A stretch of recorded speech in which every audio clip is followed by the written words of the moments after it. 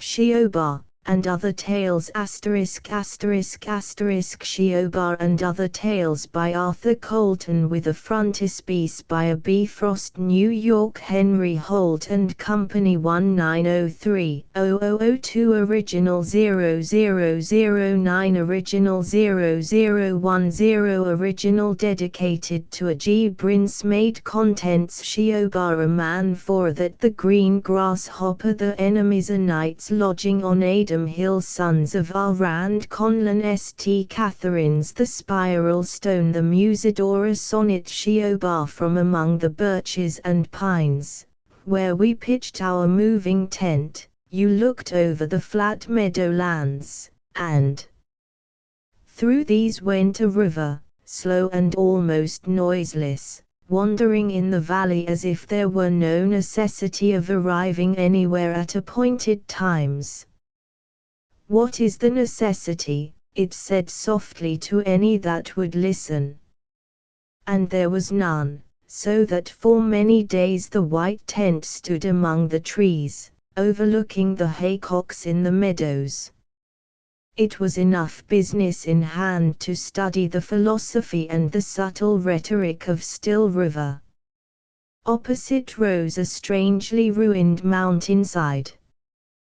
There was a nobly poised head and plenteous chest, the head 3,000 feet nearer the stars, which was little enough from their point of view, no doubt, but to us it seemed a symbol of something higher than the stars, something beyond them forever waiting and watching.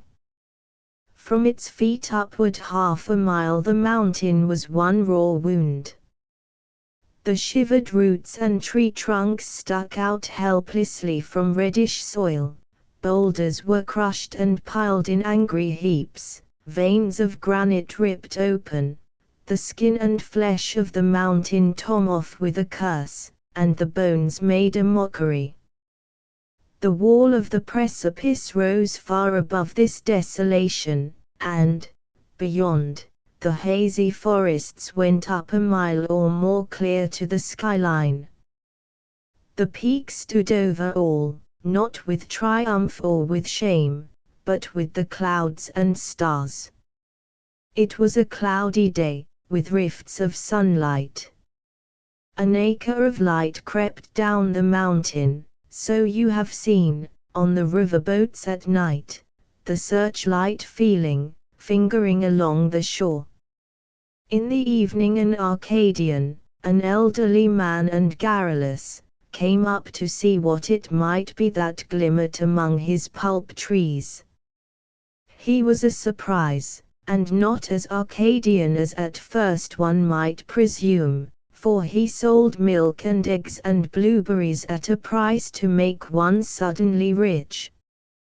His name was Fargus, and he it was whose hay-cutter clicked like a locust all day in the meadowlands. He came and made himself amiable beside us, and confided anything we might care to know which experience had left with him. "That's Tioba," he said. "That's the name of that mountain." And he told us the story of one whom he called Jim Hawks and of the fall of Tioba. "She's a skinned mountain," he said. "She got wet inside and slid.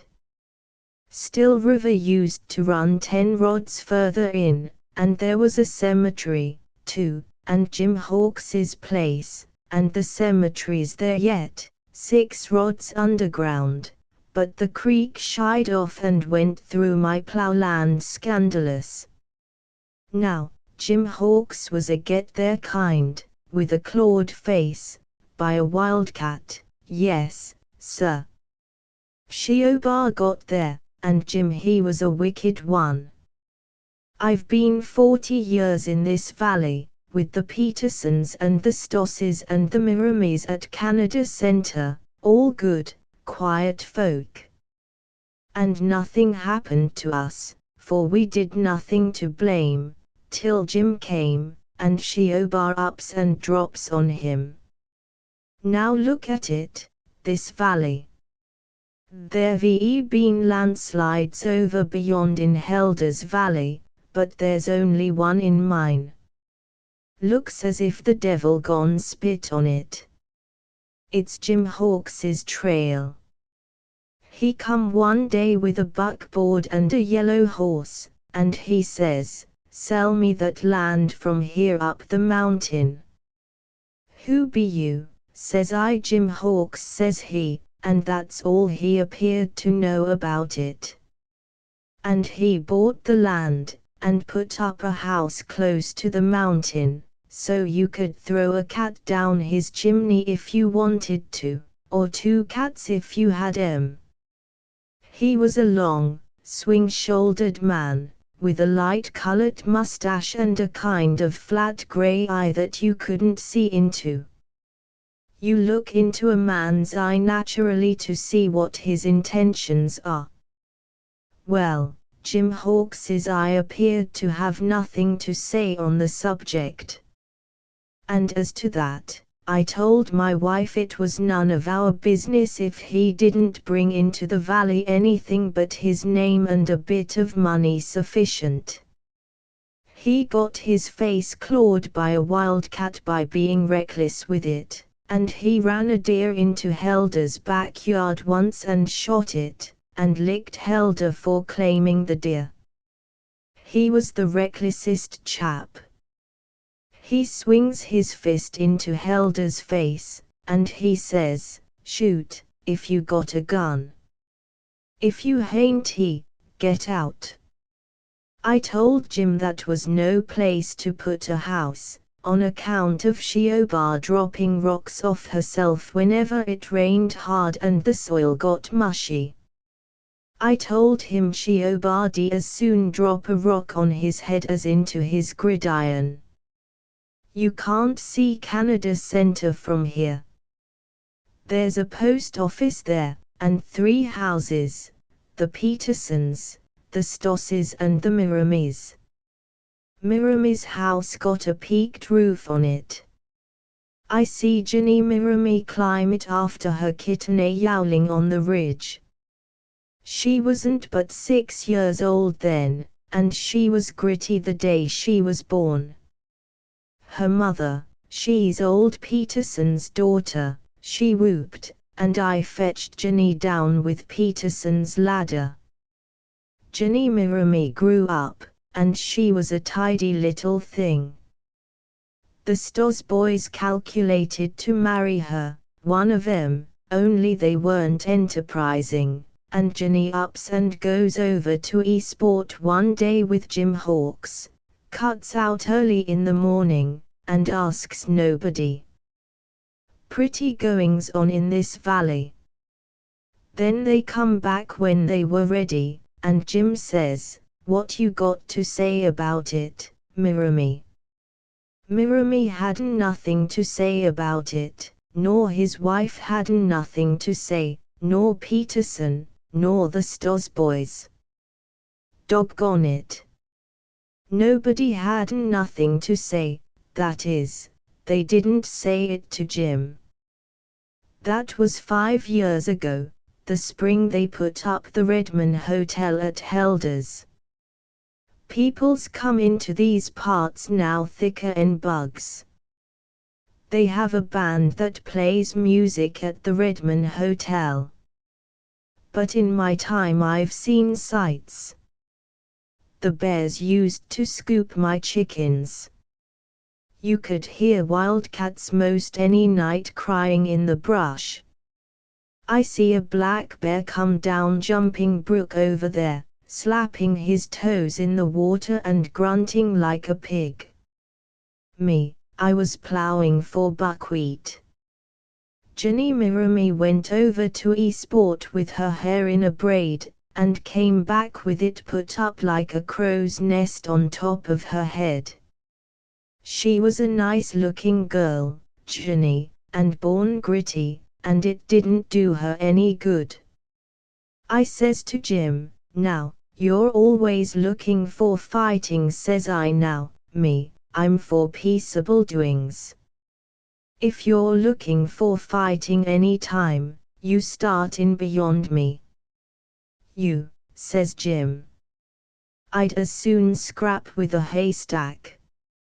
I do know how it would be, doing with a haystack that way, but you take it from Jim's point of view, and you see it wouldn't be what he'd care for, and you take it from my point of view, and you see I didn't poke into Jim's business.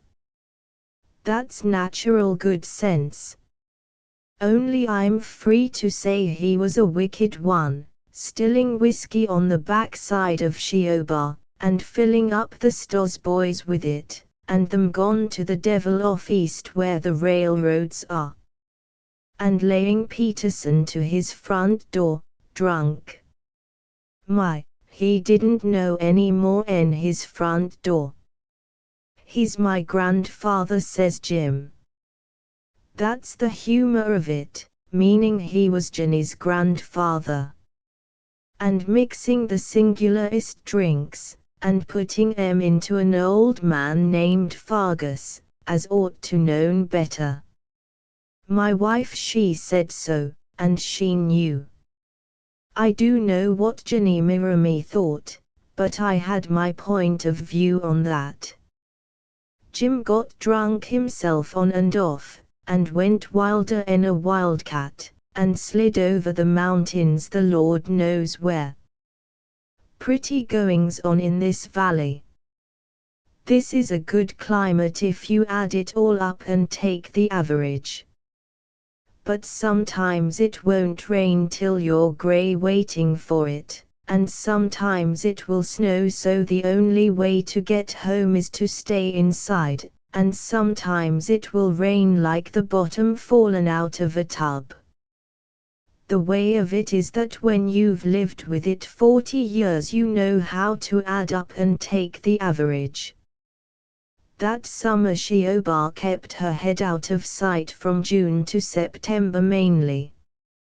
She kept it done up in cotton, as you might say, and she leaked in her joints surprising.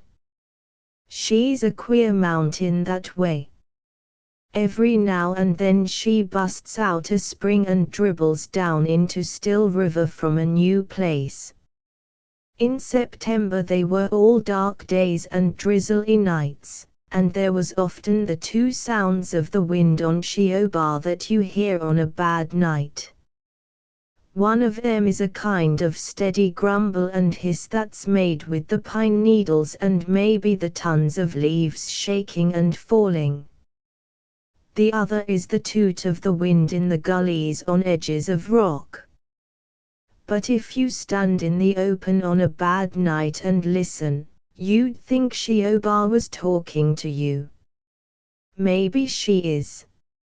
It come along the middle of September, and it was a bad night, drizzly, and Tioba talking double.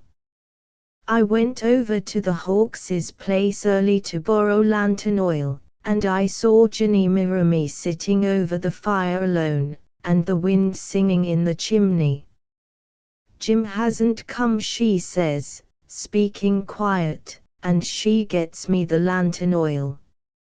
After, when I went away, she didn't seem to notice, and what with the wind in the chimney, and Jenny sitting alone with her big black eyes staring, and Tioba talking double, and the rain drizzling, and the night falling, I felt queer enough to expect a ghost to be standing at my gate. And I came along the road, and there was one. Yes, sir, she was a woman in a grey, wet cloak, standing at my gate, and a horse and buggy in the middle of the road. Mighty, says I, and drops my oil can smack in the mud. Does Mr. Hawks live here? She says, seeing me standing like a tomfool in the mud. No, says I, that's his place across the flat half a mile. He ain't at home, but his wife is. The wind blew her cloak around her sharp, and I could see her face, though it was more or less dark. She was some big and tall, and her face was white and wet with the rain. After a while she says, "He's married." "Yes, You'd better not, Mighty, says I. "Where you going?" She swung herself into the buggy quicker 'en women are apt to do, and she whops the horse around and hits him a lick, and off he goes, splashing and galloping. I was beat. But I got so far as to think if she wasn't a ghost, maybe Jim Hawkes would as lief she would be, and if she didn't drive more careful she'd be liable to oblige him that way. Because it stands to reason a woman don't come looking for a man on a bad night, and cut away like that, unless she has something uncommon on her mind. I heard the buggy wheels and the splash of the horse dying away, and then there was nothing in the night but the drip of the rain and Tioba talking double, hiss, toot toot. Then I went into the house, and didn't tell my wife about it, she disliking Jim on account of his singular drinks, which had a tidy taste, but affecting a man sudden and surprising. My wife she went off to bed, and I sat by the fire, feeling like there was more wrong in the world than common. And I kept thinking of Jenny Mirami sitting by herself off there beyond the rain, with the wind singing in the chimney, and Tioba groaning and tooting over her. Then there was the extra woman looking for Jim, and it seemed to me if I was looking for Jim on a dark night, I'd want to let him know beforehand it was all peaceable, so there wouldn't be a mistake, Jim being a sudden man and not particular. I had the extra woman on my mind, so that after some while it seemed to me she had come back and was driving splish splash around my house, though it was only the wind. I was that foolish I kept counting how many times she went round the house, and it was more than 40, and sometimes she came so close to the front door I thought she'd come through it, bang. Then somebody rapped sudden at the door, and I jumped, and my chair went slap under the table, and I says, "Come in," though I'd rather it would have stayed out. And in walks Jim Hawkes. "Mighty," says I thought you was a horse and buggy." He picked up my chair and sat in it himself, rather cool, and began to dry off. "Horse and buggy," says he. "Looking for me?" I just nodded, seeing he appeared to know all about it. "Saw em in Eastport," says he. "I suppose she's over there," meaning his place. "Gone down the road." "You don't say?" Now, I might have known she wouldn't do what you might call a rational thing. Never could bet on that woman. If there was one of two things she'd be likely to do, she wouldn't do either of them. "Well," says I, speaking generally, "what might she want of you?" Jim looks at me kind of absent-minded, rubbing his hair the wrong way. "Now, look at it, Fargus," he says. "It ain't reasonable. Now, she and me, we got married about 5 years ago. And she had a brother named Tom Cheever, and Tom and I didn't agree, and naturally he got hurt, not but that he got well again, that is, partly. And she appeared to have different ideas from me, and she appeared to think she'd had enough of me, and I took that to be reasonable. Now, here she wants me to come back and behave myself, cool as you please. And me inquiring why, she acts like the country was too small for us both. I don't see it that way myself. And he shook his head, stretching his hands out over the fire. I don't see either end of it, says I. You're a bad one, Jim, a downright bad one. That's so. It's Jenny you mean, he says, looking kind of interested. It'll be hell for Jenny, won't it? The wind and rain was whooping round the house so we could hardly hear each other. It was like a wild thing trying to get in, which didn't know how to do it, and wouldn't give up, and then you'd hear like something whimpering, and little fingers tapping at the window glass. My opinion of Jim Hawkes was that I didn't seem to get onto him, and that's my opinion up to now, and it appeared to me then that Jim might be the proper explanation himself of anything the extra woman did which seemed unreasonable, but I didn't tell him that, because I didn't see rightly what it would mean if I said it. Jim got up and stretched his legs. Now, I tell you, Fargus, says he, I'm going to put the thing to Ginny, being a clipper little woman, not to say sharp. If it comes to the worst, I dare say Canada Centre will give us a burying, or if she wants to slide over the mountains with me, there's no trouble about it, or if she'd rather go her own way, and me mine, that's reasonable, or if she says to do nothing but hold the fort, why, that's all right, too. Only Canada Centre would be likely to take a hand, and then there'd surely be trouble, on account of me getting mad. Now, I have to say to you, Fargus, that you've been as friendly as a man could be, as things are, and maybe you've seen the last of me, and maybe you wouldn't mind if you had. Speaking generally, says I, you're about right, Jim. With that he laughed, and went out, pulling the door to hard against the storm. Next day the rain came streaming down, and my cellar was flooded, and the valley was full of the noise of the flood brooks.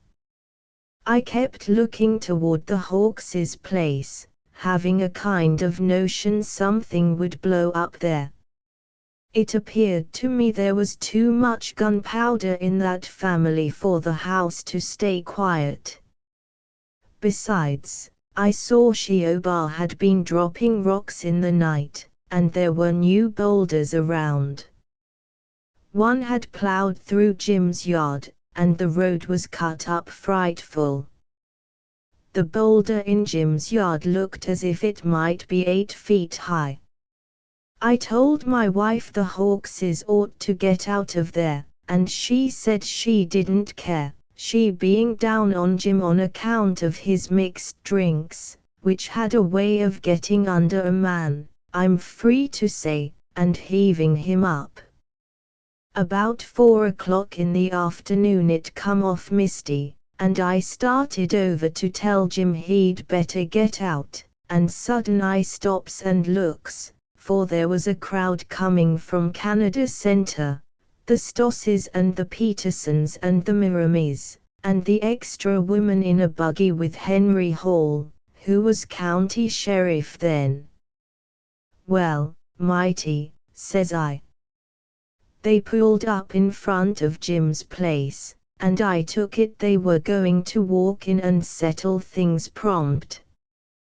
But you see, when I got there, it was Jim standing by his door with his rifle, and the sheriff and Canada Centre was squeezing themselves through the gate and Jim shooting off sideways at the pickets on his fence. And the sheriff ups and yelled, "Here, you Jim Hawkes. That ain't any way to do." Then Jim walks down the road with his rifle over his arm, and Jenny Mirami comes to the door. She looked some mad and some crying, a little of both. "Hall," says he, You turn your horse and go back where you come from. Maybe I'll see you by and by. The rest of you go back to Canada Center, and if Ginny wants anything of you she'll come and say so. You go, now. And they went. The extra woman drove off with the sheriff, hanging her head, and the sheriff saying, "You'll have to come to time, Jim Hawks, soon or late." Ginny Miramy sat in the door with her head hung down, too, and the only one as ought to have been ashamed. He was walking around uppish, like he meant to call down Tioba for throwing rocks into his yard. Then Ginny sees me, and she says, "You're all down on Jim. There's no one but me to stand up for Jim." She began to cry, while Jim cocked his head and looked at her curious. And she kept saying, "There's no one but me to stand up for Jim." That was a queer way for her to look at it. Now, that night set in, like the one before, with a drizzling rain. It was the longest wet weather I ever knew. I kept going to the window to look at the light over at the Hawkses and wonder what would come of it, till it made my wife nervous, and she's apt to be sharp when she's nervous, so I quit. And the way Tioba talked double that night was terrible, hiss, toot toot, hour after hour, and no sleep for me and my wife, being nervous. I do know what time it was, or what we heard. All I know is, my wife jumps up with a yell, and I jumps up too, and I know we were terrible afraid and stood listening maybe a minute. It seemed like there was almost dead silence in the night, only the went on, but no hissing and no tooting, and if there was any sound of the rain or wind I don't recollect it. And then, says Tioba, louder and louder and louder, till there was no top nor bottom to it, and the whole infernal world went to pieces, and pitched me and my wife flat on the floor. The first I knew, there was dead silence again, or maybe my hearing was upset, for soon after I began to hear the rain buzzing away quietly. Then I got up and took a lantern, and my wife grabs me. "You ain't going a step," says she, and the upshot was we both went. Two old folks that was badly scared and bound to find out why. We went along the road, looking about us cautious, and of a sudden, where the road ought to be, we ran into a bank of mud that went up out of seeing in the night. Then my wife sat down square in the road and began crying, and I knew Tioba had fallen down. Now, there's Tioba, and that's how she looked next morning, only worse, more mushy and generally clawed up, with the rain still falling dismal, and running little gullies in the mud like a million snakes. According to my guess, Jim and Ginny and the cemetery were about 10 rods in, or maybe not more than 8. Anyway, I says to Peterson, and he agreed with me, that there wasn't any use for a funeral. I says, God Almighty buried him to suit himself. It looked like he didn't think much of the way Canada Center did its burying, seeing the cemetery was took in and buried over again. Peterson and me thought the same on that point. And we put up the white stone, sort of on top of things, that maybe you've noticed, and lumped the folk in the cemetery together, and put their names on it, and a general epitaph, but not being strong on the dates, we left them out mostly. We put Jenny Mirami with her family, but Canada Centre was singularly united against letting Jim in. You puts his name on no stone with me or mine, says Mirami, and I'm not saying but what he was right. Yes, sir, Mirami had feelings, naturally. But it seemed to me when a man was 150 feet underground, more or less, there ought to be some charity, and maybe I had a weakness for Jim, though my wife wouldn't hear of him, on account of his drinks, which were slippery things. Anyway, I takes a chisel and a mallet, and I picks out a boulder on the slide a decent ways from Canada Centre's monument, and I cuts in it, Jim Hawkes, and then I cuts in it an epitaph that I made myself, and it's there yet, here lies Jim Hawkes, killed by rocks. He didn't act the way he ought. That's all I'll say of Jim. Here he lies. What's left of him equals, and I thought that stated the facts, though the second line didn't rhyme really even. Speaking generally, Tioba appeared to have dropped on things about the right time, and that being so, why not let it pass, granting Mirami had a right to his feelings. Now, neither Sheriff Hall nor the extra woman showed up in the valley anymore, so it seemed likely they had heard of Tioba falling, and agreed Jim wouldn't be any good, if they could find him. It was 2 weeks more before I saw the sheriff, him driving through, going over to Helder's. I saw him get out of his buggy to see the monument, and I went up after, and led him over to show Jim's epitaph, which I took to be a good epitaph, except the second line. Now, what do you think he did? Why, he busted out a haw-hawing ridiculous, and it made me mad. Shut up, says I, what's ailing you? Haw-haw, says he. Jim ain't there. He's gone down the road.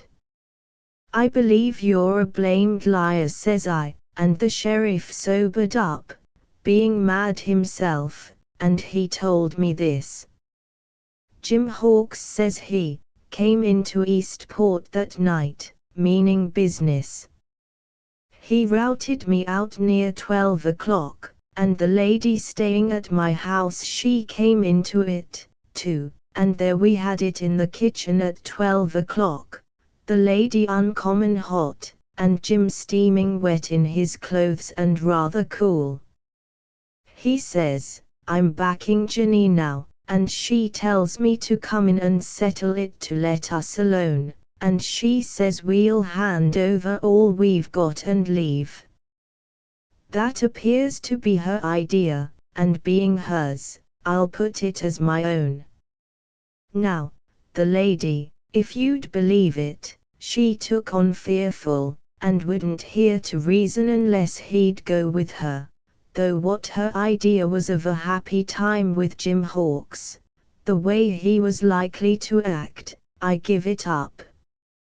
But she cried and talked foolish, till I see Jim was awful bored, but I didn't see there was much for me to do.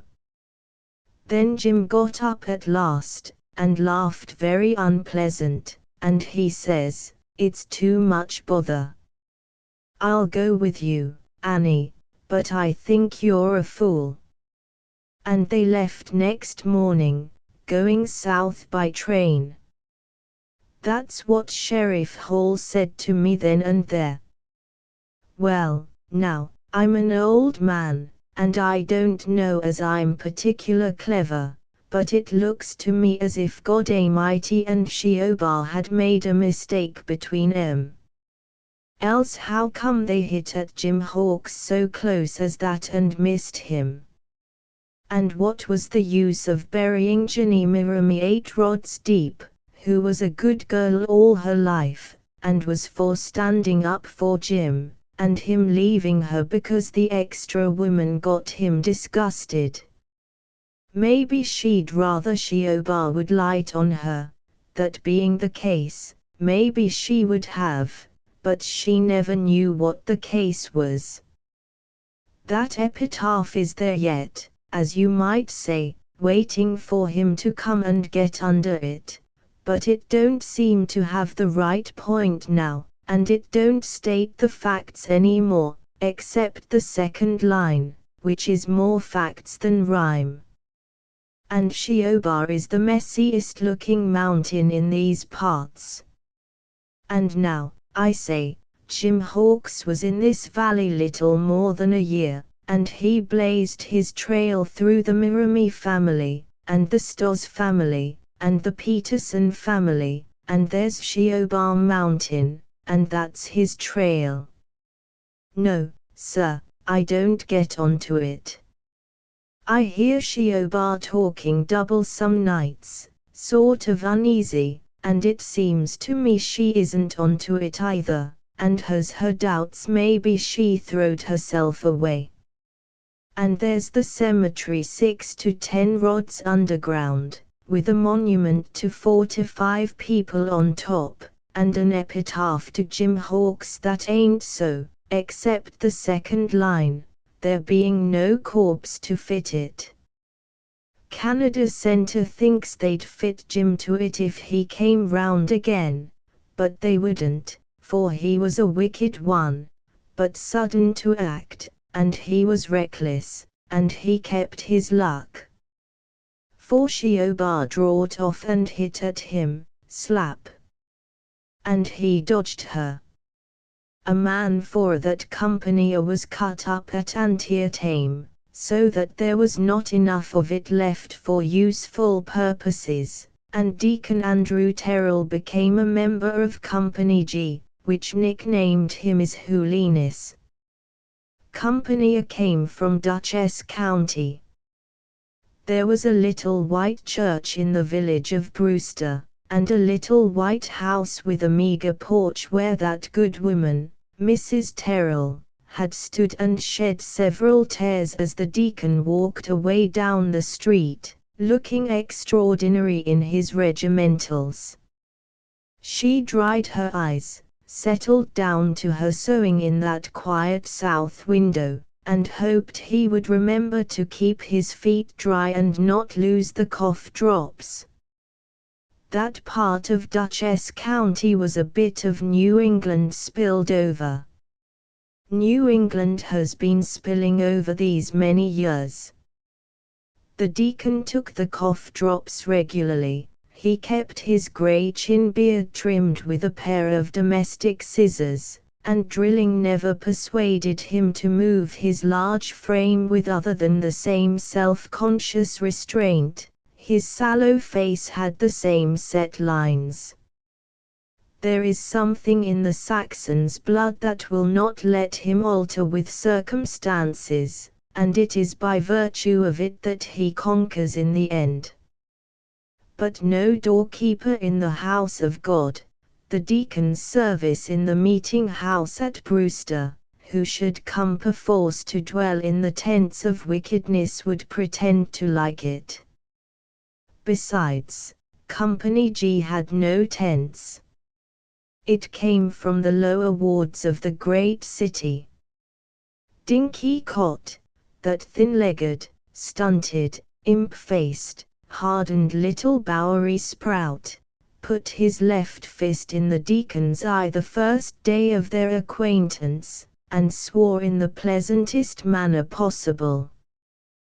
The deacon cuffed him, because he had been a schoolmaster in his day, and did not understand how he would be despised for knocking Dinky down in that amateur fashion, and the lieutenant gave them both guard duty for fighting in the ranks. The deacon declared that young man Cott had no moral ideas and did his guard duty in bitterness and strict conscience to the last minute of it. Dinky put his thumb to his nose and offered to show the lieutenant how the thing should have been done, and that big man laughed, and both forgot about the guard duty. Dinky had no sense whatever of personal dignity, which was partly what the deacon meant by moral ideas, nor reverence for anything above or beneath. He did not harbor any special anger, either, and only enough malice to point his finger at the elder man, whenever he saw him, and snicker loudly to the entertainment of Company G. Dinky's early recollections had to do with the cobblestones of Mulberry Bend and boot-blacking on Pearl Street. Deacon Terrell's began with a lonely farm where there were too many potato hills to hoe, a little schoolhouse where arithmetic was taught with a ferule, a white meeting house where the wrath of God was preached with enthusiasm. Both seemed far enough away from the weary tramp, the picket duty, and the camp at last one misty night in thick woods on the Stafford Hills, looking over the Rappahannock to the town of Fredericksburg. What happened there was not clear to Company G. There seemed to be a deal of noise and hurrying about, cannon smoke in the valley and cannon smoke on the terraces across the valley. Somebody was building pontoon bridges, therefore it seemed likely somebody wanted to get across. They were having hard luck with the bridges. That was probably the enemy on the ridge beyond. There seemed to be no end to him, anyway, up and down the valley, mile beyond mile, the same line of wooded heights and drifting smoke. And the regiment found itself crossing a shaky pontoon bridge on a Saturday morning in the mist and climbing the bank into a most battered and tired-looking little town, which was smouldering sulkily with burned buildings and thrilling with enormous noise. There they waited for something else to happen. The deacon felt a lump in his throat, stopping his breath. "Git out o' me tracks," snickered Dinky caught behind him. "I'll step on your—" Dinky had never seemed more impish, unholy and incongruous. They seemed to stand there a long time. The shells kept howling and whizzing around. They howled till they burst, and then they whizzed. And now and then someone would cry out and fall. It was bad for the nerves. The men were growling. "Oh, Cap, give us a chance. It ain't my fault, boys. I got to wait for orders, same as you." Dinky poked the deacon's legs with the butt of his rifle. "Say, it's rotten, ain't it? Say, cully, my ma don't like me full o' holes. How's yours?" The other gripped his rifle tight and thought of nothing in particular. Was it 5 hours that passed, or 20, or 1? Then they started, and the town was gone behind their hurrying feet.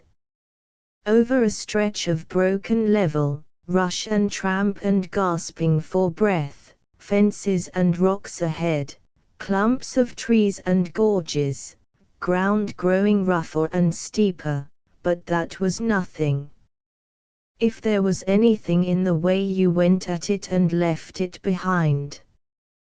You plunged up a hill, and didn't notice it. You dove into a gully, and it wasn't there. Time was a liar, obstacles were scared and ran away. But halfway up the last pitch ran a turnpike, with a stone wall in front that spit fire and came nearer and nearer. It seemed creeping down viciously to meet you. Up, till the powder of the guns almost burned the deacon's face, and the smoke was so thick he could only see the red flashes. And then suddenly he was alone. At least there was no one in sight, for the smoke was very thick. Company G all dead, or fallen, or gone back. There was a clump of brambles to his left. He dropped to the ground, crept behind it and lay still. The roar went on, the smoke rolled down over him, and sometimes a bullet would clip through the brambles, but after a time the small fire dropped off little by little, though the cannon still boomed on. His legs were numb and his heart beating his sides like a drum.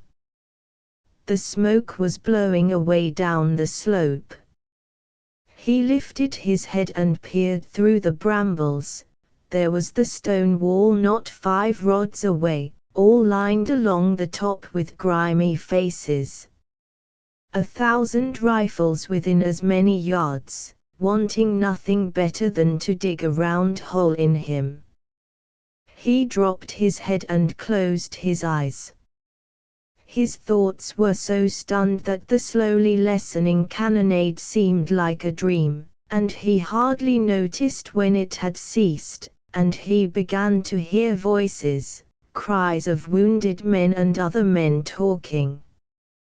There was a clump of trees to the right, and 2 or 3 crows in the treetops cawing familiarly.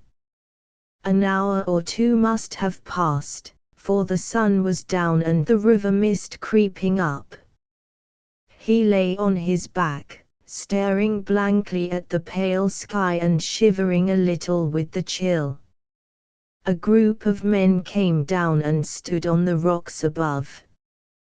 They could probably see him, but a man on his back with his toes up was nothing particular there.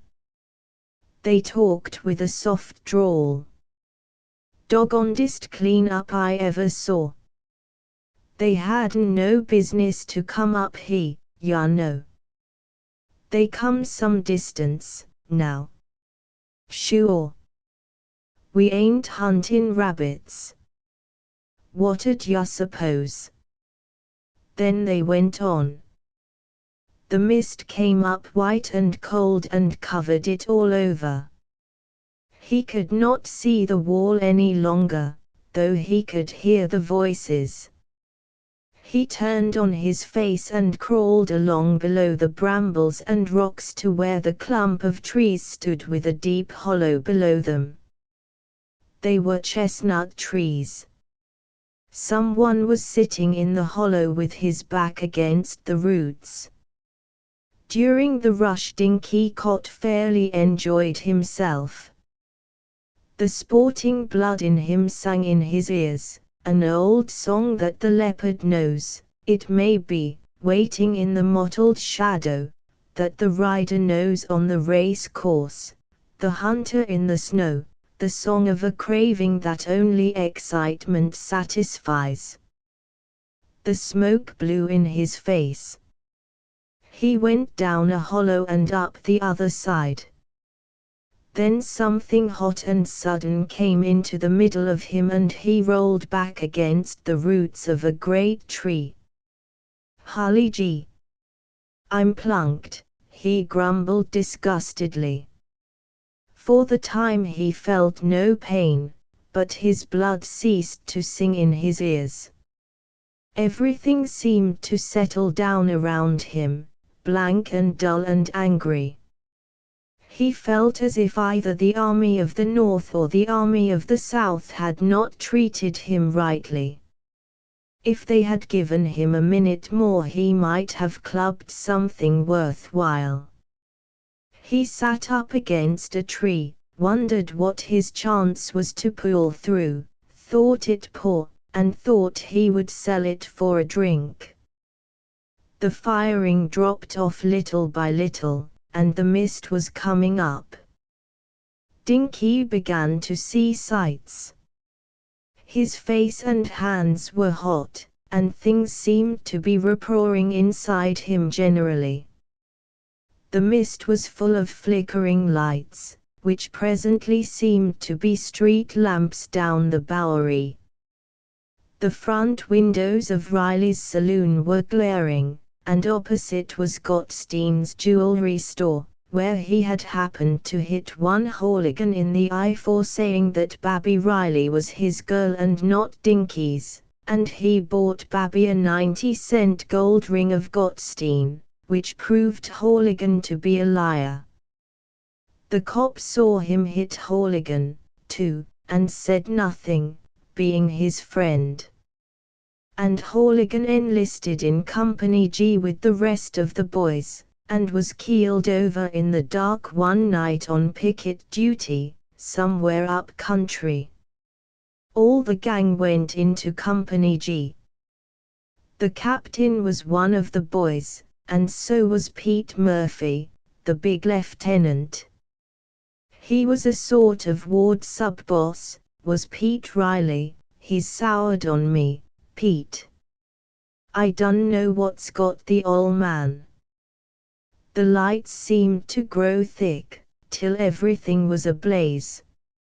Or, come off.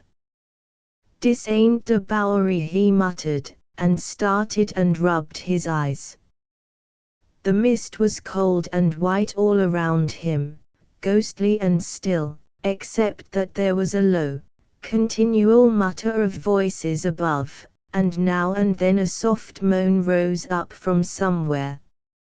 And it seemed natural enough that a ghost should come creeping out of the ghostly mist, even that it should creep near to him and peer into his face, a ghost with a grey chin beard and haggard eyes. I'm going down, it whispered. Come on. Don't make any noise. Holly G, thought Dinky. It's the Pope. A number of things occurred to him in confusion. The deacon did not see he was hit. He said to himself, I ain't no call to spoil his luck, if he is country. He blinked a moment, then nodded and whispered hoarsely, Go on. The deacon crept away into the mist.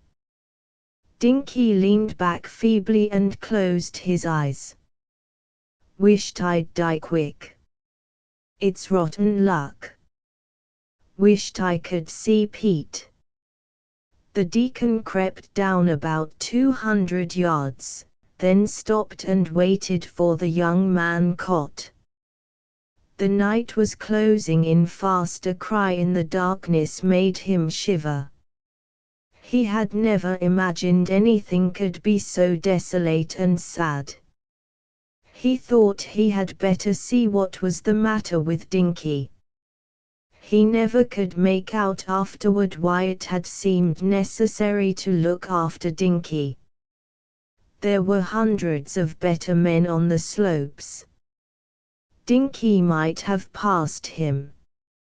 It did not seem very sensible business to go back after that worthless little limb of Satan.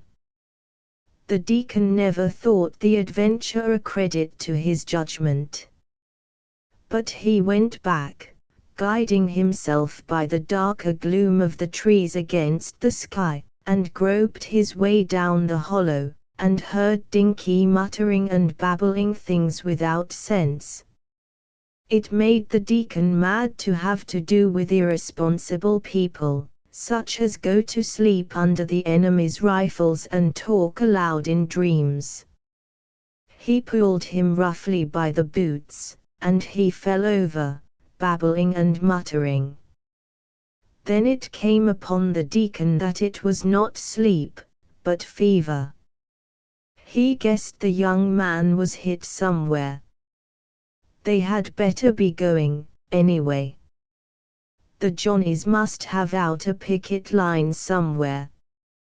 He slipped his hands under Dinky and got up. He tried to climb out quietly, but fell against the bank.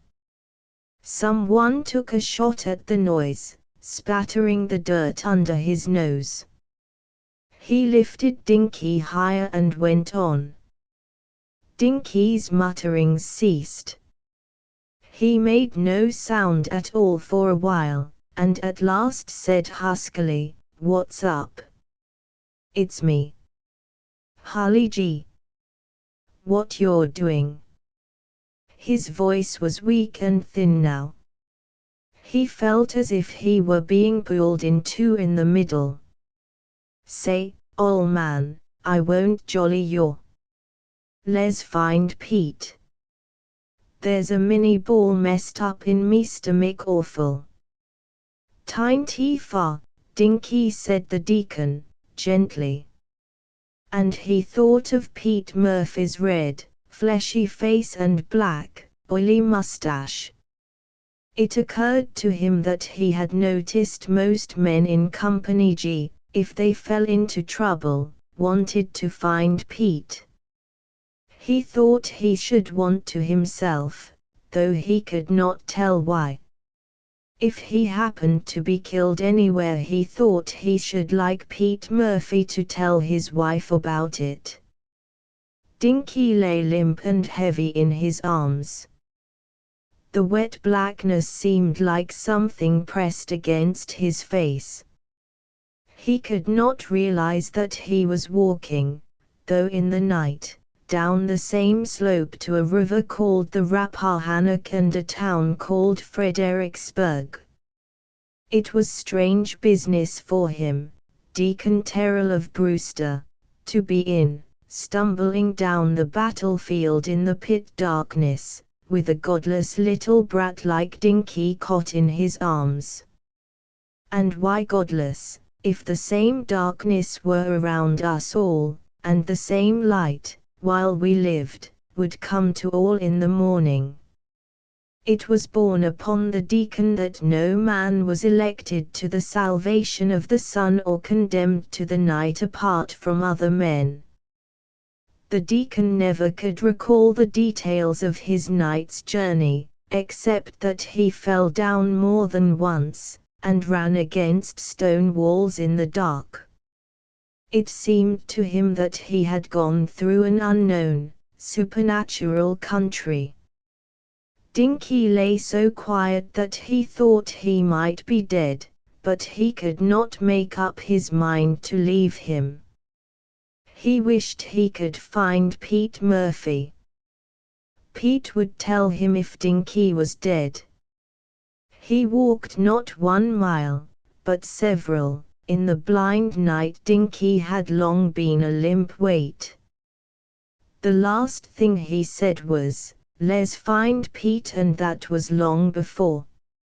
At last the deacon saw a little glow in the darkness, and, coming near, found a dying campfire with a few flames only flickering, and beside it 2 men asleep. He might have heard the ripple of the Rappahannock, but, being so worn and dull in his mind, he laid Dinky down by the fire and fell heavily to sleep himself before he knew it. When he woke, Pete Murphy stood near him with a corporal and a guard. "They were looking for the pieces of Company G dead, ain't he?" said Pete. The deacon got up and brushed his clothes. The 2 men who were sleeping woke up also, and they all stood around looking at Dinky in awkward silence. "Who's his folks?" "Him," said the big lieutenant. "He ain't got any folks. Tell you what, ol' man, I see a regiment drummer somewhere a minute ago. He'll do a roll over Dinky, for luck, sure." They put Dinky's coat over his face and buried him on the bank of the Rappahannock, and the drummer beat a roll over him. Then they sat down on the bank and waited for the next thing. The troops were moving back now across the bridge hurriedly.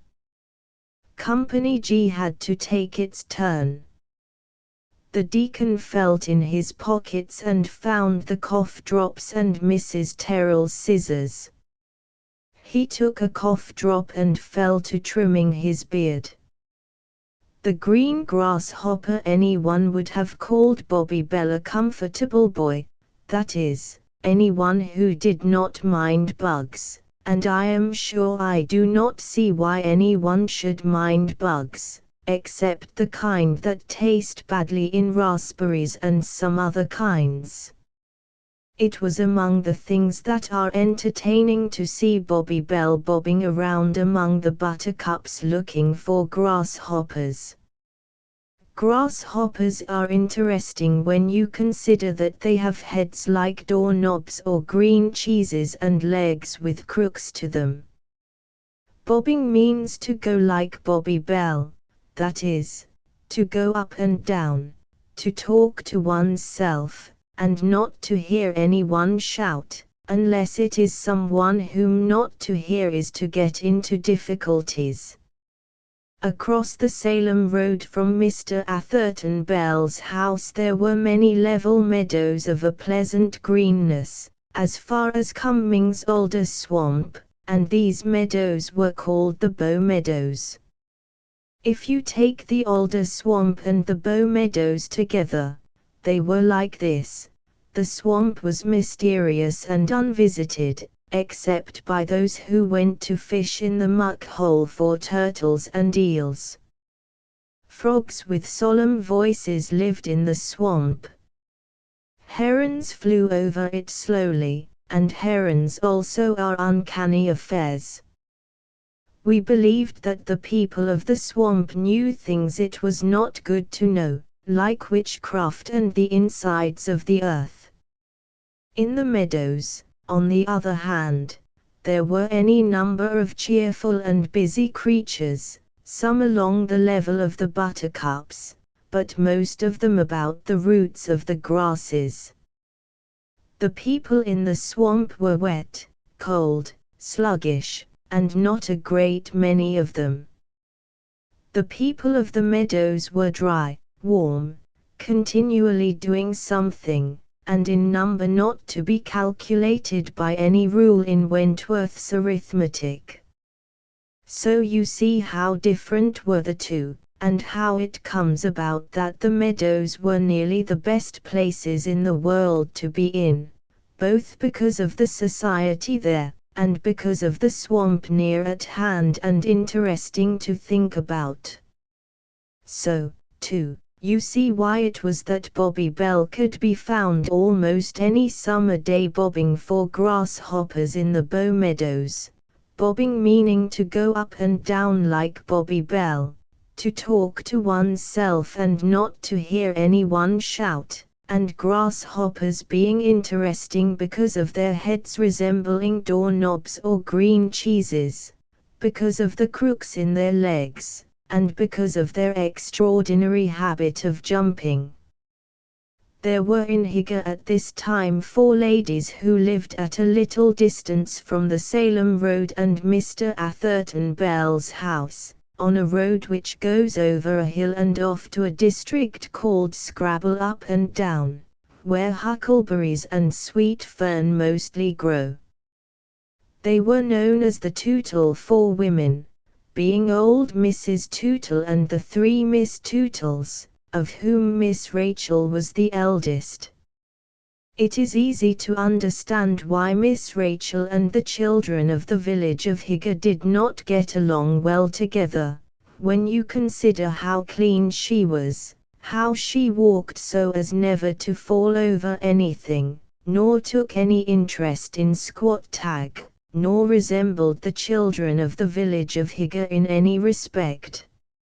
And so you can understand how it was that, when she came down the hill that Saturday afternoon and saw Bobby Bell through the bars in the Bow Meadows, she did not understand his actions, and disapproved of them, whatever they were. The facts were these: in the first place, a green grasshopper, who was reckless or had not been brought up rightly, had gone down Bobby's back next the skin, where he had no business to be, and naturally Bobby stood on his head to induce him to come out. That seems plain enough, for, if you are a grasshopper and down a boy's back, and the boy stands on his head, you almost always come out to see what he is about, because it makes you curious, if not ill, to be down a boy's back and have him stand on his head. Anyone can see that. And this is the reason I had to explain about Miss Rachel, in order to show you why she did not understand it, nor understand what followed after. In the next place, Bobby knew that when you go where you have no business to, you are sometimes spanked, but usually you are talked to unpleasantly, and tied up to something by the leg, and said to be in disgrace.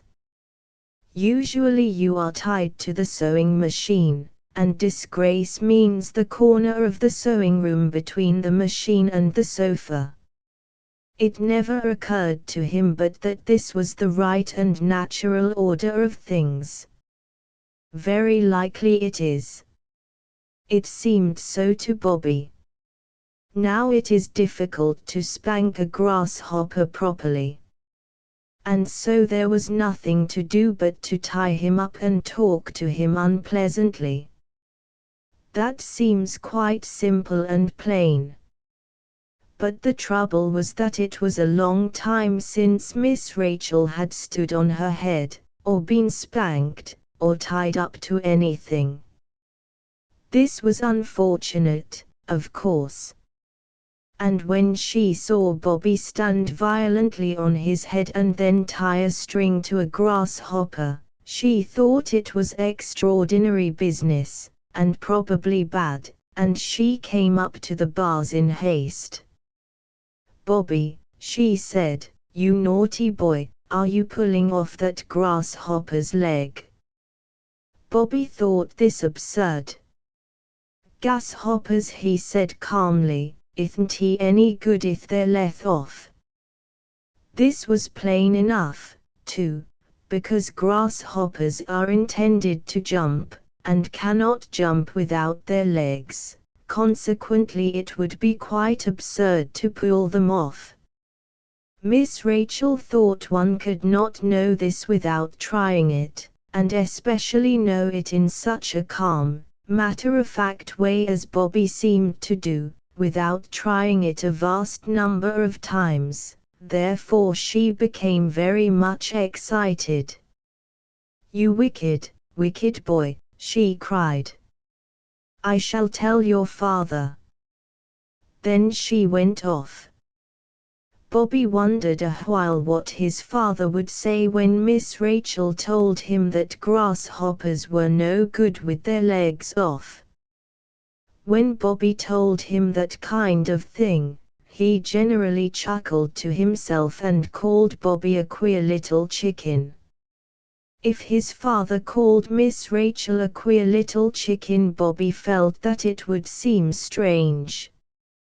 But he had to look after the discipline of the grasshopper, and it is no use trying to think of two things at once.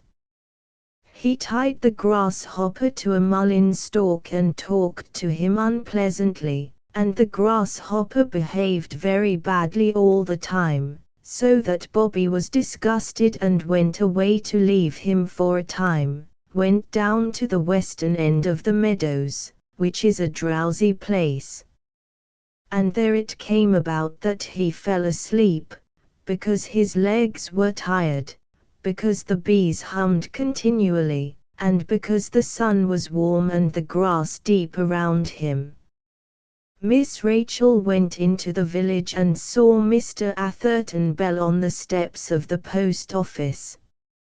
He was much astonished at being attacked in such a disorderly manner by such an orderly person as Miss Rachel, but he admitted, when it was put to him, that pulling off the legs of grasshoppers was interfering with the rights of grasshoppers. Then Miss Rachel went on her way, thinking that a good seed had been sown and the morality of the community distinctly advanced. The parents of other boys stood on the post office steps in great number, for it was near mail time, and here you might have seen what varieties of human nature there are. For some were taken with the conviction that the attraction of the Bow Meadows to their children was all connected with the legs of grasshoppers, some suspected it only, and were uneasy, some refused to imagine such a thing, and were indignant. But they nearly all started for the Bow Meadows with a vague idea of doing something, Mr. Atherton Bell and Father Durfee leading. It was not a well-planned expedition, nor did anyone know what was intended to be done. They halted at the bars, but no Bobby Bell was in sight, nor did the Bow Meadows seem to have anything to say about the matter. The grasshoppers in sight had all the legs that rightly belonged to them. Mr. Atherton Bell got up on the wall and shouted for Bobby. Father Durfee climbed over the bars. It happened that there was no one in the Bow Meadows at this time, except Bobby, Moses Durfee, Chub Leroy, and one other. Bobby was asleep, on account of the bumblebees humming in the sunlight, and the other three were far up the farther side, on account of an expedition through the alder swamp, supposing it to be Africa. There was a desperate battle somewhere, but the expedition turned out badly in the end, and in this place is neither here nor there. They heard Mr. Atherton Bell shouting, but they did not care about it. It is more to the point that Father Durfee, walking around in the grass, did not see the grasshopper who was tied to the mullein stalk and as mad as he could be. For when tied up in disgrace, one is always exceedingly mad at this point, but repentance comes afterwards. The grasshopper never got that far, for Father Durfee stepped on him with a boot as big enough for Father Durfee to be comfortable in, so that the grasshopper was quite dead. It was to him as if a precipice were to fall on you, when you were thinking of something else. Then they all went away.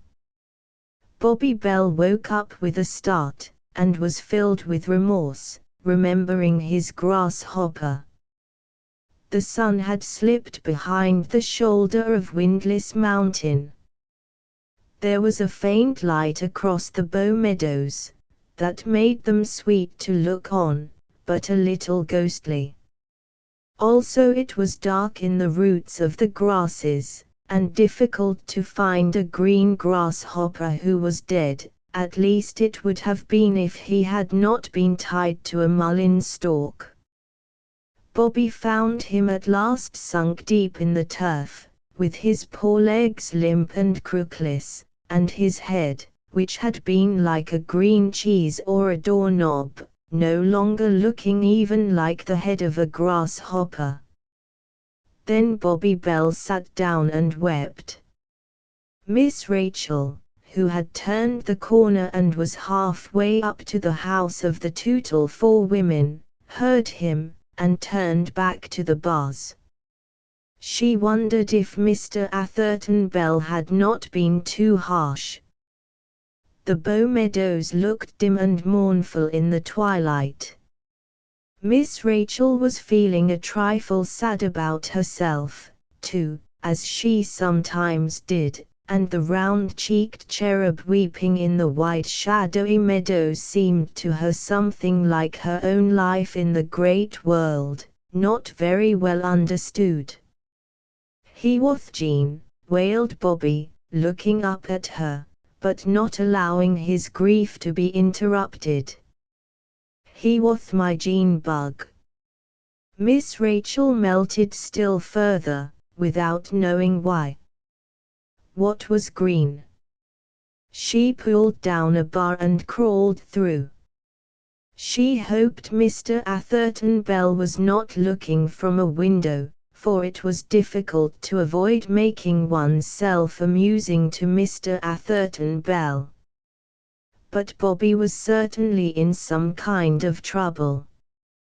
"He dead," wailed Bobby again. He stepped on. Miss Rachel bent over him stiffly. It was hard for one so austerely ladylike as Miss Rachel to seem gracious and compassionate, but she did pretty well. "Oh, it's a grasshopper." Then more severely, "Why did you tie him up?" Bobby's sobs subsided into hiccoughs. "It's a disgrace. I put him in disgrace, and I forgot it him. He went down my back." "Did you step on him?" "No." The hiccoughs rose into sobs again. "He was the genest grasshopper."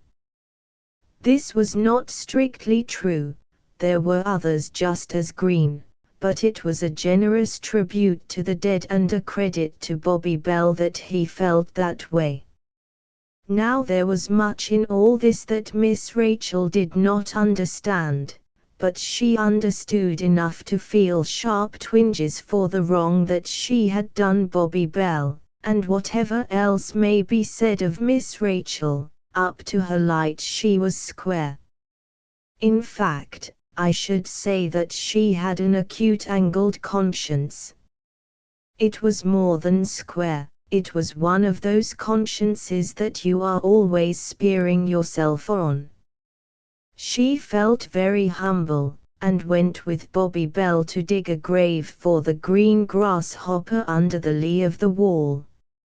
She dug it herself with her parasol, thinking how she must go up with Bobby Bell, what she must say to Mr. Atherton Bell, and how painful it would be, because Mr. Atherton Bell was so easily amused.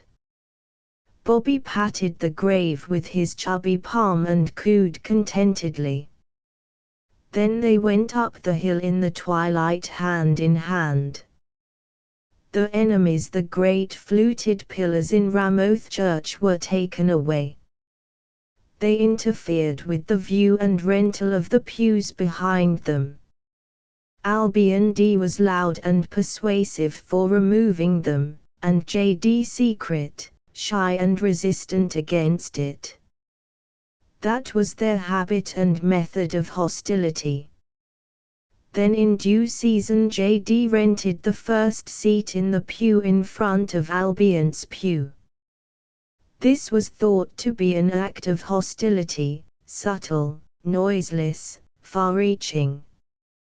He was a tall man, J.D., and wore a wide flapping coat, had flowing white hair, and walked with a creeping step, a bachelor, a miser. He had gathered a property slowly with persistent fingers, a furtive, meditating, venerable man, with a gentle piping voice. He lived on the hill in the old house of the D's, built in the last century by one John Griswold D., who married Sarah Ballista and begat two sons who respectively begat J and Albion D., and Albion founded Ironville, 3 or 4 houses in the hollow at the west of Diggory Gorge, and a bolt and nail factory. He was a red-faced, burly man, with short legs and thick neck, who sought determined means to ends, stood squarely and stated opinions. The beginnings of the feud lay backward in time, little underground resentments that trickled and collected. In Albion they foamed up and disappeared. He called himself modern and progressive, and the bolt and nail factory was thought to be near bankruptcy. He liked to look men in the eyes. If one could not see the minister, one could not tell if he meant what he said, or preached shoddy doctrine. As regards all view and rental behind him, J.D. was as bad as one of the old fluted pillars. Albion could not see the minister. He felt the act to be an act of hostility. But he was progressive, and interested at the time in a question of the service, as respected the choir which sang from the rear gallery. It seemed to him more determined and effective to hymnal devotion that the congregation should rise and turn around during the singing, to the end that congregation and choir might each see that all things were done decently. He fixed on the idea and found it written as an interlinear to his Gospels, an imperative codicil to the duty of man. But the congregation was satiated with change. They had still to make peace between their eyes and the new slender pillars, to convince themselves by contemplation that the church was still not unstable, not doctrinally weaker. So it came about that Albion D stood up sternly and faced the choir alone, with the old red, fearless, Protestant face one knows of Luther and Cromwell. The congregation thought him within his rights there to bear witness to his conviction. Sabbaths came and went in Ramoth peacefully, milestones of the passing time, and all seemed well. Pseudo-classic architecture is a pale, inhuman allegory of forgotten meaning. If buildings like Ramoth Church could in some plastic way assimilate their communicants, what gargoyles would be about the cornices, what wall paintings of patient saints, mystical and realistic. On one of the roof cornices of an old church in France is the carved stone face of a demon with horns and a forked tongue, and around its eyes a wrinkled smile of immense kindness.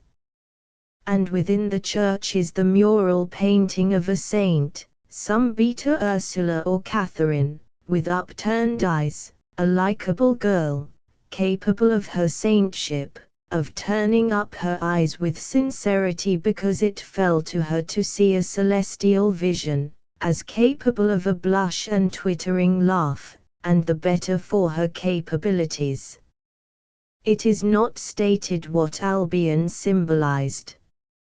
He stood overtopping the bonnets and the grey heads of deacons, respected by the pews, popular with the choir, protesting his conviction. And all the while secretly, with haunch and elbow, he nudged, bumped and rubbed the shoulders and silvery head of J.D. It is here claimed that he stood there in the conviction that it was his duty so to testify. It is not denied that he so bumped and squatted against J.D., cautiously, but with relish and pleasure. In the bowed silver head, behind the shy, persistent eyes of J.D., what were his thoughts, his purposes, coiling and constricting? None but the two were aware of the locked throat grip of the Spirit. In the droning Sabbath peace the congregation pursued the minister through the subdivisions of his text, and dragged the hymn behind the dragging choir. It was a June day and the orioles gurgled their warm nesting notes in the maples. The boys in the gallery searched the surface of the quiet assembly for points of interest, only here and there nodding heads, wavering fans, glazed, abstracted eyes. They twisted and yawned. What to them were brethren in unity, or the exegesis of a text, as if one were to count and classify, prickle by prickle, to no purpose the irritating points of a chestnut burr. The sermon drowsed to its close. The choir and Albion rose. It was an outworn sight now, little more curious than Monday morning. The sunlight shone through the side windows, slanting down over the young, worldly and impatient, and one selected ray fell on J.D.'s hair with spiritual radiance, and on Albion's red face, turned choirward for a testimony. Suddenly Albion gave a guttural shout. He turned, he grasped J.D.'s collar, dragged him headlong into the aisle, and shook him to and fro, protesting, "You stuck me. I'll teach you." His red face worked with passion, J.D.'s venerable head bobbed, helpless, mild, piteous. The choir broke down.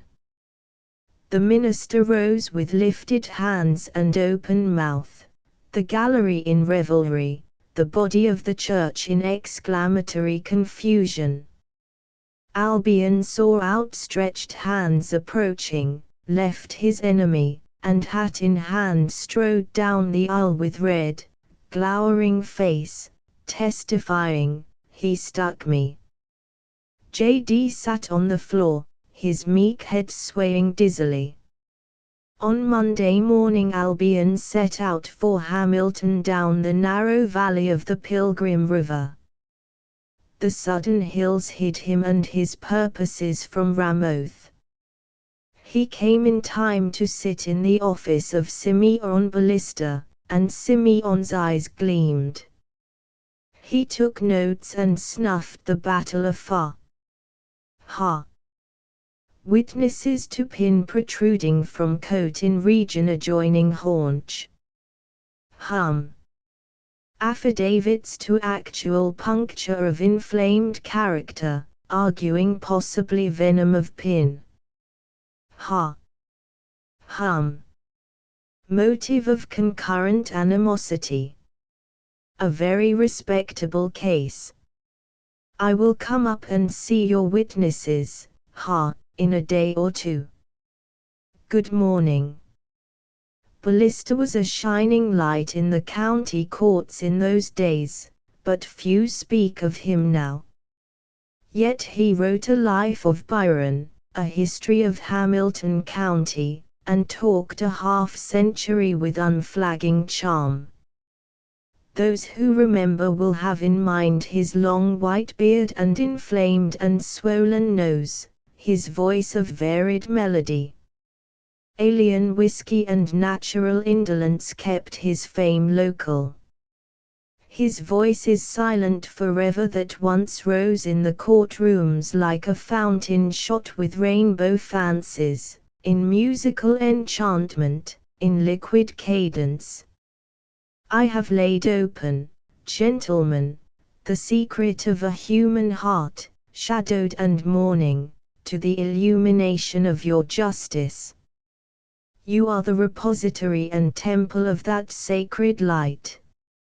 Not merely as a plaintiff, a petitioner, my client comes, but as a worshipper, in reverence of your function.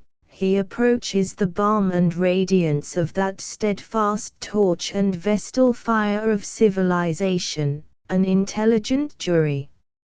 Such was Ballista's inspired manner, such his habit of rhythm and climax, whenever he found 24 eyes fixed on his swollen nose, the fiery mesmeric core of his oratory beaconing juries to follow it and discover truth. But the case of DVD came only before a justice of the peace, in the town hall of Ramoth, and Justice Kerneghan was but a stout man with hairy ears and round, spectacled, benevolent eyes. J.D. brought no advocate. His silvery hair floated about his head. His pale eyes gazed in mild terror at Ballista. He said it must have been a wasp stung Albion. A wasp, sir? Your Honor, does a wasp carry for penetration, for puncture, for malignant attack or justifiable defense, for any purpose whatsoever, a brass pin of palpable human manufacture, drawn, headed and pointed by machinery, such as was inserted in my client's person. Does the defendant wish Your Honor to infer that wasps carry papers of brass pins in their anatomies? I will ask the defendant, whose venerable though dishonored head bears witness to his age, if, in his long experience, he has ever met a wasp of such military outfit and arsenal. Not a wasp, Your Honor, but a serpent in human form. J.D. had no answer to all this. He murmured, "Sat on me." "I didn't catch your remark, sir." "Why, you see," explained the justice, "Jay says Albion's been squatting on him, Mr. Ballista, every Sunday for 6 months. You see, Albion gets up when the choir sings, and watches 'em sharp to see they sing correct, because his ear ain't well tuned, but his eye's all right." The justice's round eyes blinked pleasantly. The courtroom murmured with approval, and Albion started to his feet. "Now don't interrupt the court," continued the justice. "You see, Mr. Ballista, sometimes Jay says it was a wasp and sometimes he says it was because Albion squatted on him, don't you see, bumped him on the ear with his elbow. You see, Jay sits just in front of Albion. Now, you see, then, does it not appear to Your Honor that a witness who voluntarily offers to swear to 2 contradictory explanations, first, that the operation in question, the puncture or insertion, was performed by a wasp, secondly, that, though he did it himself with a pin and in his haste allowed that pin in damnatory evidence to remain, it was because, he alleges, of my client's posture toward, and intermittent contact with him, does it not seem to Your Honor that such a witness is to be discredited in any statement he may make? Well, really, Mr. Ballista, but you see Albion oughtn't he to be squatted on him? I find myself in a singular position. It has not been usual in my experience to find the court a pleader in opposition. I came hoping to inform and persuade Your Honor regarding this case. I find myself in the position of being informed and persuaded. I hope the court sees no discourtesy in the remark. But if the court is prepared already to discuss the case, there seems little for me to do." The justice looked alarmed. He felt his popularity trembling. It would not do to balk the public interest in Ballista's oratory. Doubtless J.D. had stuck a pin into Albion, but maybe Albion had mussed Jay's hair and jabbed his ear, had dragged and shaken him in the aisle at least. The rights of it did not seem difficult. They ought not to have acted that way. No man has the right to sit on another man's head from the standpoint or advantage of his own religious conviction. Nor has a man a right to use another man for a pincushion whenever, as it may be, he finds something about him in a way that's like a pincushion. But Ballista's oratory was critical and important. "Why," said Kimegan hastily, "this court is in a mighty uncertain state of mind. It couldn't make it up without hearing what you were going to say." Again the court murmured with approval. Ballista rose.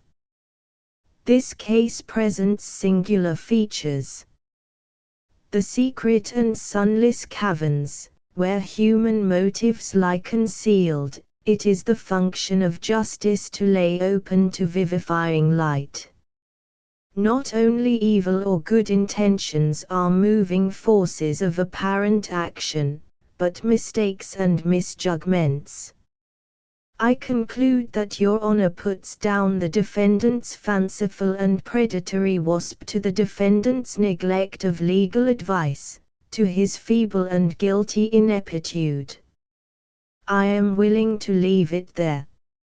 I assume that he confesses the assault on my client's person with a pin, an insidious and lawless pin, pointed with cruelty and propelled with spite. I infer and understand that he offers in defense a certain alleged provocation, certain insertions of my client's elbow into the defendant's ear, certain trespasses and disturbance of the defendant's hair, finally, certain approximations and contacts between my client's adjacent quarter and the defendant's shoulders, denominated by him, and here we demur or object, as an act of sitting or squatting, whereby the defendant alleges himself to have been touched, grieved and annoyed.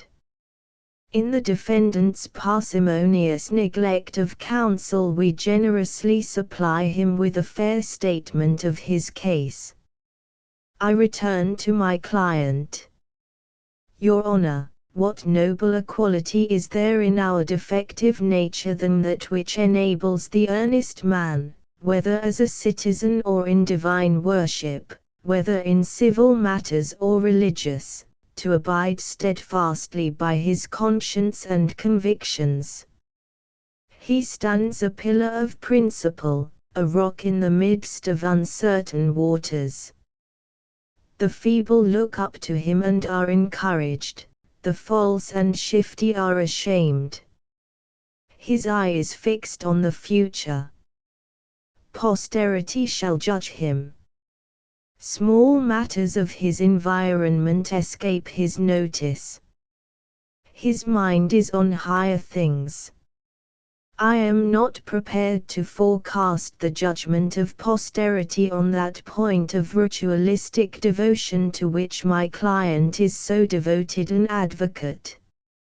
Neither am I anxious or troubled to seek opinion whether my client inserted his elbow into the defendant's ear, or the defendant, maliciously or inadvertently, by some rotator emotion, bumped or banged his ear against my client's elbow, whether the defendant rubbed or impinged with his head on the appendant coat tails of my client, or the reverse. I am uninterested in the alternative, indifferent to the whole matter. It seems to me an academic question. If the defendant so acted, it is not the action of which we complain. If my client once, twice, or even at sundry times, in his stern absorption, did not observe what may in casual accident have taken place behind, what then? I ask Your Honor, what then? Did the defendant by a slight removal, by suggestion, by courteous remonstrance, attempt to obviate the difficulty? No. Did he remember those considerate virtues enjoined in Scripture, or the sacred place and ceremony in which he shared? No. Like a serpent, he coiled and waited. He hid his hypocrisy in white hairs, his venomous purpose in attitudes of reverence. He darkened his morbid malice till it festered, corroded, corrupted. He brooded over his fancied injury and developed his base design. Resolved and prepared, he watched his opportunity. With brazen and gangrened pin of malicious point and incensed propulsion, with averted eye and perfidious hand, with sudden, secret, backward thrust, with all the force of accumulated, diseased, despicable spite, he darted like a serpent's fang this misapplied instrument into the unprotected posterior, a sensitive portion, most outlying and exposed, of my client's person. This action, Your Honor, I conceive to be in intent and performance a felonious, injurious and sufficient assault. For this injury, for pain, indignity and insult, for the vindication of justice in state and community, for the protection of the citizen from bold or treacherous attack, anterior or posterior, vanguard or rear, I ask Your Honor that damages be given my client adequate to that injury, adequate to that vindication and protection. So much and more Ballista spoke. Mr. Kernaghan took off his spectacles and rubbed his forehead. Well, he said, I guess Mr. Ballister'll charge Albion about $40. Ballista started up. Don't interrupt the court. It's worth all that. Albion and Jay haven't been acting right and they ought to pay for it between them. The court decides JD shall pay $20 damages and costs. The courtroom murmured with approval.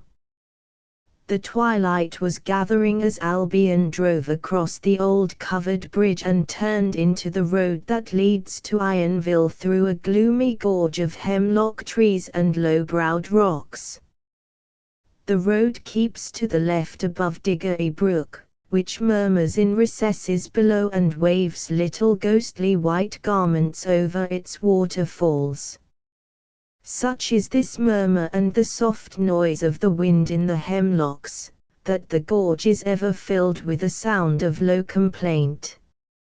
Twilight in the open sky is night below the hemlocks. At either end of the avenue you note where the light still glows fadingly. There lie the hopes and possibilities of a worldly day, skies, fields and marketplaces, todays, tomorrows and yesterdays, and men walking about with confidence in their footing. But here the hemlocks stand beside in black order of pillars and whisper together distrustfully. The man who passes you is a nameless shadow with an intrusive, heavy footfall.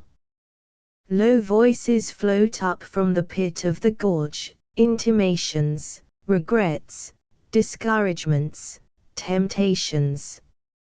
A house and mill once stood at the lower end of it, and there, a century ago, was a wild crime done on a certain night.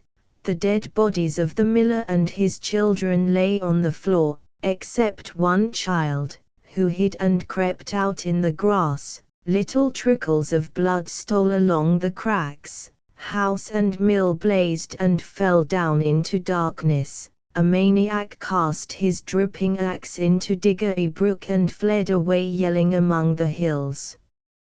Not that this had made the gorge any darker, or that its whispers are supposed to relate to any such memories. The brook comes from swamps and meadows like other brooks, and runs into the Pilgrim River. It is shallow and rapid, though several have contrived to fall and be drowned in it. One wonders how it could have happened. The old highway leading from Ramoth village to the valley has been grass-grown for generations, but that is because the other road is more direct to the valley settlement and the station. The water of the brook is clear and pleasant enough. Much trillium, with its leaves like dark red splashes, a plant of sullen color and solitary station, used to grow there, but does so no more. Slender birches now creep down almost to the mouth of the gorge, and stand with white stems and shrinking, trembling leaves. But birches grow nearly everywhere. Albion drove steadily up the darkened road, till his horse dropped into a walk behind an indistinguishable object that crept in front with creaking wheels. He shouted for passage and turned into the ditch on the side away from the gorge. The shadowy vehicle drifted slantingly aside. Albion started his horse. The front wheels of the two clicked, grated, slid inside each other and locked. Albion spoke impatiently. He was ever for quick decisions. He backed his horse, and the lock became hopeless. The unknown made no comment, no noise. The hemlocks whispered, the brook muttered in its pit and shook the little white garments of its waterfalls. "Crank your wheel a trifle now." The other did not move. "Who are you? Can't ye speak?" No answer. Albion leaned over his wheel, felt the seat rail of the other vehicle, and brought his face close to something white, white hair about the approximate outline of a face. By the hair crossed by the falling hat brim, by the shoulders seen vaguely to be bent forward, by the loose creaking wheels of the buckboard he knew J.D. The two stood close and breathless, face to face, but featureless and apart by the unmeasured distance of obscurity. Albion felt a sudden uneasy thrill and drew back. He dreaded to hear J.D.'s spiritless complaining voice, too much in the nature of that dusky, uncanny place. He felt as if something cold, damp and impalpable were drawing closer to him, whispering, calling his attention to the gorge, how black and steep. To the presence of J.D., how near. To the close secret hemlocks covering the sky. This was not agreeable to a positive man, a man without fancies. J.D. sighed at last, softly, and spoke, piping, thin, half moaning, "You're following me. Let me alone." "I'm not following you," said Albion hoarsely. "Crank your wheel. You're following me. I'm an old man. You're only 50. Albion breathed hard in the darkness. He did not understand either J.D. or himself. After a silence J.D. went on, "I haven't any kin but you, Albion, except Stephen Ballista and the Winslows. They're only fourth cousins." Albion growled. "What do you mean?" "Without my making a will it'd come to you, wouldn't it?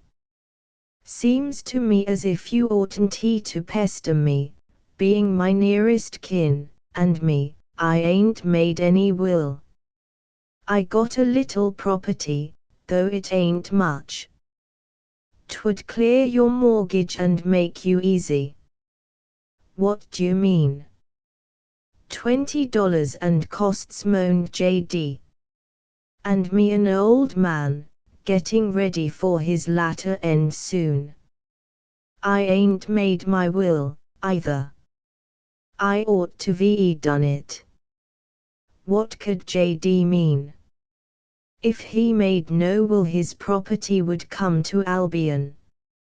No will made yet. A hinted intention to make one in favor of Stephen Ballista or the Winslows. The foundry was mortgaged. J was worth 60,000. Diggory Gorge was a dark whispering place of ancient crime, of more than one unexplained accident. The hemlocks whispered, the brook gurgled and glimmered.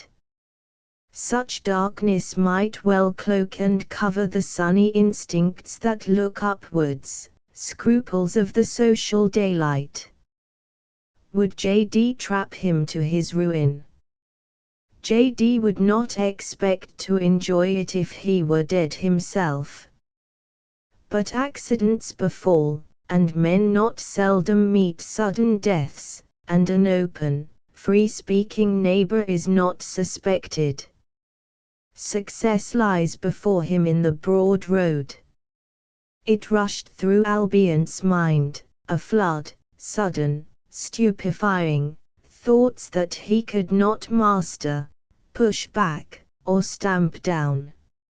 He started and roused himself, his hands were cold and shaking. He sprang from his buggy and cried angrily, "What do ye mean by all that? Tempt me, a God-fearing man. Throw ye off in the gorge. Break your old neck.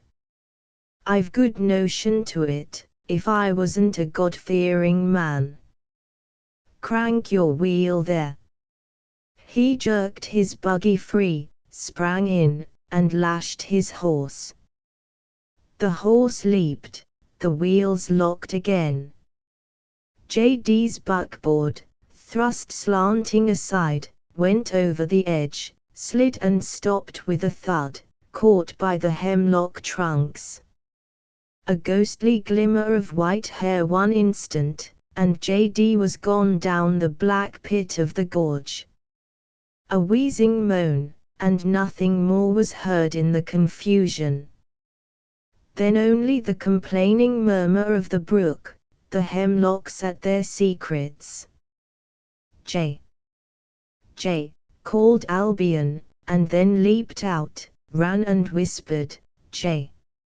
Only the mutter of the brook and the shimmer of foam could be made out as he stared and listened, leaning over, clinging to a tree, feeling about for the buckboard. He fumbled, lit a match and lifted it. The seat was empty, the left wheels still in the road. The two horses, with twisted necks and glimmering eyes, were looking back quietly at him. Albion D., a man of ideas and determination, now muttering things unintelligible in the same tone with the muttering water, with wet forehead and nerveless hands, heir of J.D.'s thousands, staring down the gorge of Diggory Brook, the scene of old crime. He gripped with difficulty as he let himself slide past the first row of trees, and felt for some footing below. He noticed dully that it was a steep slope, not a precipice at that point. He lit more matches as he crept down, and peered around to find something crushed and huddled against some tree, a lifeless, fearful thing. The slope grew more moderate. There were thick ferns. And closely above the brook, that gurgled and laughed quietly, now near at hand, sat J.D. He looked up and blinked dizzily, whispered and piped, $20 and costs. You oughtn't to pester me. I ain't made my will. Albion sat down. They sat close together in the darkness some moments and were silent. You ain't hurt? Albion asked at last. We'll get out. They went up the steep, groping and stumbling. Albion half lifted his enemy into the buckboard, and led the horse, his own following. They were out into the now almost faded daylight. Jay sat holding his lines, bowed over, meek and venerable. The front of his coat was torn. Albion came to his wheel. Will $20 make peace between you and me, J.D.? The costs was 10, piping sadly. $30, JD. Here it is. He jumped into his buggy and drove rapidly. In sight of the foundry he drew a huge breath. "I been a sinner and a fool," and slapped his knee. "It's $60,000, maybe 70. A self-righteous sinner and a cocksure fool. God forgive me." Between 8 and 9 JD sat down before his meager fire and rusty stove, drank his weak tea and toasted his bread. The windows clicked with the night wind. The furniture was old, worn, unstable, except the large desk behind him full of pigeonholes and drawers. Now and then he turned and wrote on scraps of paper. Tea finished, he collected the scraps and copied, "Mr. Stephen Ballista, I feel, as growing somewhat old, I ought to make my will, and sometime, leaving this world for a better, would ask you to make my will for me, for which reasonable charge, putting this so it cannot be broken by lawyers, who will talk too much and are vain of themselves, that is, leaving all my property of all kinds to my relative, James Winslow of Wimberton, and not anything to Albion D., for he has not much sense but is hasty, for to look after the choir is not his business, and to sit on an old man and throw him from his own wagon and pay him $30 is hasty, for it is not good sense, and not anything to Stephen Ballista, for he must be rich with talking so much in courts of this world.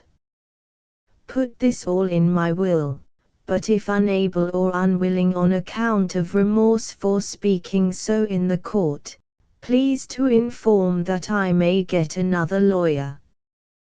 Yours, J.D. He sealed and addressed the letter, put it in his pocket, and noticed the ruinous rent in his coat.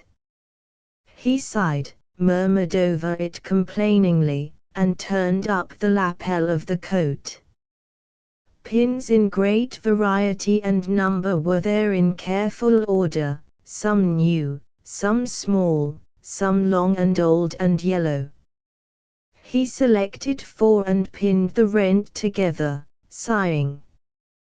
Then he took 3 folded bills from his vest pocket, unfolded, counted and put them back, felt of the letter in his coat gently, murmured, "I had the best of Albion there, I had him there," took his candle and went up peacefully and venerably to bed. A night's lodging. Father Williston was a retired clergyman, so distinguished from his son Timothy, whose house stood on the ridge north of the old village of Winthrop, and whose daily path lay between his house and the new growing settlement around the valley station. It occurred at odd times to Father Williston that Timothy's path was somewhat undeviating. The clergyman had walked widely since Winthrop was first left behind 55 years back, at a time when the town was smaller and cows cropped the green but never a lawn mower. After college and seminary had come the frontier, which lay this side of the Great Lakes until Clinton stretched his ribbon of waterway to the sea, then a mission in Wisconsin, intended to modify the restless profanity of lumbermen who broke legs under logs and drank disastrous whiskey. A city and 20 mills were on the spot now, though the same muddy river ran into the same blue lake. Some skidders and saw tenders of old days were come to live in stone mansions and drive in nickel-plated carriages, some were dead, some drifting like the refuse on the lake front, some skidding and saw tending still. Distinction of social position was an idea that Father Williston never was able to grasp. In the memories of that raw city on the lake he had his place among its choicest incongruities, and when his 70 years were full, the practical tenderness of his nickel-plated and mansioned parishioners packed him one day into an upholstered sleeping car, drew an astonishing check to his credit, and mailed it for safety to Timothy Williston of Winthrop. So Father Williston returned to Winthrop, where Timothy, his son, had been sent to take root 30 years before.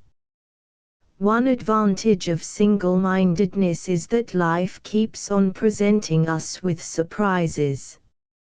Father Williston occupied his own Arcadia, and Wisconsin or Winthrop merely sent in to him a succession of persons and events of curious interest.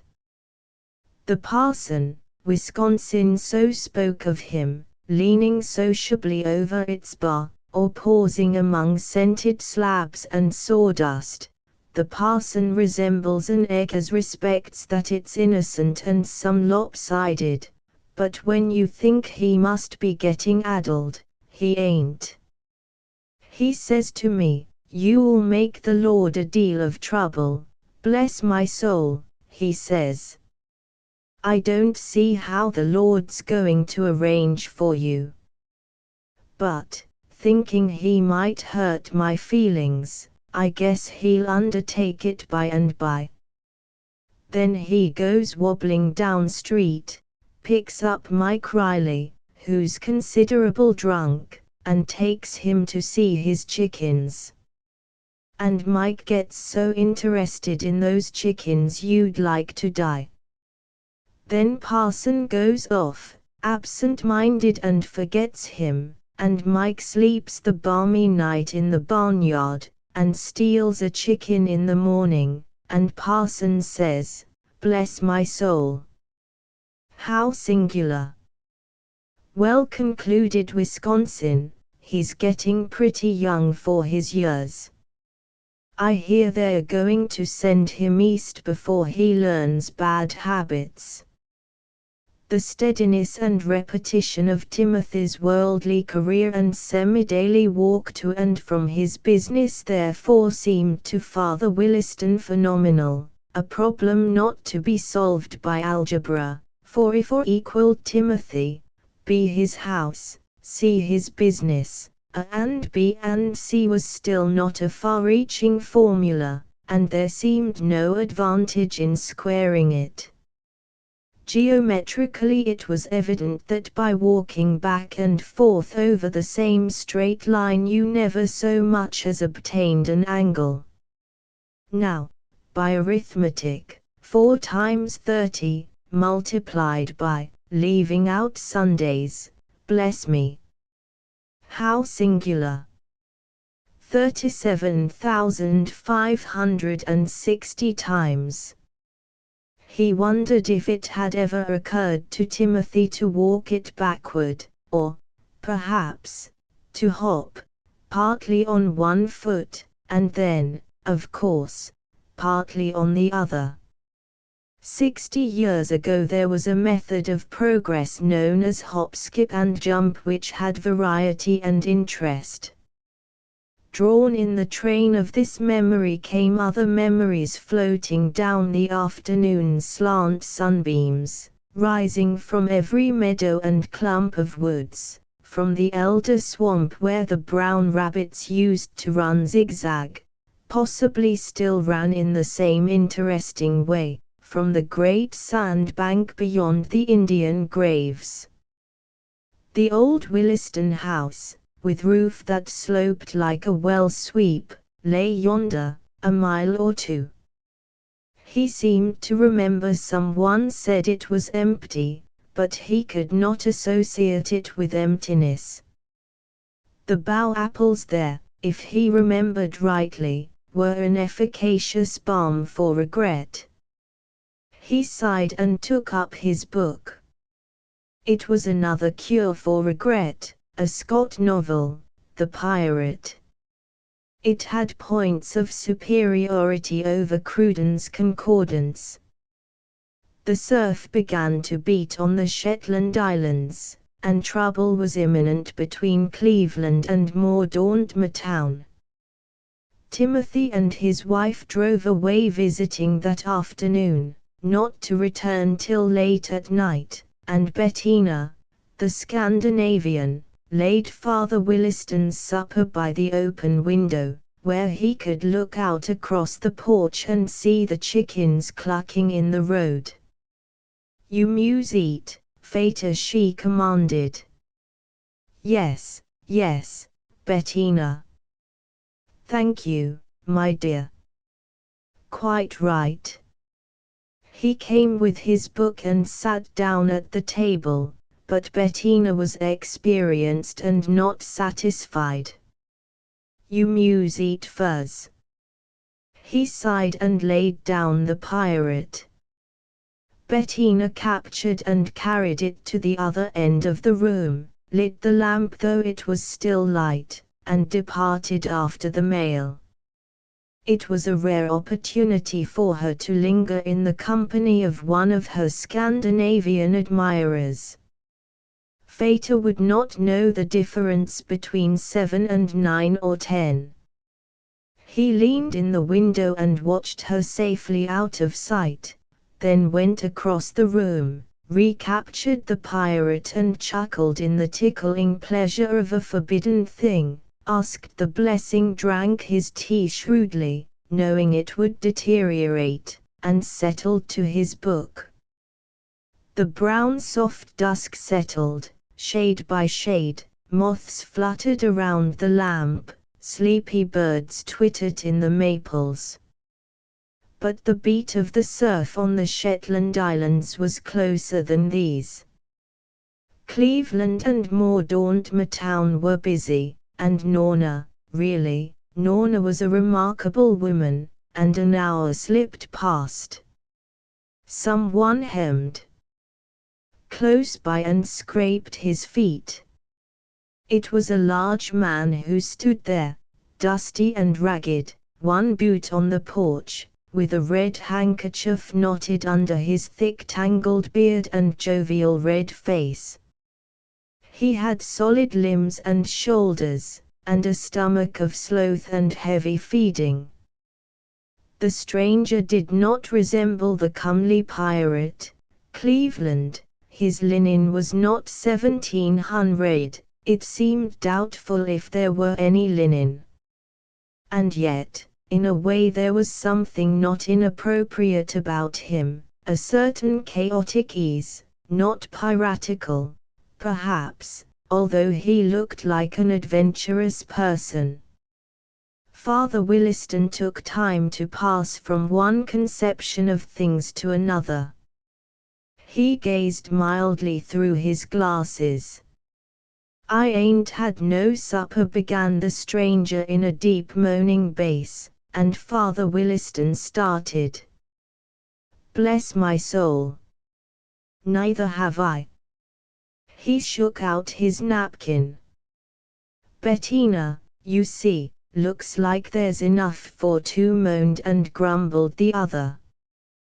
He mounted the porch and approached the window, so that the lamplight glimmered against his big, red, oily face.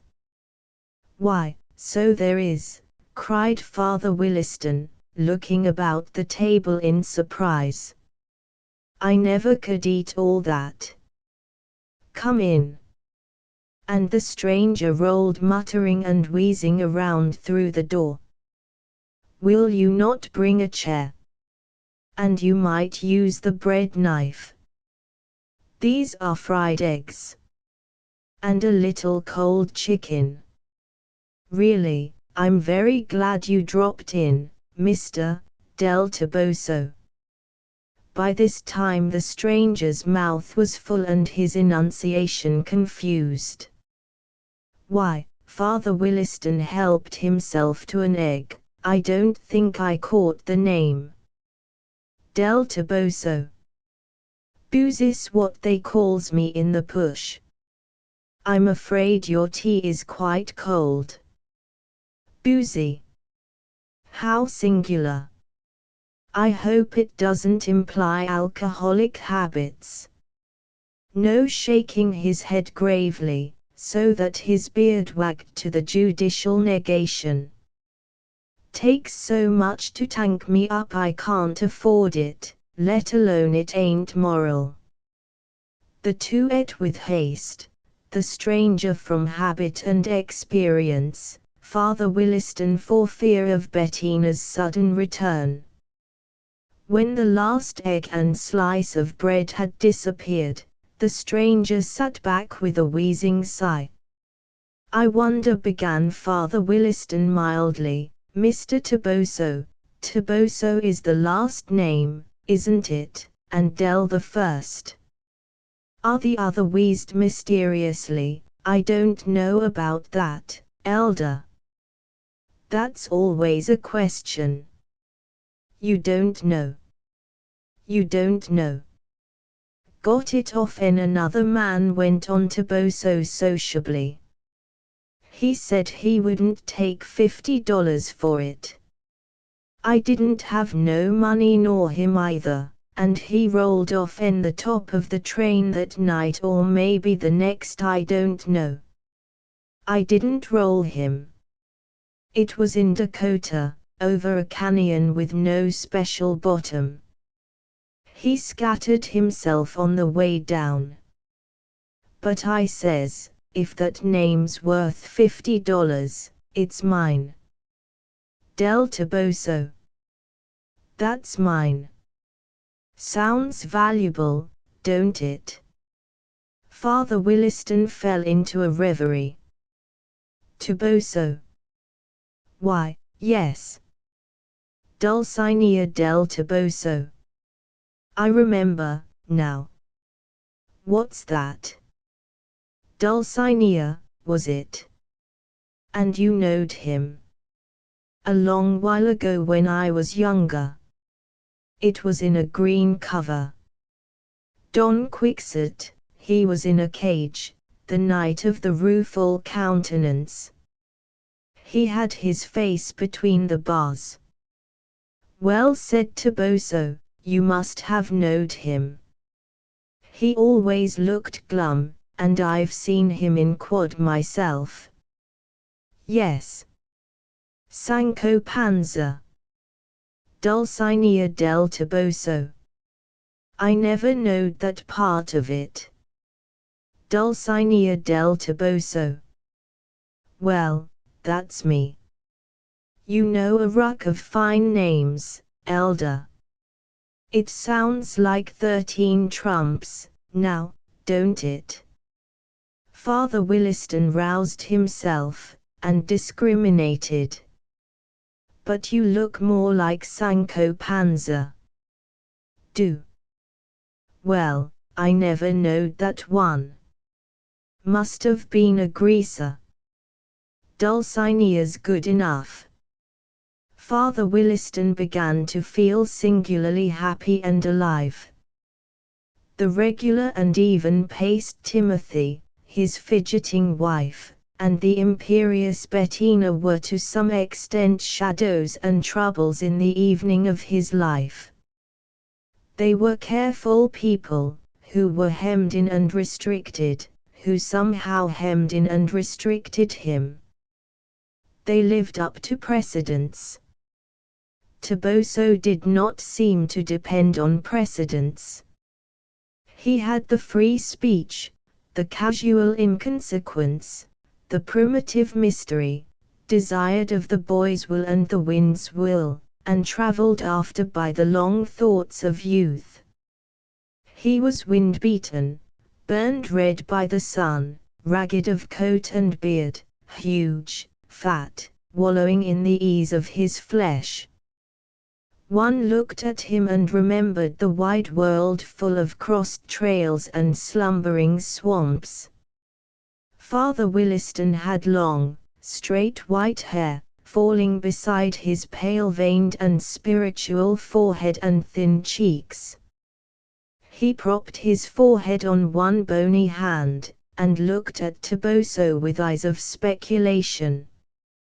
If both men were what some would call eccentric, To each other they seemed only companionable, which, after all, is the main thing. I have thought of late, continued Father Williston after a pause, that I should like to travel, to examine human life, say, on the highway. I should think, now, your manner of living most interesting. You go from house to house, do you not, from city to city?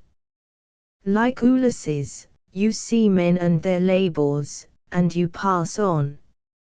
Like the apostles, who surely were wise men, besides that were especially maintained of God, like them, and the pilgrims to shrines, you go with wallet and staff or merely with faith for your baggage.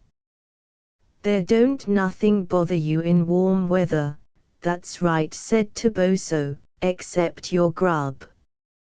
And that ain't any more than's interesting.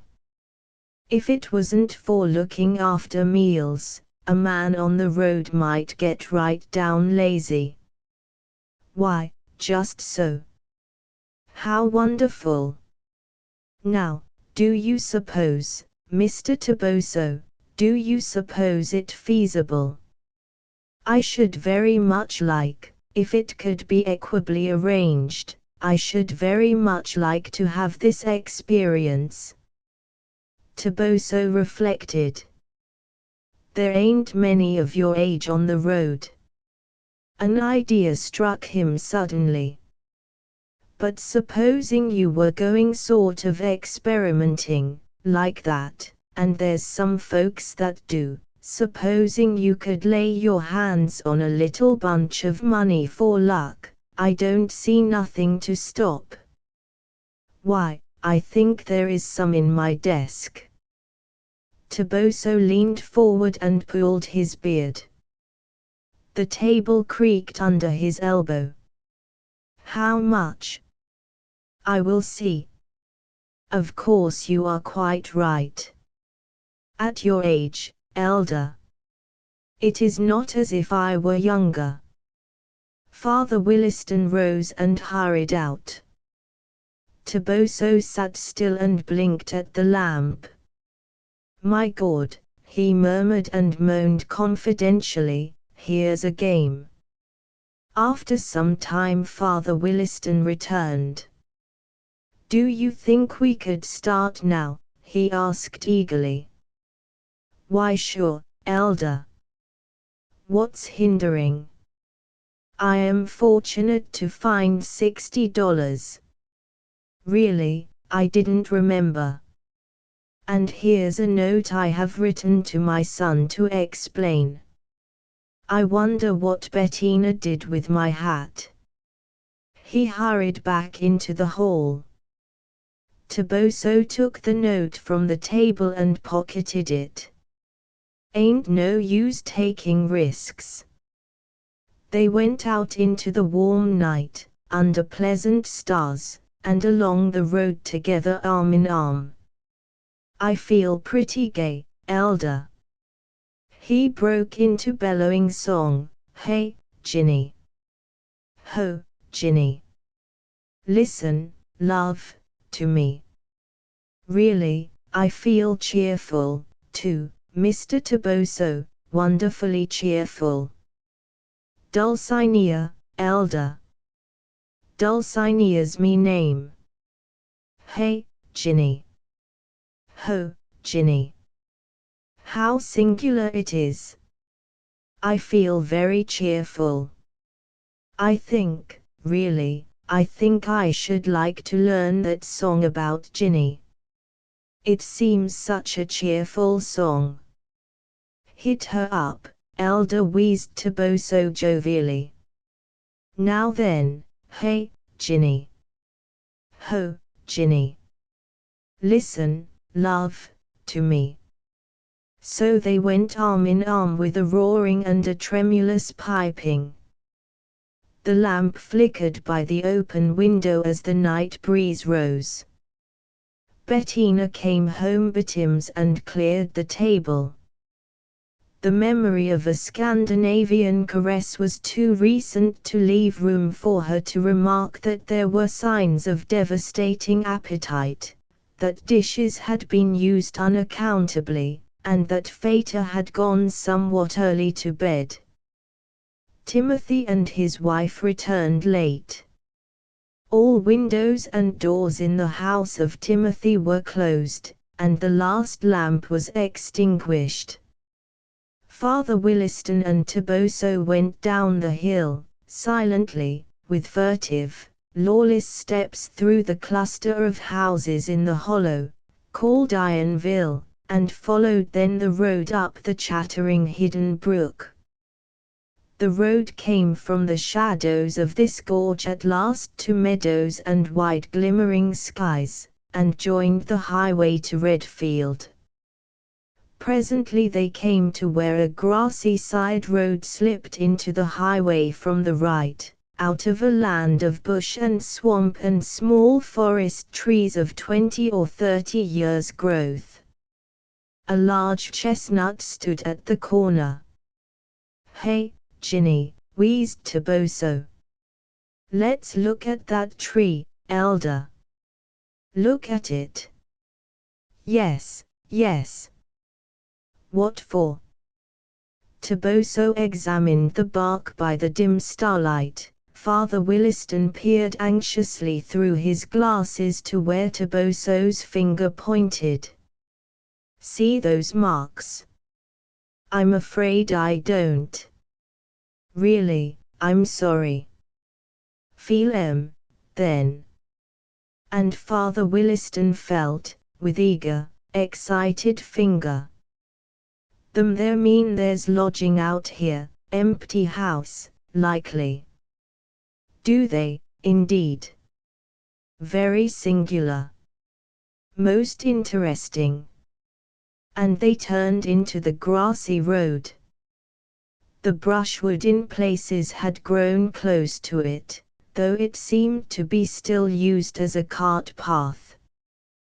They came to a swamp, rank with mouldering vegetation, then to rising ground where once had been meadows, pastures, and ploughlands. Father Williston was aware of vaguely stirring memories. 4 vast and aged maple trees stood close by the road, and their leaves whispered to the night. Behind them, darkly, was a house with a far-sloping roof in the rear. The windows were all glassless, all dark and dead-looking, except 2 in a front room, in which a wavering light from somewhere within trembled and cowered. They crept up, and looking through saw tattered wallpaper and cracked plaster, and 2 men sitting on the floor, playing cards in the ghostly light of a fire of boards in the huge fireplace. "Hey, Ginny," roared Toboso, and the 2 jumped up with startled oaths. "Why, it's Boston Alley and the Newark Kid," cried Toboso. "Come on, Elder." The younger man cast forth zigzag flashes of blasphemy. "You big fat fool. Don't know no more 'en to jump like that on me. Holy Jims. I ain't made of copper." Toboso led Father Williston round by the open door. "Hold your face, kid. Gents, this here's a friend of mine we'll call the Elder, and let that go. I'm backing him, and I hold that goes. The kid," he went on descriptively, addressing Father Williston, "is what you see afore you, Elder. His mouth is hot, his hands is cold, his nerves is shaky, he's always feeling the cops gripping his shirt collar. He didn't see no clergy around. He begs your pardon. Don't he? I says, don't he?" He laid a heavy red hand on the Newark Kid's shoulder, who wiped his pallid mouth with the back of his hand, smiled, and nodded. Boston Alley seemed in his way an agreeable man. He was tall and slender-limbed, with a long, thin black mustache, sinewy neck and hollow chest, and spoke gently with a sweet, resonant voice, saying, "Glad to see you, elder." These two wore better clothes than Toboso, but he seemed to dominate them with his red health and windy voice, his stomach and feet, and solidity of standing on the earth. Father Williston stood the while gazing vaguely through his spectacles. The sense of happy freedom and congenial companionship that had been with him during the starlit walk had given way gradually to a stream of confused memories, and now these memories stood ranged about, looking at him with sad, faded eyes, asking him to explain the scene. The language of the Newark kid had gone by him like a white-hot blast. The past and present seemed to have about the same proportions of vision and reality. He could not explain them to each other. He looked up to Toboso, pathetically, trusting in his help. "It was my house." Toboso stared surprised. "I ain't onto you, elder. I was born here." Indeed, Toboso was a tower of strength even against the ghosts of other days, reproachful for their long durance in oblivion. "Oh. Well, by Ginny. I reckon you'll give us lodging, elder," he puffed cheerfully. He took the coincidence so pleasantly and naturally that Father Williston was comforted, and thought that after all it was pleasant and natural enough. The only furniture in the room was a high-backed settle and an overturned kitchen table, with one leg gone, and the other three helplessly in the air, so it had lain possibly many years. Boston Alley drew forward the settle and threw more broken clapboards on the fire, which blazed up and filled the room with flickering cheer. Soon the three outcasts were smoking their pipes and the conversation became animated. "When I was a boy," said Father Williston, "I remember so distinctly, there were remarkable early bough apples growing in the orchard." "The pot's yours, elder," thundered Toboso. They went out groping under the old apple trees, and returned laden with plump pale green fruit. Boston Alley and the Newark kid stretched themselves on the floor on heaps of pooled grass. Toboso and Father Williston sat on the settle. The juice of the bough apples ran with a sweet tang. The palate rejoiced and the soul responded. The Newark kid did swift, cunning card tricks that filled Father Williston with wonder and pleasure. "My dear young man, I don't see how you do it." The kid was lately out of prison from a 2-year sentence, only for getting into a house by the window instead of the door, as Boston Alley delicately explained, and the flies, meaning officers of the law, are after him again for reasons he ain't quite sure of. The pallor of slum birth and breeding, and the additional prison pallor, made his skin look curious where the grime had not darkened it. He had a short-jawed, smooth-shaven face, a flat mouth and light hair, and was short and stocky, but lithe and noiseless in movement, and inclined to say little. Boston Alley was a man of some slight education, who now sometimes sung in winter variety shows, such songs as he picked up here and there in summer wanderings, for in warm weather he liked footing the road better, partly because the green country sights were pleasant to him, and partly because he was irresolute and keeping engagements was a distress. He seemed agreeable and sympathetic.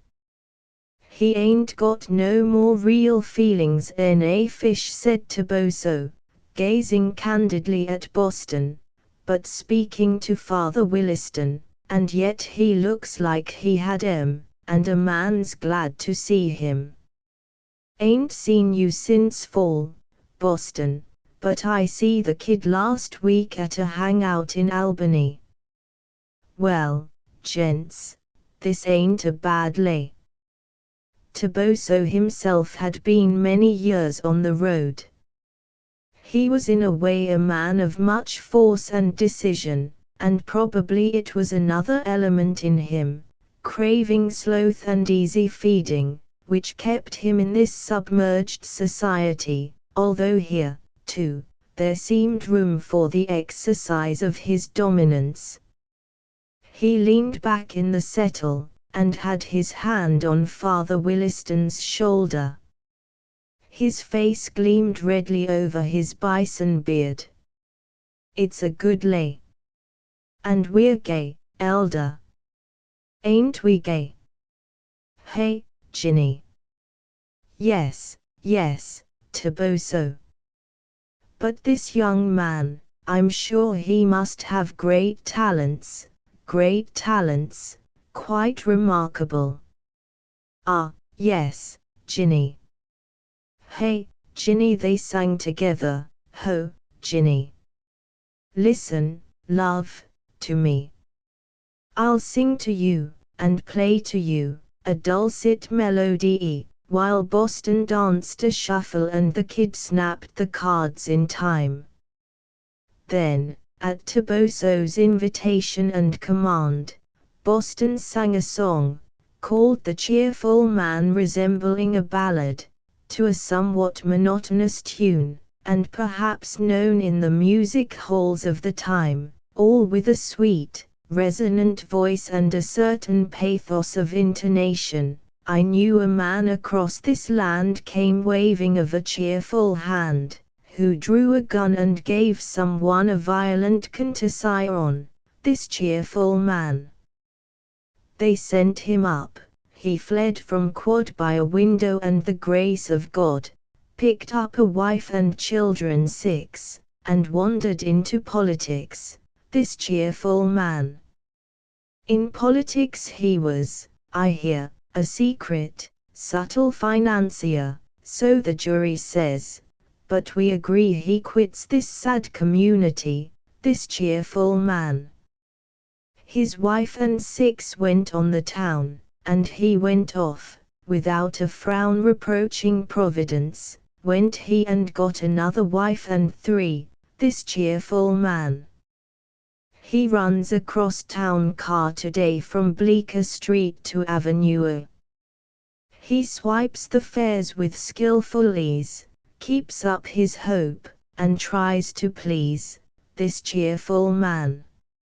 Our life is mingled woe and bliss. Man that is born of woman is short-lived and goes to his long home. Take heart, and learn a lesson from this cheerful man."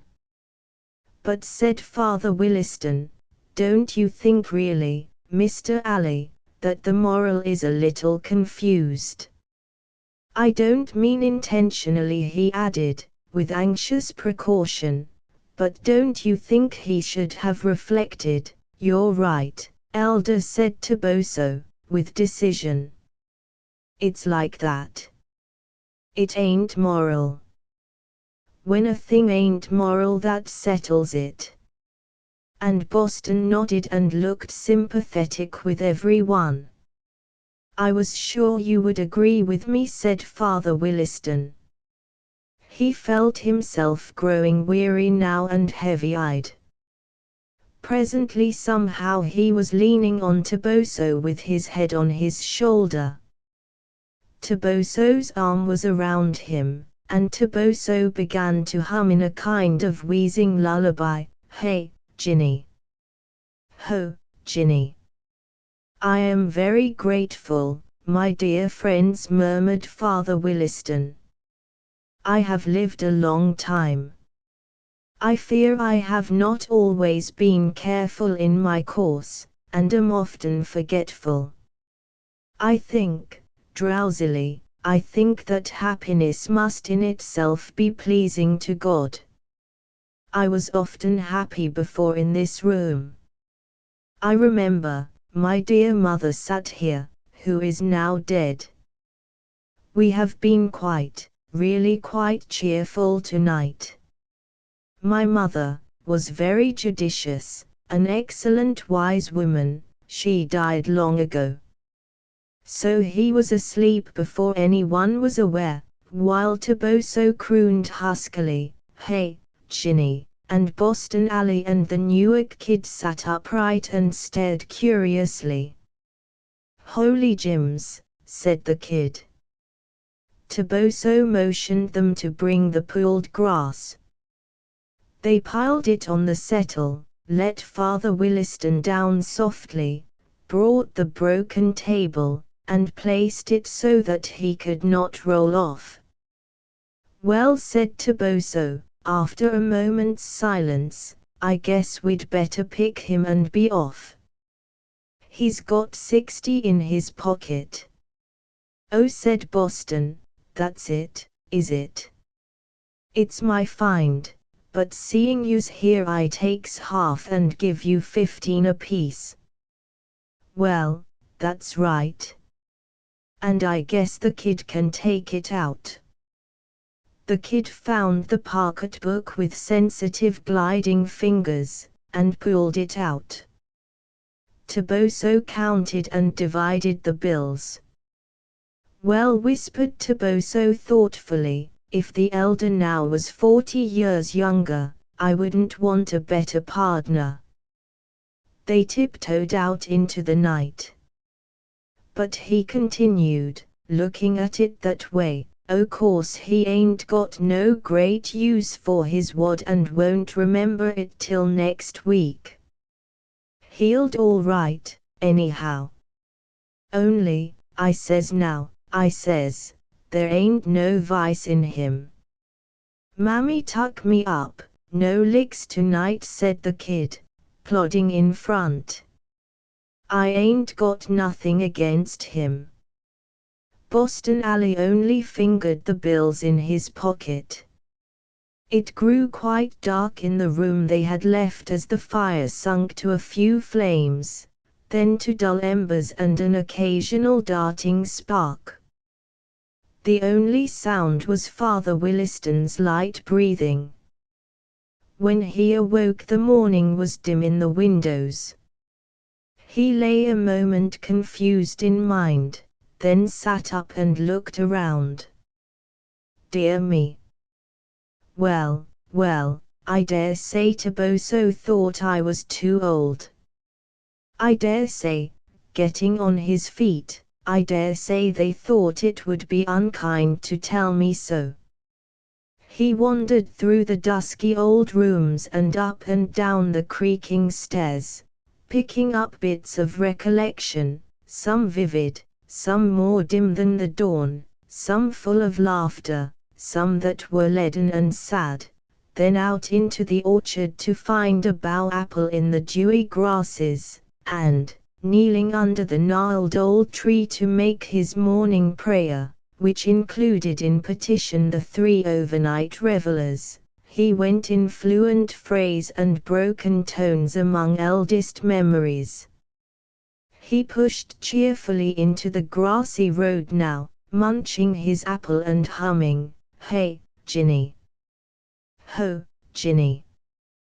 He examined the tree at the highway with fresh interest. How singular.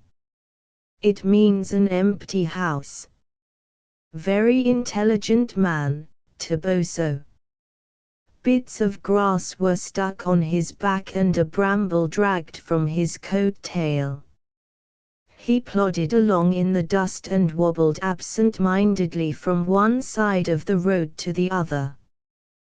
The dawn towered behind him in purple and crimson, lifted its robe and canopy, and flung some kind of glittering gauze far beyond him. He did not notice it till he reached the top of the hill above Ironville with Timothy's house in sight. Then he stopped, turned, and was startled a moment, then smiled companionably on the state and glory of the morning, much as on Toboso and the card tricks of the Newark Kid. Really, he murmured, I have had a very good time. He met Timothy in the hall. Been out to walk early, father? Wait, there's grass and sticks on your coat. It suddenly seemed difficult to explain the entire circumstances to Timothy, a settled man and girt with precedent. Did you enjoy it, letter you dropped? No, I haven't seen it. Breakfast is ready. Neither Bettina nor Mrs. Timothy had seen the letter. No matter, my dear, no matter. I've had a very good time. Afterward he came out on the porch with his Bible and concordance, sat down and heard Bettina brushing his hat and ejaculating, Fata. Presently he began to nod drowsily and his head dropped low over the concordance. The chickens clucked drowsily in the road. On Adam Hill Charlie Sebastian was a turfman, meaning that he had something to do with race horses, and knew property as rolls of bank bills, of which one now and then suddenly has none at all, or as pacers and trotters that are given to breaking and unaccountably to falling off in their nervous systems, or as association shares and partnership investments in a training stable, all capable of melting and going down in one vortex. So it happened at the October races. And from this it arose that in going between two heated cities and low by the sea he stopped among the high hills that were cold. He was a tall man with a pointed beard, strong of shoulder and foot, and without fear in his eyes. After 2 hours riding he woke from a doze and argued once more that he was a phenomenally busted man. It made no difference, after all, which city he was in. Looking out at the white hills that showed faintly in the storm, it occurred to him that this was not the railway line one usually traveled to the end in view. It was singular, the little difference between choices. You back the wrong horse, then you drink beer instead of fizz, and the results of either are tolerable. Let a man live lustily and there's little to regret. He had found ruin digestible before, and never yet gone to the dogs that wait to devour human remnants, but had gotten up and fallen again, and on the whole rejoiced. Stomach and lungs of iron, a torrent of red blood in vein and artery maintain their consolations, hopes rise again, blunders and evil-doings seem to be practically outlived. So without theory ran Sebastian's experience. The theory used to be that his sin would find a man out. There were enough of Sebastians that had gone out, and never returned to look for him. So too with mistakes and failures. A little while, a year or more, and you are busy with other matters. It is a stirring world, and offers no occupation for ghosts. The dragging sense of depression that he felt seemed natural enough, not to be argued down, but thrown aside in due time. Yet it was a feeling of pallid and cold futility, like the spectral hills and wavering snow. I might as well go back. He tossed a coin to see whether it was fated he should drop off at the next station, and it was. "Ramoth!" cried the brakesman. Sebastian held in his surprise as a matter of habit. But on the platform in the drift and float of the snowstorm he stared around at the white January valley, at the disappearing train, at the sign above the station door, "Ramoth." "That's the place," he remarked. There wasn't any railroad then. There were hidden virtues in a flipped coin. Sebastian had his superstitions. The road to Ramoth village from the station curves about to the south of the great bare dome that is called Adam Hill, but Sebastian, without inquiry, took the fork to the left which climbed up the hill without compromise, and seemed to be little used. Yet in past times Adam Hill was noted in a small way as a hill that upheld the house of a stern abolitionist, and in a more secret way as a station in the Underground Railroad or system by which runaway slaves were passed on to Canada. But when Charlie Sebastian remembered his father and Adam Hill, the days of those activities were past. The abolitionist had nothing to exercise resistance and aggression on but his wind-blown farm and a boy, who was aggressive to seek out mainly the joys of this world, and had faculties of resistance. There were bitter clashes. Young Sebastian fled, and came upon a stable on a stud farm, and from there in due time went far and wide, and found tolerance in time and wrote, offering to trade grudges and come to see how he was.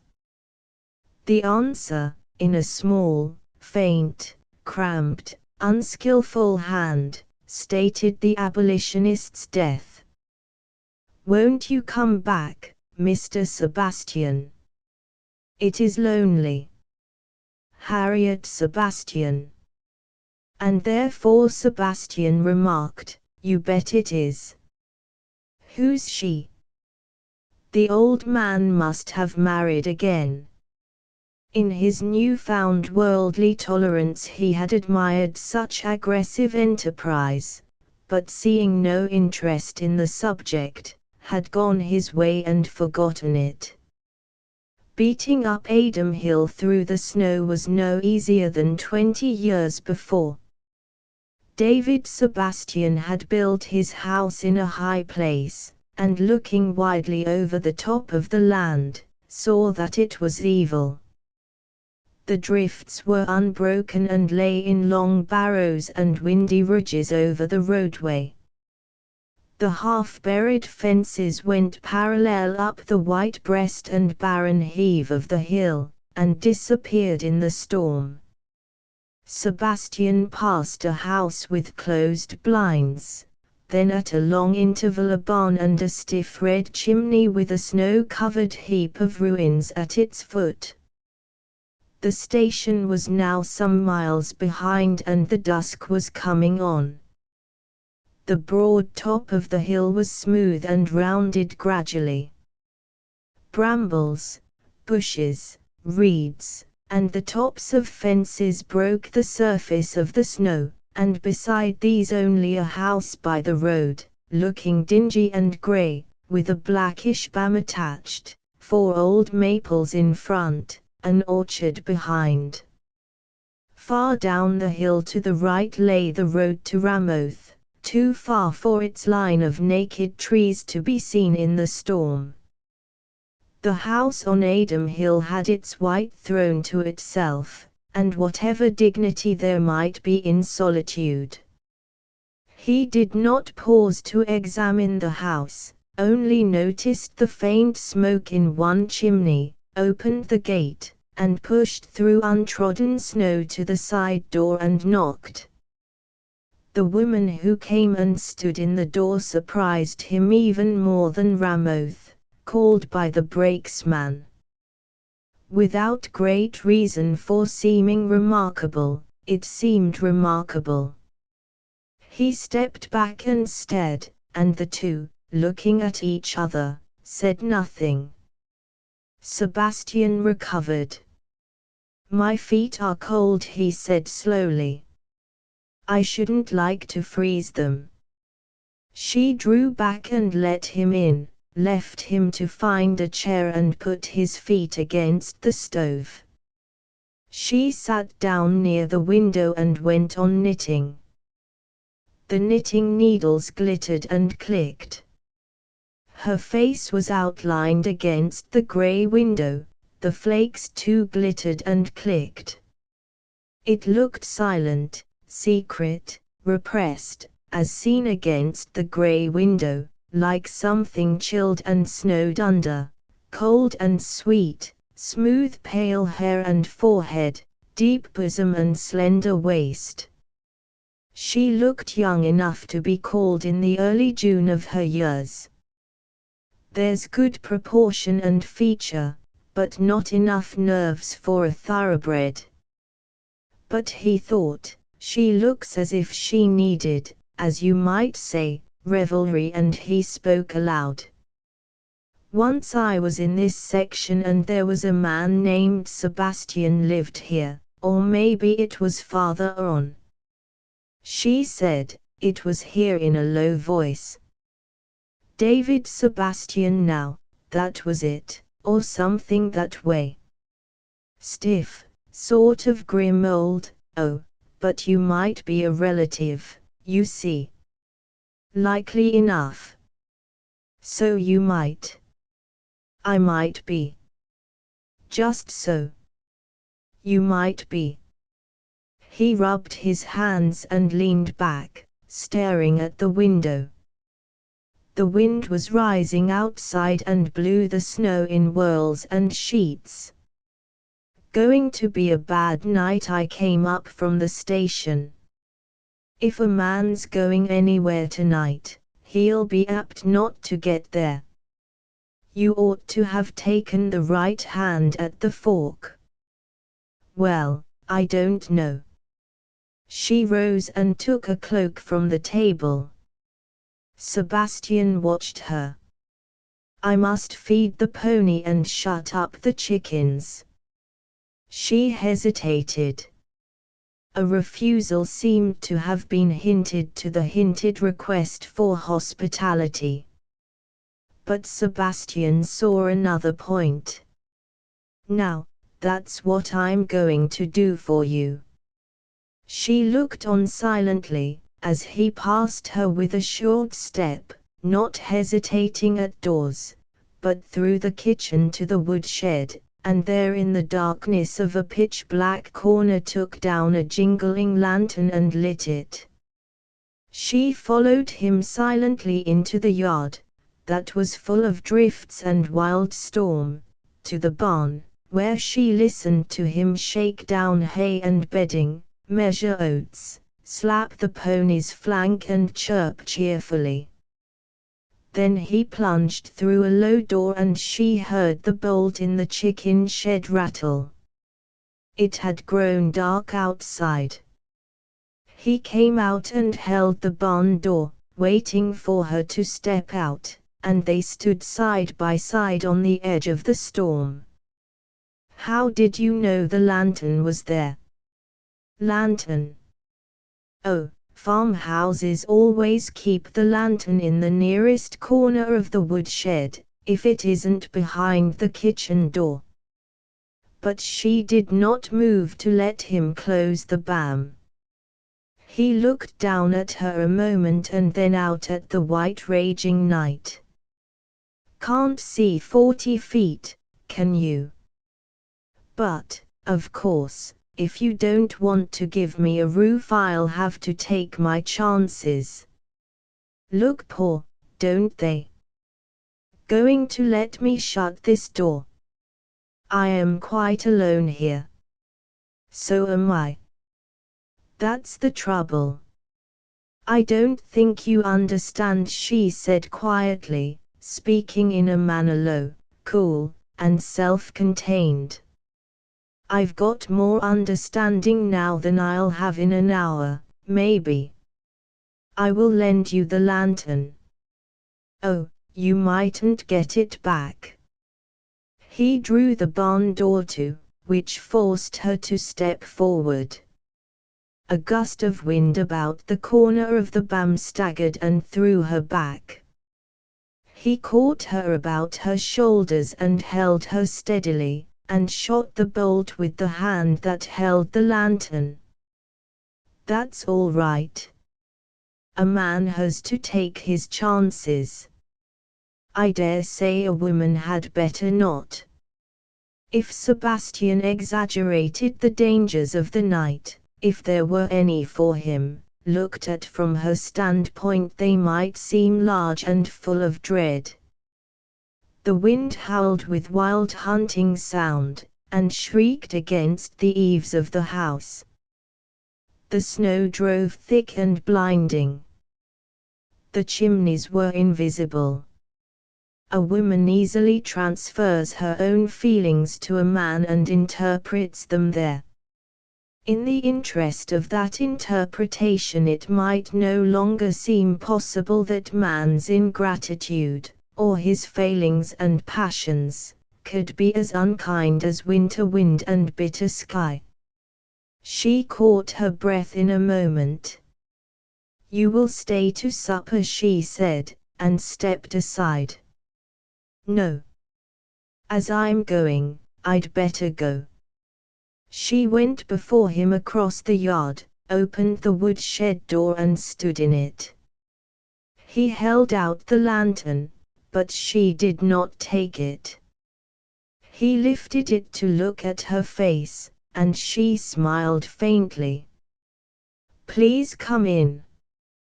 "Better go on, if I'm going." "Am I? I'm very cold." "Please come in." They went in and closed the doors against the storm. The house was wrapped round, and shut away from the sight of Adam Hill, and Adam Hill was wrapped round and shut away from the rest of the world. True revelry has need of a certain cooperation. Sebastian drew heavily on his memory for entertainment, told of the combination that had cleaned him out and how he might get in again in the spring, only he felt a bit tired in mind now, and things seemed dead. He explained the mysteries of short prices, selling allowances, past choices, hurdles and handicaps, and told of the great October races, where Decatur won from Clifford and Lady Mary, and Lady Mary ran through the fence and destroyed the features of the jockey. But the quiet, smooth-haired woman maintained her calm, and offered neither question nor comment, only smiled and flushed faintly now and then. She seemed as little stirred by new tumultuous things as the white curtains at the windows, that moved slightly when the storm, which danced and shouted on Adam Hill, managed to force a whistling breath through a chink. Sebastian decided she was frozen up with loneliness and the like. She's got no conversation, let alone revelry. He thought he knew what her life was like. She's sort of empty. Nothing doing any time. It's the off-season all the year. No troubles. Sort of like a fish, as being chilly and calm, that lives in cold water till you have to put pepper on to taste it. I know how it goes on this old hill. She left him soon. He heard her moving about in the kitchen, and sometimes the clink of a dish. He sat by the stove and mused and muttered. She came and told him his room was on the left of the stair, it had a stove, would he not carry up wood and have his fire there? She seemed to imply a preference that he should. but the burden and oppression of his musings kept him from wondering when she had compromised her scruples and fears, or why she kept any of them. He mounted the stair with his wood. She followed with a lamp and left him. He stared at the closed door and rubbed his chin thoughtfully, then went to work with his fire. The house became silent, except for the outer tumult. She did not mount the stair again, it followed that she slept below. Sebastian took a daguerreotype from the mantel and stared at it. It was the likeness of a shaven, grim-faced man in early middle life. He examined it long with a quizzical frown, finally went to the washstand, opened the drawer and took out a razor with a handle of yellow bone, carried the washstand to the stove, balanced the mirror against the pitcher, stropped the razor on his hand, heated water in a cup, slowly dismantled his face of beard and mustache, cast them in the stove, put the daguerreotype beside the mirror, and compared critically. Except that the face in the daguerreotype had a straight, set mouth, and the face in the mirror was one full-lipped and humorous and differently lined, they were nearly the same. I wouldn't have believed it. He put it aside and looked around, whistling in meditation. Then he went back again to wondering who the pale-haired woman was. Probably the farm had changed hands. A man whose father had been dead going on 20 years couldn't have that kind of widowed stepmother. He was disqualified. A cold, unchanging place, Adam Hill, lifted out of the warm, sapping currents of life. It might be a woman could keep indefinitely there, looking much the same. If her pulse beat once to an ordinary twice, she ought to last twice as long. The house seemed unchanged. The old things were in their old familiar places. David Sebastian's books on their shelves in the room below, on the side table there his great Bible, in which he used to write all family records, with those of his reforming activity. Sebastian wondered what record stood of his own flight. He sat a few moments longer, then took his lamp and crept softly out of the room and down the stairs. The sitting room was icily cold now, the white curtains stirred noiselessly. He sat down before the little side table and opened the great book. There were some 30 leaves between the Old and New Testaments, most of them stitched in. A few at the end were blank. Some of the records were obscure. March 5, 1840. Saw light on this subject. Others ran, September 1 St. 1843. Rec. Peter Cavendish, Fugitive. December 3d, ditto. Rec. Robert Henry. April 15, ditto. Rec. 1. Aesop and so on. December 14, 1848. Have had consolation from prayer for public evil. April 20, 1858. My son, Charles Sebastian, born. April 7, 1862. My wife, Jane Sebastian, died. July 5, 1862. Rec. Kezia Andrews to keep my house. The dates of the entries from that point grew further apart, random and obscure, here and there a fact. November 4, 1876. Charles Sebastian departed. June 9, 1877. Wreck. Harriet. January 19, 1880. Have wrestled in prayer without consolation for Charles Sebastian. This was the last entry. A faint line ran down across the page connecting the end of Harriet with the beginning of Charles. Between the two blank leaves at the end was a photograph of himself at 17. He remembered suddenly how it was taken by a traveling photographer, who had stirred his soul with curiosity and given him the picture, and David Sebastian had taken it and silently put it away among blank leaves of the Bible. Sebastian shivered. The written leaves, the look of himself of 20 years before, the cold, the wail of the wind, the clicking flakes on the window panes, these seemed now to be the dominant facts of life. Narrow was it, poor and meager, to live and labor with a barren farm. The old abolitionist had cut deeper into existence than he had.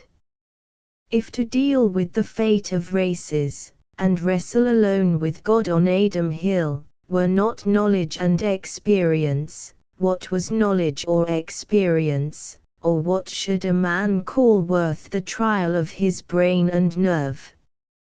He passed me. He won hands down, he muttered, bending over the page again. Wreck. Harriet. That's too much for me. And he heard a quick noise behind him and turned. She stood in the door, wide-eyed, smooth, pale hair falling over one shoulder, long cloak half slipped from the other, holding a shotgun, threatening and stern. What are you doing here? Outgunning for me? Asked Sebastian gravely. She stared wildly, put the gun down, cried, "You're Charlie Sebastian," and fell on her knees beside the stove, choking, sobbing and shaking, crouching against the cold sheet iron in a kind of blind memory of its warmth and protection. "You still have the drop on me," said Sebastian. She shivered and crouched still and whispered, "I'm cold." "How long have you been here freezing?" Sebastian thrust anything inflammable at hand into the stove, lit it and piled in the wood. "Not long. Only a few moments." "You still have the advantage of me." "Who are you?" "Why, I'm Harriet," she said simply, and looked up. "Just so. Received, 1877. How old were you then?" "Why, I was 8. "Just so. Don't tell lies, Harriet. You've been freezing a long while." She drew her cloak closer over the thin white linen of her gown with shaking hand.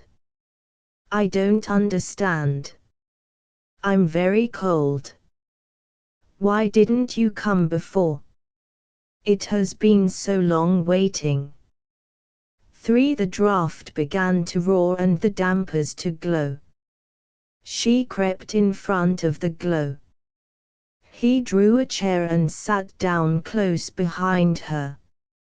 "Why didn't you come before?" The question was startling, for Sebastian was only conscious of a lack of reason for coming. If David Sebastian had left him the farm he would have heard from it, and being prosperous, he had not cared. But the question seemed to imply some strong assumption and further knowledge. You'd better tell me about it. About what? At the beginning. Aren't you anything except received, Harriet? Oh, I hadn't any father or mother when Mr. Sebastian brought me here. Is that what you mean? But he taught me to say Harriet Sebastian, and a great many things he taught me. Didn't you know? And about his life and what he wanted you to do. Because, of course, we talked about you nearly always in the time just before he died. He said you would be sure to come, but he died, don't you see? Only a few years after, and that disappointed him. He gave me the picture and said, he'll come, and you'll know him by this, and he said, he will come poor and miserable. My only son, so I leave him to you, and so, as I did, you will pray for him twice each day. It was just like that. Tell Charles there is no happiness but in duty. Tell him I found it so. It was a night like this when he died, and Kezzy was asleep in her chair out here, and I sat by the bed. Then he told me I would pay him all in that way by doing what he meant to do for you. I was so little, but I seemed to understand that I was to live for it, as he had lived to help free the slaves. Don't you see? Then he began calling, Charles. Charles, as if you were somewhere near, and I fell asleep, and woke and lay still and listened to the wind, and when I tried to get up I couldn't, because he held my hair, and he was dead. But why didn't you come? It looks odd enough now, Sebastian admitted, and wondered at the change from still impassiveness, pale and cool silence, to eager speech, swift question, lifted and flushed face. Then you remember the letters. But you didn't come then. But I began to fancy how it would be when you came, and then somehow it seemed as if you were here. Out in the orchard sometimes, don't you see? And more often when Kezzy was cross. And when she went to sleep by the fire at night, she was so old, we were quite alone and talked. Don't you remember, I mean, but Kezzy didn't like to hear me talking to myself. Mutter, mutter, like that. Never was such a child. And then she died, too, 7 years ago, and it was quite different. I grew older. You seemed to be here quite close to me always. There was no one else, except, but, I don't know why, I had an aching from having to wait, and it has been a long time, hasn't it? Rather long. Go on. There was no one else. No. We lived here, I mean, it grew that way, and you changed from the picture, too, and became like Mr. Sebastian, only younger, and just as you are now, only, not quite. She looked at him with sudden fear, then dropped her eyes, drew her long hair around under her cloak and leaned closer to the fire.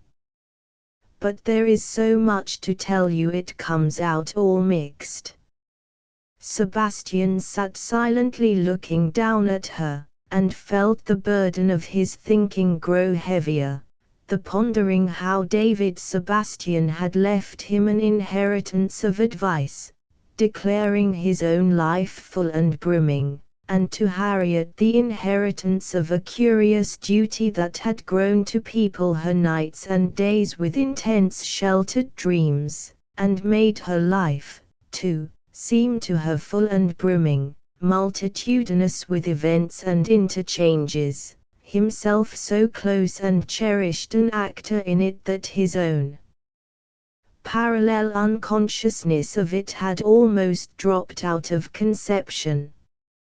And the burden grew heavier still with the weight of memories, and the record between the Old and New Testaments, with the sense of the isolation and covert of the midnight, and the storm, with the sight of Harriet crouching by the fire, her story, how David Sebastian left this world and went out into the wild night crying, "Charles!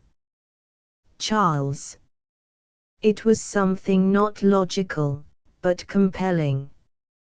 It forced him to remark that his own cup appeared partially empty from this point of view. Harriet seemed to feel that her hour had come and he was given to her hands.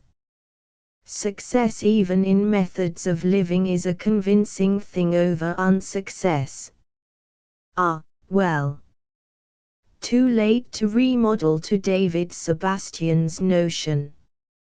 It was singular, though, a woman silent, restrained, scrupulous, moving probably to the dictates of village opinion, suddenly the key was turned, and she threw back the gates of her prison, threw open doors, windows, intimate curtains, asked him to look in and explore everywhere and know all the history and the forecasts, became simple, primitive, unrestrained, willing to sit there at his feet and as innocent as her white linen gown. How smooth and pale her hair was and gentle cheek, and there were little sleepy smiles in the corners of the lips. He thought he would like most of all to put out his hand and touch her cheek and sleepy smiles, and draw her hair, long and soft and pale, from under the cloak. On the whole, it seemed probable that he might. "Harriet," he said slowly, "I'm going to play this hand." "Why, I don't know what you mean." "Take it, I'm not over and above a choice selection. I don't mention details, but take it as a general fact. Would you want to marry that kind of a selection, meaning me?" "Oh, yes. Didn't you come for that?" "I thought you would. And I thought you needed revelry. You must have had a lot of it." "I don't know what you mean." "Listen. It keeps knocking at the door." "Oh, that's all right. Let it knock. Do you expect any more vagrants?" "Vagrants? Like me? Like you? You only came home." "Listen. It was like this when he died. But he wouldn't come tonight and stand outside and knock, would he? Not tonight, when you've come at last. But he used to. Of course, I fancied things. It's the storm. There's no one else now. 1,000 spectres go whirling across Adam Hill such winter nights and come with importunate messages, but if the door is close and the fire courageous, it matters little. They are but wind and drift and out in the dark, and if one is in the light, it is a great point to keep the door fast against them and all forebodings, and let the coming days be what they will. Men are not born in a night, or a year. But if David Sebastian were a spectre there at the door, and thought differently on any question, or had more to say, he was not articulate. There is no occupation for ghosts in a stirring world, nor efficiency in their repentance. Has anyone more than a measure of hope, and a door against the storm? There was that much, at least, on Adam Hill. Sons of our Rand some years ago, of a summer afternoon, a perspiring organ grinder and a leathery ape plodded along the road that goes between thin-soiled hillsides and the lake which is known as Elbow Lake and lies to the northeast of the village of Salem. In those days it was a well-traveled highway, as could be seen from its breadth and dustiness. At about half the length of its bordering on the lake there was a spring set in the hillside, and a little pool continually rippled by its inflow.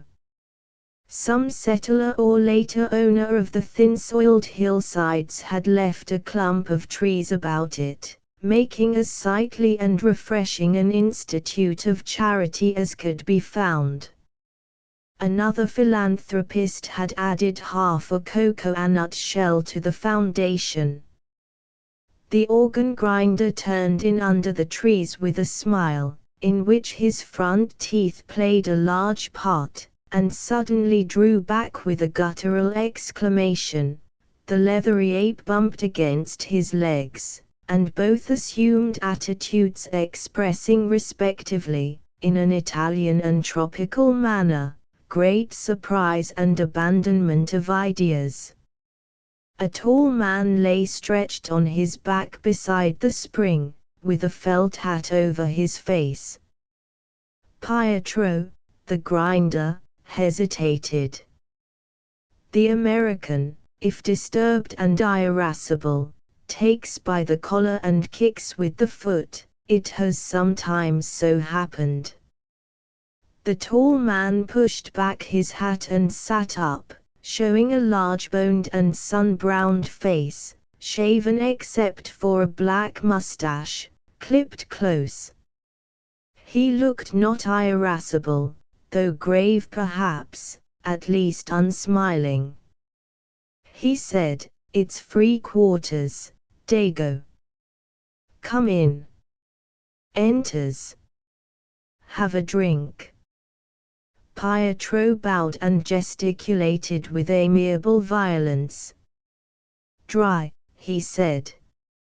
"Oh, hot." "Just so." "That a friend of yours?" Pointing to the ape. "He ain't got a withering sorrow, has he?" "Take a seat." Elbow Lake is shaped as its name implies.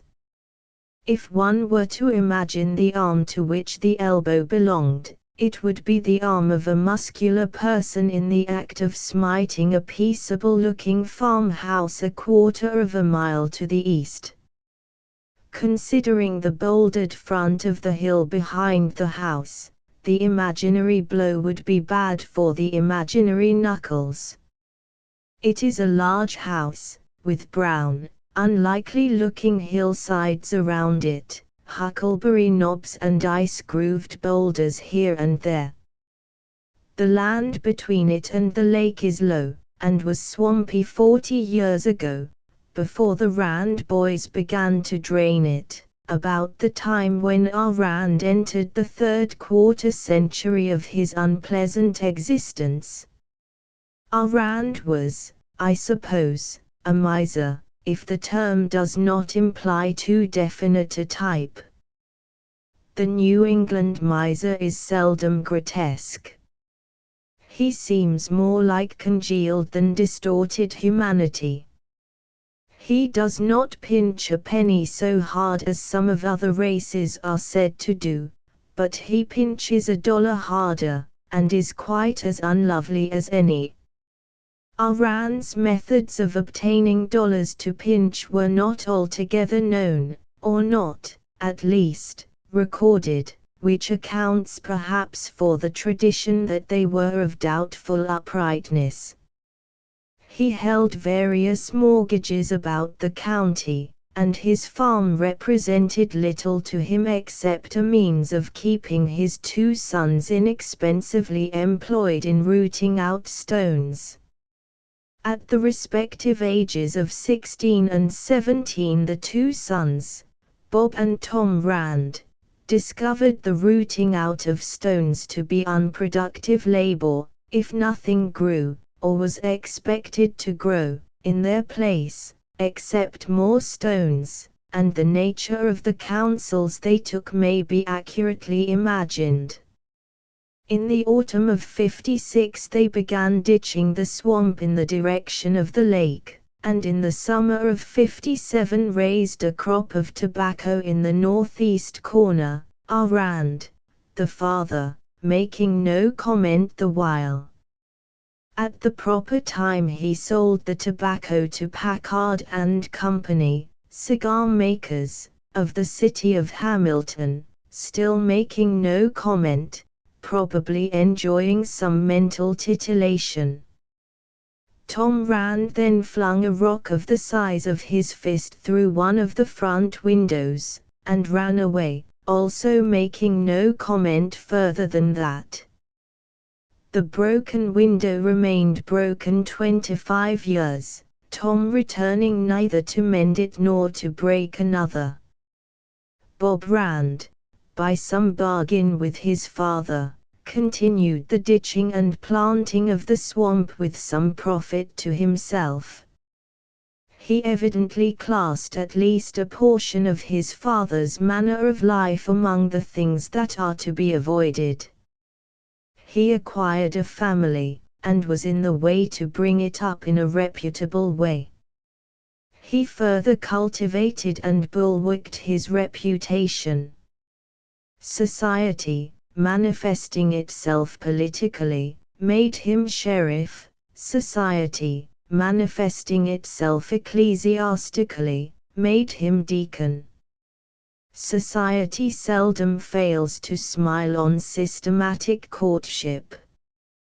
The old man continued to go his way here and there, giving account of himself to no one, contented enough no doubt to have one reputable son who looked after his own children and paid steady rent for, or bought piece by piece, the land he used, and another floating between the Rockies and the Mississippi, whose doings were of no importance in the village of Salem.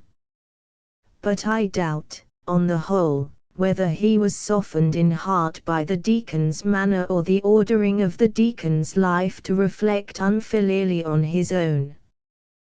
Without claiming any great knowledge of the proprieties, he may have thought the conduct of his younger son the more filial of the two. Such was the history of the farmhouse between the years '56 and '82. One wet April day, the 6th of the month, in the year '82, Rand went grimly elsewhere, where, his neighbors had little doubt. With true New England caution we will say that he went to the cemetery, the little grass-grown cemetery of Salem, with its meager memorials and absurd, pathetic epitaphs. The minister preached a funeral sermon, out of deference to his deacon, in which he said nothing whatever about Rand, deceased, and Rand, sheriff and deacon, reigned in his stead. Follow certain documents and one statement of fact. Document 1. Codicil to the will of Rand. The will shall stand as above, to wit, my son, Robert Rand, sole legatee, failing the following condition, namely, I bequeath all my property as above mentioned, with the exception of this house and farm, to my son, Thomas Rand, provided, that within 3 months of the present date he returns and mends with his own hands the front window, third from the north, previously broken by him. Signed, Rand. Statement of fact. On the morning of the day following the funeral the condition appeared in singularly problematical shape, the broken window, third from the north, having been in fact promptly replaced by the hands of Deacon Rand himself. The new pane stared defiantly across the lake, westward. Document 2. Leadville, Cal, the 15th of May. Dear Bob, I hear the old man is gone. Saw it in a paper. I reckon maybe I didn't treat him any squarer than he did me. I'll go halves on a bang-up good monument, anyhow. Can we settle affairs without my coming east? How are you, Bob? Tom. Document 3. Salem, the 29th of May. Dear brother, the conditions of our father's will are such, I am compelled to inform you, as to result in leaving the property wholly to me. My duty to a large and growing family gives me no choice but to accept it as it stands, and I trust and have no doubt that you will regard that result with fortitude. I remain yours, Robert Rand. Document 4. Leadville, June the 9th. A. Elmore. Dear Sir, I have your name as a lawyer in Wimbledon. Think likely there isn't any other. If you did not draw up the will of R. Rand, Salem, can you forward this letter to the man who did? If you did, will you tell me what in thunder it was? Yours, Thomas Rand. Document 5. Wimbledon, the 18th of June. Thomas Rand. Dear Sir, I did draw your father's will and enclose copy of the same, with its codicil, which may truly be called remarkable. I think it right to add, that the window in question has been mended by your brother, with evident purpose. Your letter comes opportunely, my efforts to find you having been heretofore unsuccessful. I will add further, that I think the case actionable, to say the least. In case you should see fit to contest, your immediate return is of course necessary. Very truly yours, A. Elmore, Attorney at Law. Document 6. Dispatch. New York, July the 5th. To Robert Rand, Salem. Will be at Valley Station tomorrow. Meet me or not. T. Rand. The deacon was a tall meager man with a goatee that seemed to accentuate him, to hint by its mere straightness at sharp decision, an unwavering line of rectitude. He drove westward in his buckboard that hot summer afternoon, the 6th of July. The yellow road was empty before him all the length of the lake, except for the butterflies bobbing around in the sunshine. His lips looked even more secretive than usual, a discouraging man to see, if one were to come to him in a companionable mood desiring comments. Opposite the spring he drew up, hearing the sound of a hand organ under the trees. The tall man with a clipped mustache sat up deliberately and looked at him. The leathery ape ceased his funereal capers and also looked at him, then retreated behind the spring. Pietro gazed back and forth between the deacon and the ape, dismissed his professional smile, and followed the ape. The tall man pulled his legs under him and got up. I reckon it's Bob, he said. It's free quarters, Bob. Enters. Come in. Have a drink. The deacon's embarrassment, if he had any, only showed itself in an extra stiffening of the back. The train, I did not suppose I was going to meet you. Just so. I came by way of Wimbledon. The younger brother stretched himself again beside the spring and drew his hat over his eyes. The elder stood up straight and not altogether unimpressive in front of it. Pietro in the rear of the spring reflected at this point that he and the ape could conduct a livelier conversation if it were left to them. Pietro could not imagine a conversation in which it was not desirable to be lively. The silence was long and, Pietro thought, not pleasant. Bob said the apparent sleeper at last, "Ever hear of the prodigal son?" The deacon frowned sharply, but said nothing. The other lifted the edge of his hat brim. "Never heard of him." "Oh, have I? Then I won't tell about him. Too long." That elder brother, now, he had good points, no doubt of it, eh? I confess I don't see your object, don't. Well, I was just saying he had good points. I suppose he and the prodigal had an average good time together, knockin' around, stubbin' their toes, fishin' maybe, gettin' licked at inconvenient times, hookin' apples most any time. That sort of thing. Just so. He had something of an argument. Now, the prodigal had no end of fun, and the elder brother stayed at home and chopped wood, understood himself to be cultivating the old man.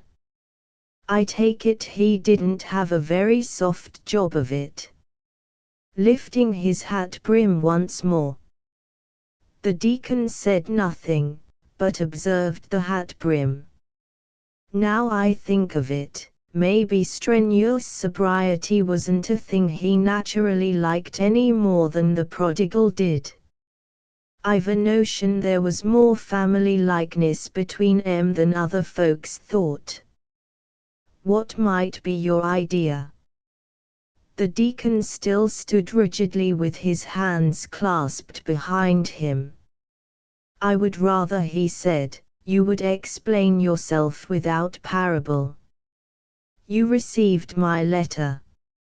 It referred to our father's will. I have received a telegram which I take to be threatening. The other sat up and pulled a large satchel around from behind him. You're a man of business, Bob, he said cheerfully. I like you, Bob. That's so.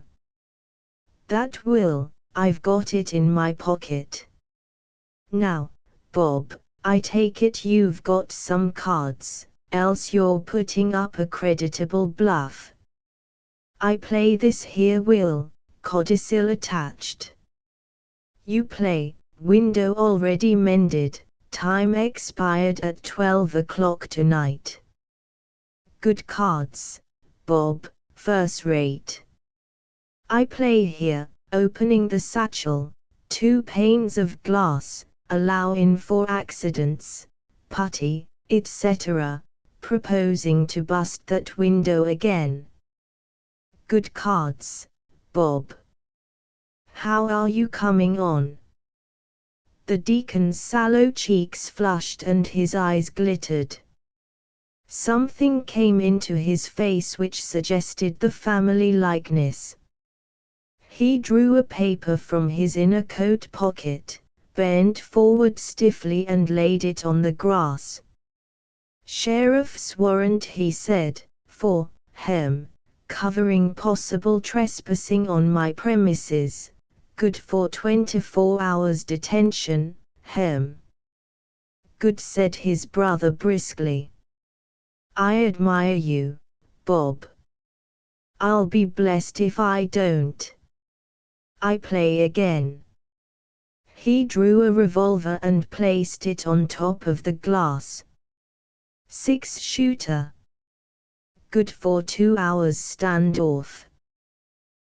said the deacon. Warrant will be enlarged to cover the carrying of concealed weapons. Being myself the sheriff of this town, it is, permissible for me. He placed a revolver on top of the warrant. Bob, said his brother, in huge delight, I'm proud of you. But, I judge you ain't onto the practical drop. Stand back there. The deacon looked into the muzzle of the steady revolver covering him, and retreated a step, breathing hard. Tom Rand sprang to his feet, and the two faced each other, the deacon looking as dangerous a man as the Westerner.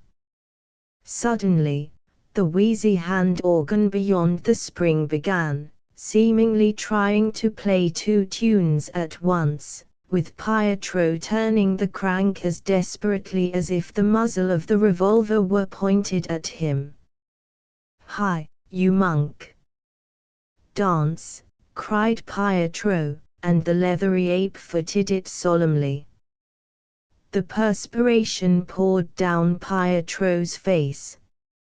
Over the faces of the two stern men fronting each other a smile came and broadened slowly, first over the youngers, then over the deacons.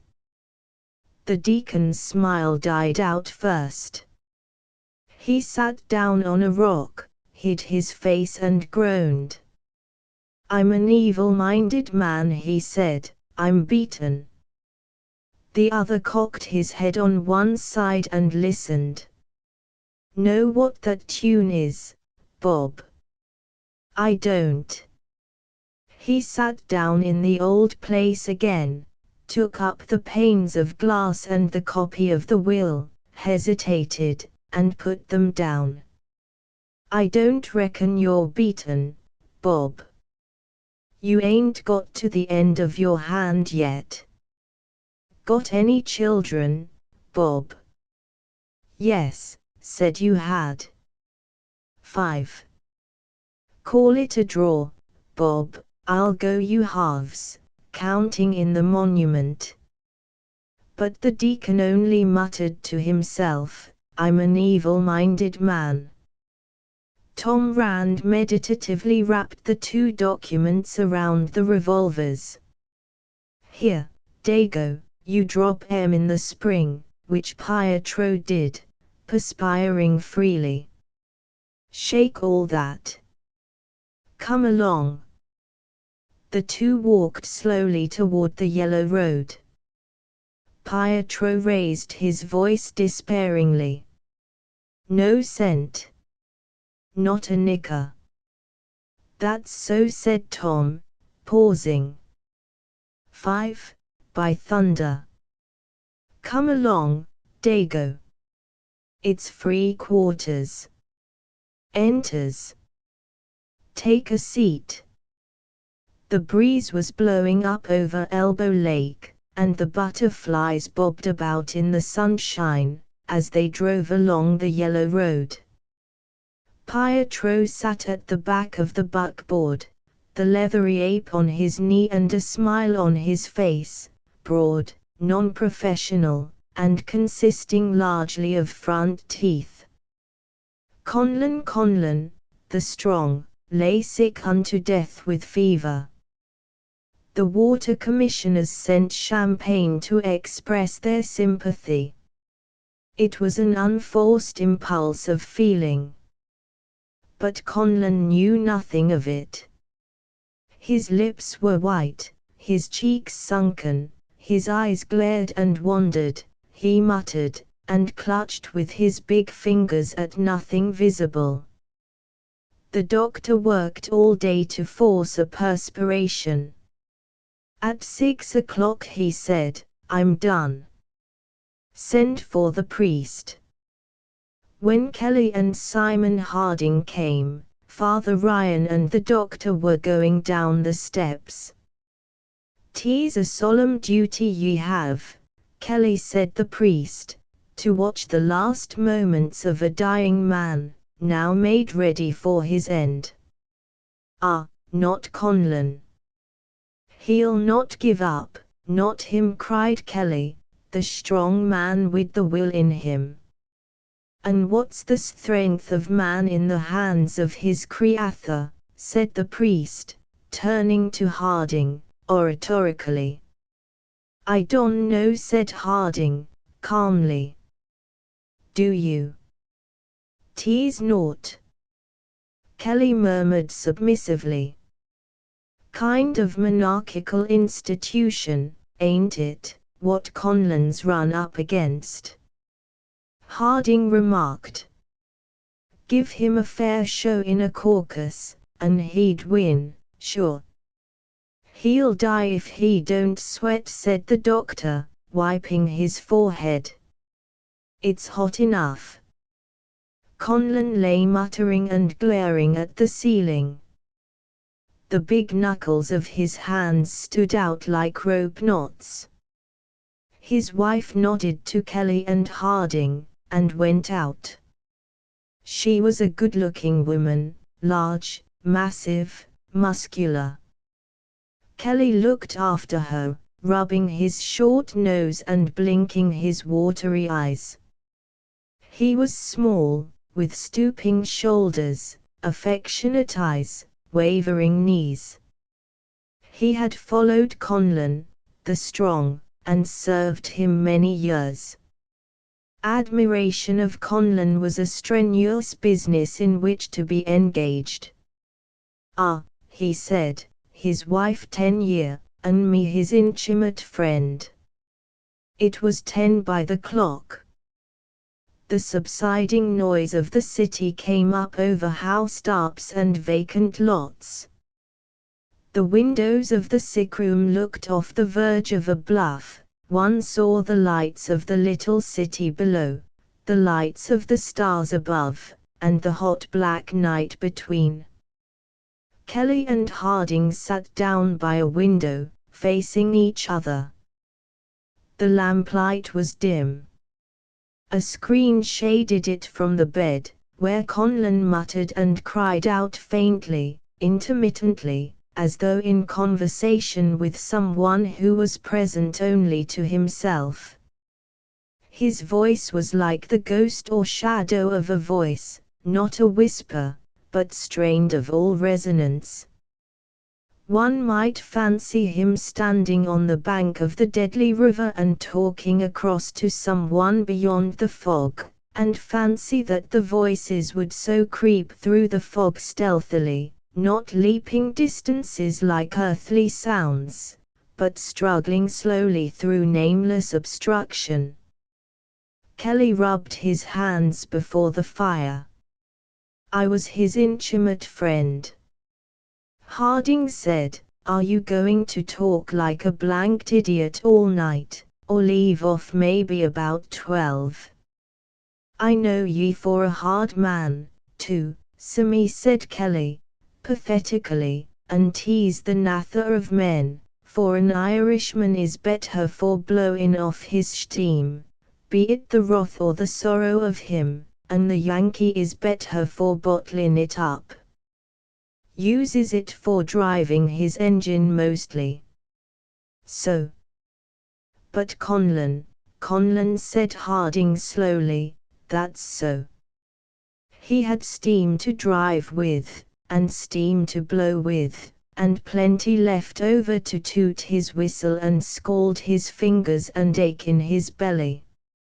Expanding that there figure, he carried suction after him like the 140 Express, he did. Tease through. Kelly leaned forward and lowered his voice.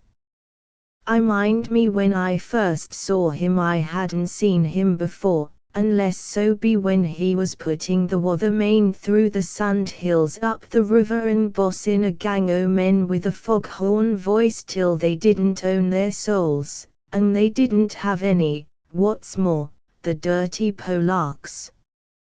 But he come into me shop one day, and did I want the job o' plumbin' the courthouse. Have ye the courthouse in your pocket, says I, joking. I have, says he, one expected, and any plumbin' that's done for the courthouse is done in the price and residence of the same. And I looks up, and oh me God! I says to meself, 'tis a man, with the black eyebrows of him, and the shoulders and the legs of him. And he took me into the swale of his wake from that day to this.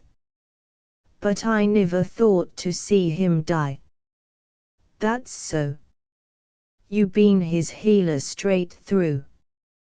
I don't know, but I like your saying so. But I don't see the how.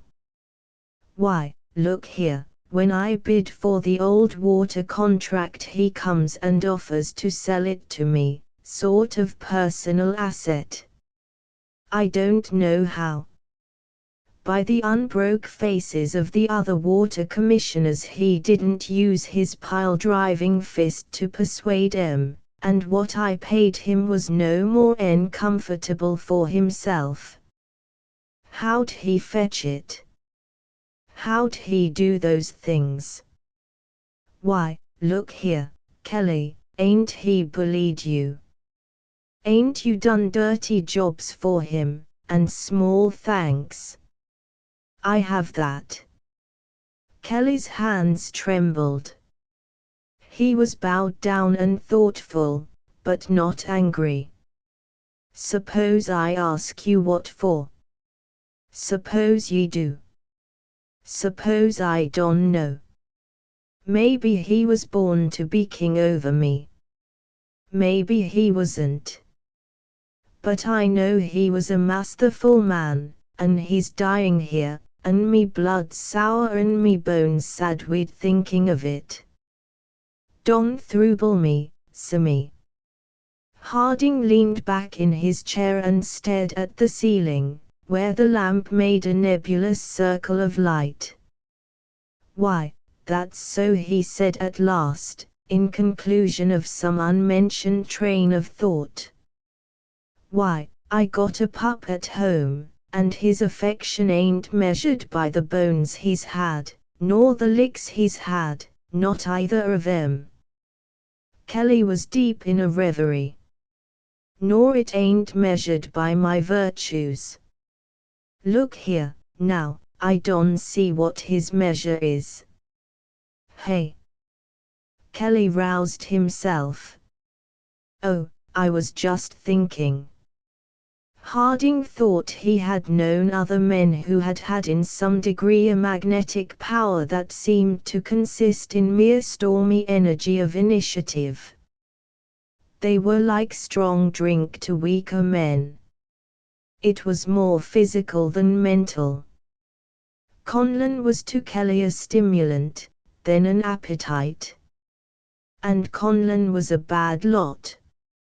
Fellows that had healed for him were mostly either wrecked or dead now. Why, there was a chap named Patterson that used to be decent till he struck Conlon, when he went pretty low, and Nora Reamer drowned herself on account of Patterson, when he got himself shot in a row at some shanty up the railroad. The last had seemed a good enough riddance. But Nora went off her head and jumped in the new reservoir. Harding remembered it the more from being one of the water company. They had had to empty the reservoir, which was expensive. And there were others. A black, blustering sort of beast, Conlon. He had more steam than was natural. Harding wondered vaguely at Kelly, who was spelling out the doctor's directions from a piece of paper. A powder and 5 drops from the short bottle. T's note in course dinner with the champagne and entries he's giving Conlon the night. Hey! A powder and 5 drops from the short bottle. Harding's mind wandered on among memories of the little city below, an intricate, irregular history, full of incidents, stories that were never finished or dribbled off anywhere, black spots that he knew of in white lives, white spots in dark lives.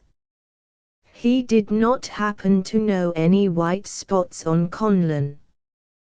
Course if a man ain't in politics for his health, he ain't in it for the health of the community, either, and that's all right.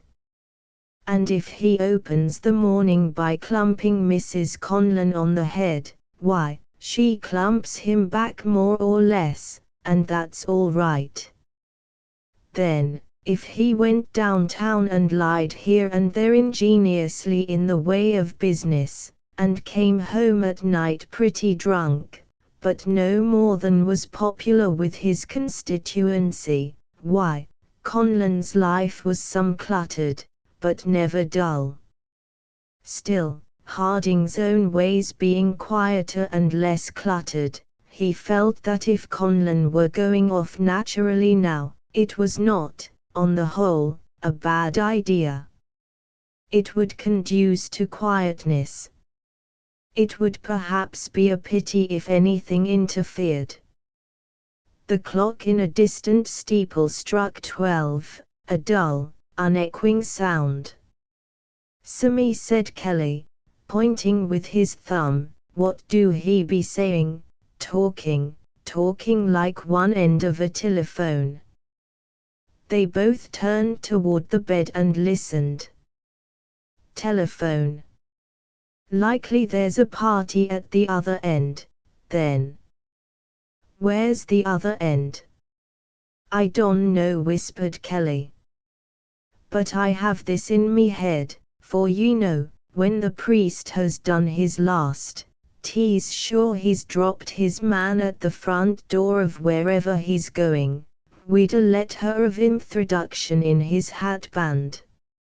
And while the man was waiting for the same to be written him certified a through corpse, if he had a kettle full of boiling impatience in himself like Tom Conlon, wouldn't he be passin' the time o' day through the keyhole wid his friends beyant? "'Tain't he a telephone, then?" "It's a keyhole, hey?" "Telephone or keyhole, he'd be talking through it, Conlon would, do ye mind?" Harding looked with some interest. Conlon muttered, and stopped, and muttered again. Harding rose and walked to the bed. Kelly followed tremulously. "Listen, will ye?" said Kelly, suddenly leaning down. "I don't know," said Harding, with an instinct of hesitation. "I don't know as it's a square game. Maybe he's talking of things that ain't healthy to mention. Maybe he's plugged somebody sometime, or broke a bank, ain't any more 'n likely." "What of it?" "Listen, will ye? Don't squat on a man when he's down, Kelly." "Pshaw. Hold Tom's hand." "Wait for Tom," babbled the ghostly voice, a thin, distant sound. "What'd he say? What'd he say?" Kelly was white and trembling. Harding stood up and rubbed his chin reflectively. He did not seem to himself to make it out. He brought a chair, sat down, and leaned close to Conlon to study the matter. "What's the heart scald, mother?" babbled Conlon. "Where'd ye get it from?" "Me. Were. 'Tis feckin' to ghost sees he is, Sammy, ye take me word. Come off. He's harking back when he was a kid." Kelly shook his head solemnly. "He's feckin' to ghost sees." "What's that, mother?" "I'm sick, mother." "What for?" "I don't see." "Where am I going?" You got me, muttered Harding. I don't know. Tom'll be good. It's main dark. Hold Tom's hand. Kelly was on his knees, saying prayers at terrific speed. Here to him, he stopped to whisper. Ghostesses. Ora pro nobis, Tom ain't afraid. Nor, he ain't afraid. Harding went back to his window. The air was heavy and motionless, the stars a little dim.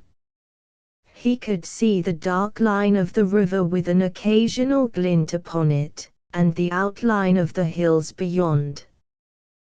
The little city had drawn a robe of innocent obscurity over it. Only a malicious sparkle gleamed here and there. He thought he knew that city inside and out, from end to end. He had lived in it, dealt with it, loved it, cheated it, helped to build it, shared its fortunes. Who knew it better than he? But every now and then it surprised with some hidden detail or some impulse of civic emotion. And Kelly and Conlon, surely he knew them, as men may know men. But he never had thought to see Conlon as tonight. It was odd. But there was some fact in the social constitution, in human nature, at the basis of all the outward oddities of each. Maybe when a man's getting down to his reckoning it's needful to show up what he's got at the bottom. Then he begins to peel off layers of himself like an onion, and less there ain't anything to him but layers. By and by he comes to something that resembles a sort of aboriginal boy, which is mostly asking questions and being surprised. Maybe there was more boyishness in Conlon than in most men. Come to think of it, there was. Conlon's leadership was ever of the maybe you think I can't lick you order, and men followed him, admitting that he could, in admiration and simplicity.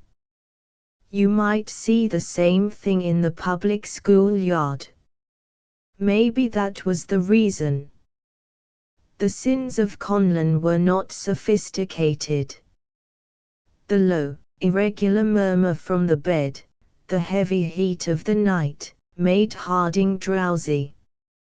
Kelly repeating the formula of his prayers, a kind of incantation against ghosts, Conlon with his gaunt face in the shadow and his big hands on the sheet clutching at nothing visible, both faded away, and Harding fell asleep. He woke with a start. Kelly was dancing about the bed idiotically. He's sweatin', he gabbled. He's sweatin'. He'll be well, Conlon. It made Harding think of the pup and how he would dance about him, when he went home, in the crude expression of joy. Conlon's face was damp. He muttered no more. They piled the blankets on him till the perspiration stood out in drops. Conlon breathed softly and slept. Kelly babbled gently, Conlon. Conlon. Harding went back to the window and rubbed his eyes sleepily. Kind of too bad, after all that trouble to get him peeled. The morning was breaking, solemn, noiseless, with lifted banners and wide pageantries, over river and city. Harding yawned. It's one on Father Ryan, anyway. That's a good thing. Blamed old windbag. Kelly murmured ecstatically, Conlon will get well, Conlon. St. Catherine's was the life work of an old priest, who is remembered now and presently will be forgotten. There are gargoyles over the entrance aside, with their mouths open to express astonishment. They spout rain water at times, but you need not get under them, and there are towers, and buttresses, a great clock, a gilded cross, and roofs that go dimly heavenward. St. Catherine's is new. The neighborhood squats around it in different pathetic attitudes. Opposite is the saloon of the wooden-legged man, then the 3 groceries whose cabbages all look unpleasant, the parochial school with the green lattice, and all those little wooden houses, where lives, for instance, the dressmaker who funnily calls herself modist. Beyond the street the land drops down to the freight yards. But Father Connell died about the time they finished the East Oriel, and Father Harrer reigned over the house of the old man's dreams, a red-faced man, a high feeder, who looked as new as the church and said the virtues of Father Connell were reducing his flesh. That would seem to be no harm, but Father Harrer meant it humorously. Father Connell had stumped about too much among the workmen in the cold and wet, else there had been no need of his dying at 88. His tall black hat became a relic that hung in the tiring room, and he cackled no more in his thin voice the noble Latin of the service. Peace to his soul. The last order he wrote related to the position of the Christ figure and the inscription, "Come unto me, weary and heavy laden, I will give you rest." But the figure was not in place till the mid-December following. And it was the day before Christmas that Father Harrer had a fine service, with his boy choir and all, and Chubby Lock sang a solo, "Angels ever bright and fair," that was all dripping with tears, so to speak. Chubby Lock was an imp too. All around the altar the candles were lighted, and there hung a cluster of gas jets over the head of the Christ figure on the edge of the south transept. So fine it was that Father Harrer came out of his room into the aisle, when the people were gone, saying how fine it was, and the sexton was putting out the gas here and there, to walk up and down and think about it, especially how he should keep up with the virtues of Father Connell. Duskier and duskier it grew, as the candles went out cluster by cluster till only those in the south transept were left, and Dennis, coming there, stopped and grunted. "What?" said Father Harrer. "It's asleep he is," said the sexton. "It's a by, your reverence." "Why, so it is. He went to sleep during the service." Well, they often do that, Dennis." "Anyways he don't belong here," said Dennis. "Think so?" "I don't know about that." "Wait a bit." "I don't know about that, Dennis." The boy lay curled up on the seat, a newsboy, by the papers that had slipped from his arms. But he did not look businesslike, and he did not suggest the advantages of being poor in America. One does not become a capitalist or president by going to church and to sleep in the best of business hours, from 4 to 6, when the streets are stirring with men on their way to dinners, cigars and evening papers. The steps of St. Catherine's are not a bad place to sell papers after Vespers, and one might as well go in, to be sure, and be warm while the service lasts, only, as I said, if one falls asleep, One does not become a capitalist or president immediately. Father Harrer considered, and Dennis waited respectfully. It's making plans. I am against your natural rest, Dennis. I'm that inconsiderate of your feelings to think of keeping St. Catherine's open this night. And why? Look ye, Dennis.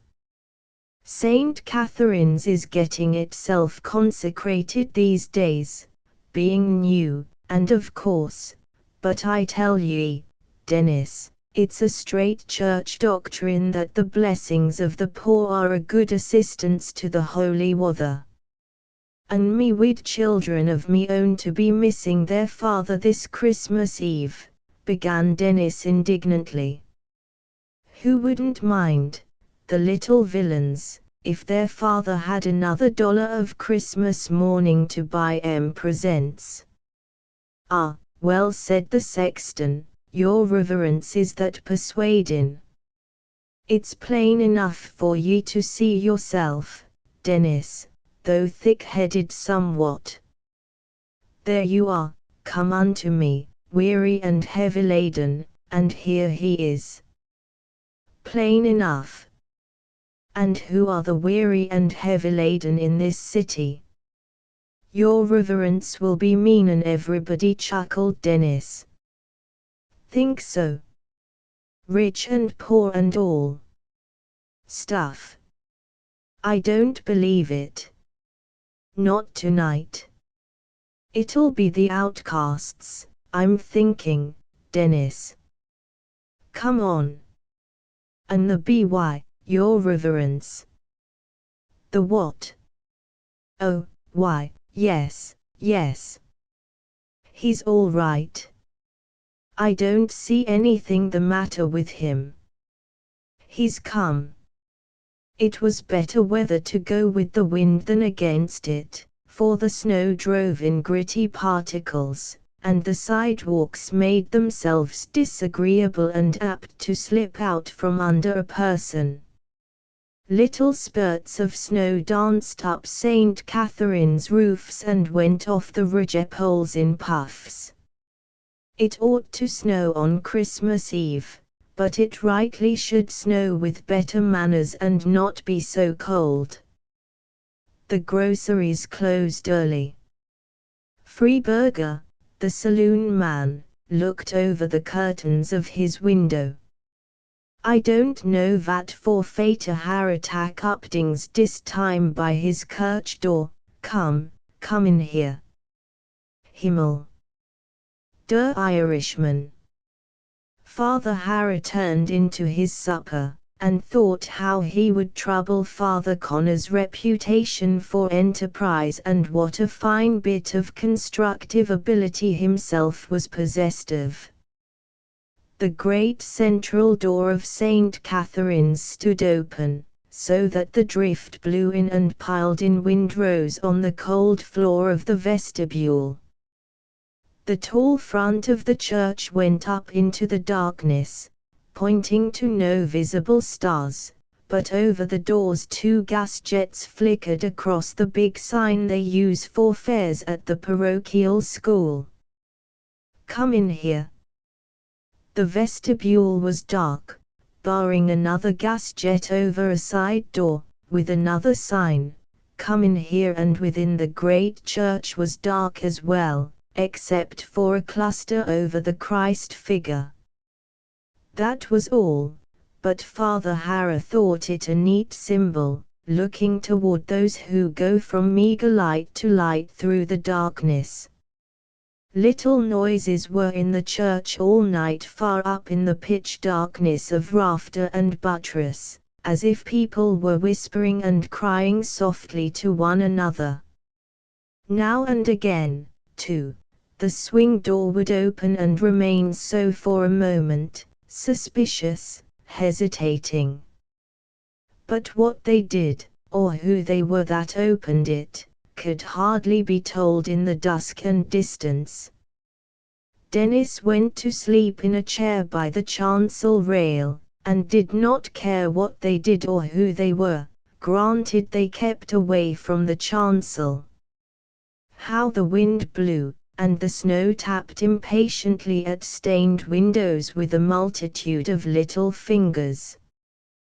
But if the noises among the rafters were not merely echoes of the crying and calling wind without, if any presences moved and whispered there, and looked down on flat floor and straight lines of pews, they must have seen the Christ figure, with welcoming hands, dominant by reason of the light about it, and, just on the edge of the circle of light, shapeless things stretched on cushions of pews, and motionless or stirring uneasily.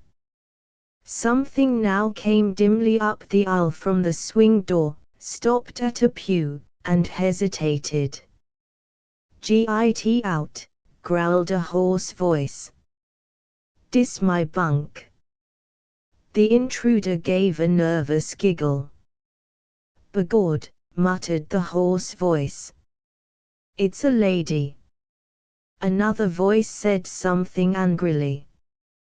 "Well," said the first, "it ain't behavin' nice to come into me boudoir." The owner of the giggle had slipped away and disappeared in a distant pew. In another pew to the right of the aisle a smaller shadow whispered to another, "Jimmy, that's a statue up there." "Who?" "That. I bet 'e's a king." Or, "No 'e ain't. Kings has crowns and wall-ups folks." "Goy. What for?" "I don't know." The other sighed plaintively. "I thought 'e might be a king." The rest were mainly silent.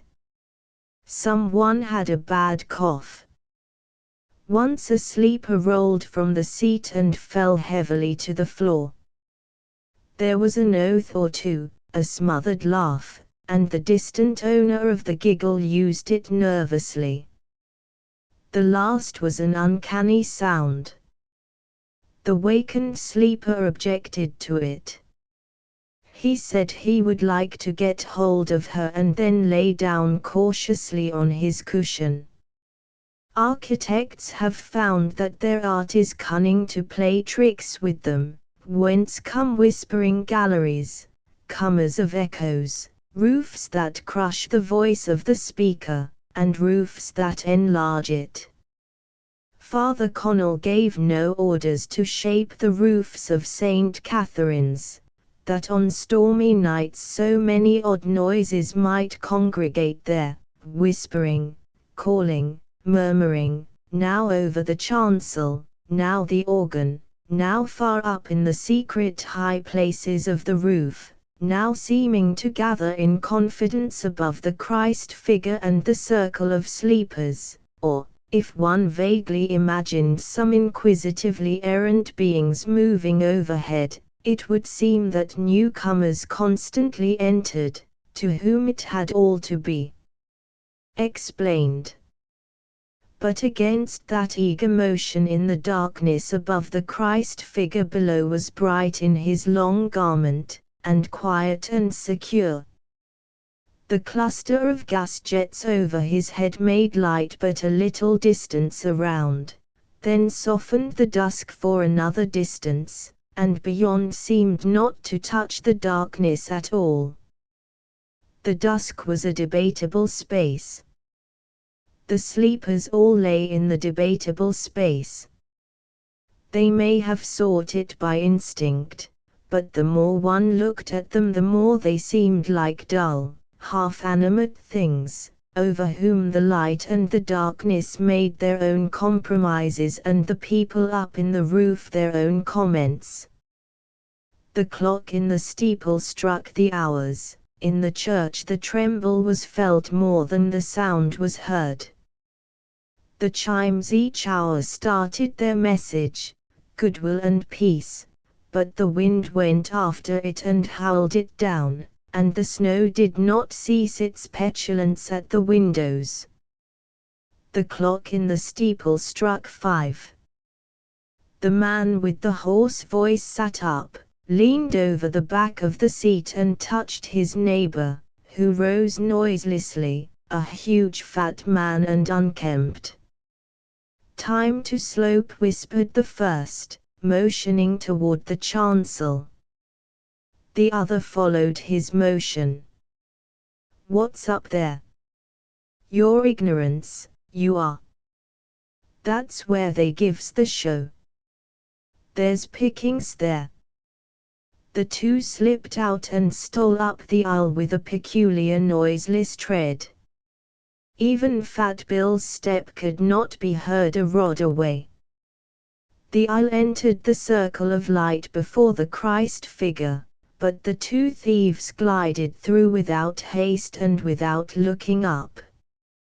The smaller, in front, drew up at the end of the aisle, and Fat Bill ran into him. Dennis sat in his chair against the chancel rail, asleep. "Get onto his whiskers, Bill. Meb you'll have to stuff them whiskers down his throat." There was a nervous giggle behind them. Fat Bill shot into a pew, dragging his comrade after him, and crouched down. "It ain't no use," he whispered, shaking the other angrily. "Church business is bad luck. I always said so. What's for them blimmed noises all night? How'd come they stick that thing up there with the gas over it? What for do they leave the doors open, and tell ye to come in, and keep their damn devils giggling around? 'Tain't straight, I won't stand it." "It's only a woman," Bill said the other patiently. He rose on his knees and looked over the back of the seat. "Tain't he straight? I won't stand it." "We won't fight, Bill. We'll get out, if you say so." The owner of the giggle was sitting up, as they glided back, Fat Bill leading. "I'll smash your face," the smaller man said to her. Bill turned and grabbed his collar. "You come along." The woman stared stupidly after, till the swing door closed behind them. Then she put on her hat, decorated with too many disorderly flowers. Most of the sleepers were wakened. The wind outside had died in the night, and the church was quite still. A man in a dress suit and overcoat sat up in a pew beneath a window, and stared about him. His silk hat lay on the floor. He leaned over the back of the seat and spoke to his neighbor, a tramp in checked trousers. "How'd I get here?" he asked thickly. "Don't know," pardner said the tramp cheerfully. "Floated in, same as me." He caught sight of the white tie and shirt front. "Maybe you'd give a cove a shiner to steady ye out. They don't give breakfasts with lodgins here." The woman with the giggle and the broken down flowers on her hat went out next, then a tall, thin man with a beard and a cough. The newsboy with his papers shuffled after, his shoes being too large, then a lame man, something seemed the matter with his hip, and a decent-looking woman, who wore a faded shawl over her head and kept it drawn across her face. She seemed ashamed to be there, as if it did not appear to her a respectable place. Last, two boys, one of them small, but rather stunted than very young. He said, "'E ain't a king, is 'e, Jimmy? You don't know who he is, do you, Jimmy?" "No." "Say, Jimmy, it was warm, warn't he it?" Dennis came down the aisle, put out the gas, and began to brush the cushions. The clock struck 6:15, and Father Harrer came in. "Christmas, Dennis, Christmas. Anybody been here?" "What did they think of it?" Dennis rubbed his nose sheepishly. "They went to sleep, so, and then they went out." Father Harrer looked up at the Christ figure and stroked his red chin. "I fancied they might see the point," he said slowly.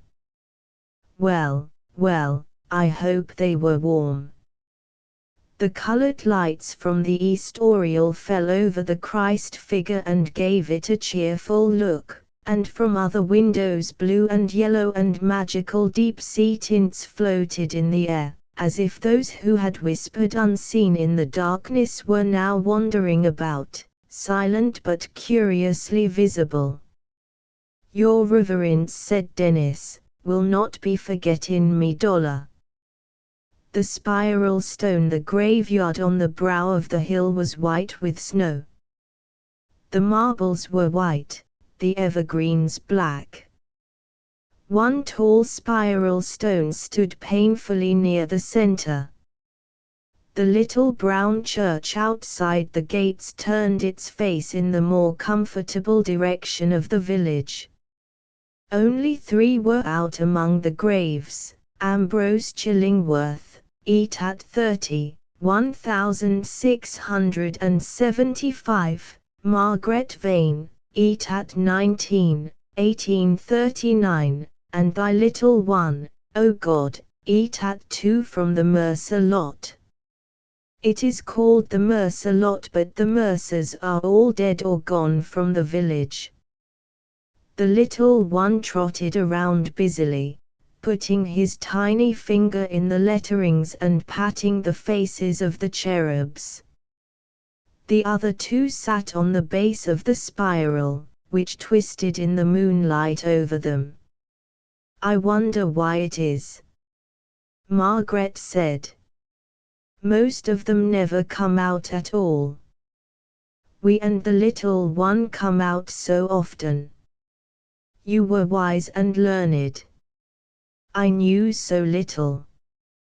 "Will you tell me?" "Learning is not wisdom," Ambrose answered. "But of this matter it was said that our containment in the grave depended on the spirit in which we departed. I made certain researches. It appeared by common report that only those came out whom desperate sin tormented, or labors incomplete and great desire at the point of death made restless.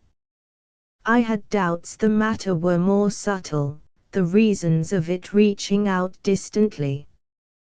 He sighed faintly, following with his eyes, tomb by tomb, the broad white path that dropped down the hillside to the church. "I desired greatly to live." "I, too." "Is it because we desired it so much, then?" "But the little one, I do not know," he said. The little one trotted gravely here and there, seeming to know very well what he was about, and presently came to the spiral stone. The lettering on it was new, and there was no cherub. He dropped down suddenly on the snow, with a faint whimper. His small feet came out from under his gown, as he sat upright, gazing at the letters with round troubled eyes, and up to the top of the monument for the solution of some unstated problem. "The stone is but newly placed," said Ambrose, "and the newcomer would seem to be of those who rest in peace." They went and sat down on either side of him, on the snow. The peculiar cutting of the stone, with spirally ascending lines, together with the moon's illusion, gave it a semblance of motion. Something twisted and climbed continually, and vanished continually from the point. But the base was broad, square, and heavily lettered, John Marescally Vane. Vane. That was thy name, said Ambrose. 1890 at 72. An eminent citizen, a public benefactor, and widely esteemed. For the love of his native place returned to lay his dust therein. The just made perfect. It would seem he did well, and rounded his labours to a goodly end, lying down among his kindred as a sheaf that is garnered in the autumn. He was fortunate. And Margaret spoke, in the thin, emotionless voice which those who are long in the graveyard use. He was my brother. Thy brother, said Ambrose. The little one looked up and down the spiral with wide eyes. The other two looked past it into the deep white valley, where the river, covered with ice and snow, was marked only by the lines of skeleton willows and poplars. A night wind, listless but continual, stirred the evergreens. The moon swung low over the opposite hills, and for a moment slipped behind a cloud. Says it not so, for the love of his native place, murmured Ambrose. And as the moon came out, there leaned against the pedestal, pointing with a finger at the epitaph, one that seemed an old man, with bowed shoulders and keen, restless face, but in his manner cowed and weary. It is a lie, he said slowly. I hated it, Margaret. I came because Ellen Mercer called me. Ellen isn't buried here. Not here. Not here. Was it you, then, Margaret? Why? I didn't call you. Who then? He shrieked. Who called me? The night wind moved on monotonously, and the moonlight was undisturbed, like glassy water. When I came away, she said, I thought you would marry her. You didn't, then. But why should she call you? I left the village suddenly, he cried. I grew to dread, and then to hate it. I buried myself from the knowledge of it, and the memory of it was my enemy. I wished for a distant death, and these 50 years have heard the summons to come and lay my bones in this graveyard. I thought it was Ellen. You, sir, wear an antique dress, you have been long in this strange existence. Can you tell who called me? If not Ellen, where is Ellen? He wrung his hands, and rocked to and fro. The mystery is with the dead as with the living, said Ambrose. The shadows of the future and the past come among us. We look in their eyes, and understand them not. Now and again there is a call even here, and the grave is henceforth untenanted of its spirit. Here, too, we know a necessity which binds us, which speaks not with audible voice and will not be questioned. But tell me, moaned the other, does the weight of sin depend upon its consequences? Then what weight do I bear? I do not know whether it was ruin or death, or a thing gone by and forgotten. Is there no answer here to this? Death is but a step in the process of life, answered Ambrose. I know not if any are ruined or anything forgotten. Look up, to the order of the stars, and handwriting on the wall of the firmament. But who athreed it? Mark this night wind, a still small voice. But what speaketh it? The earth is clothed in white garments as a bride. What mean the ceremonials of the seasons? The will from without is only known as it is manifested. Nor does it manifest where the consequences of the deed end or its causes began. Have they any end or a beginning? I cannot answer you. Who called me, Margaret? And she said again monotonously, I didn't call you. The little one sat between Ambrose and Margaret, chuckling to himself and gazing up at the newcomer, who suddenly bent forward and looked into his eyes, with a gasp.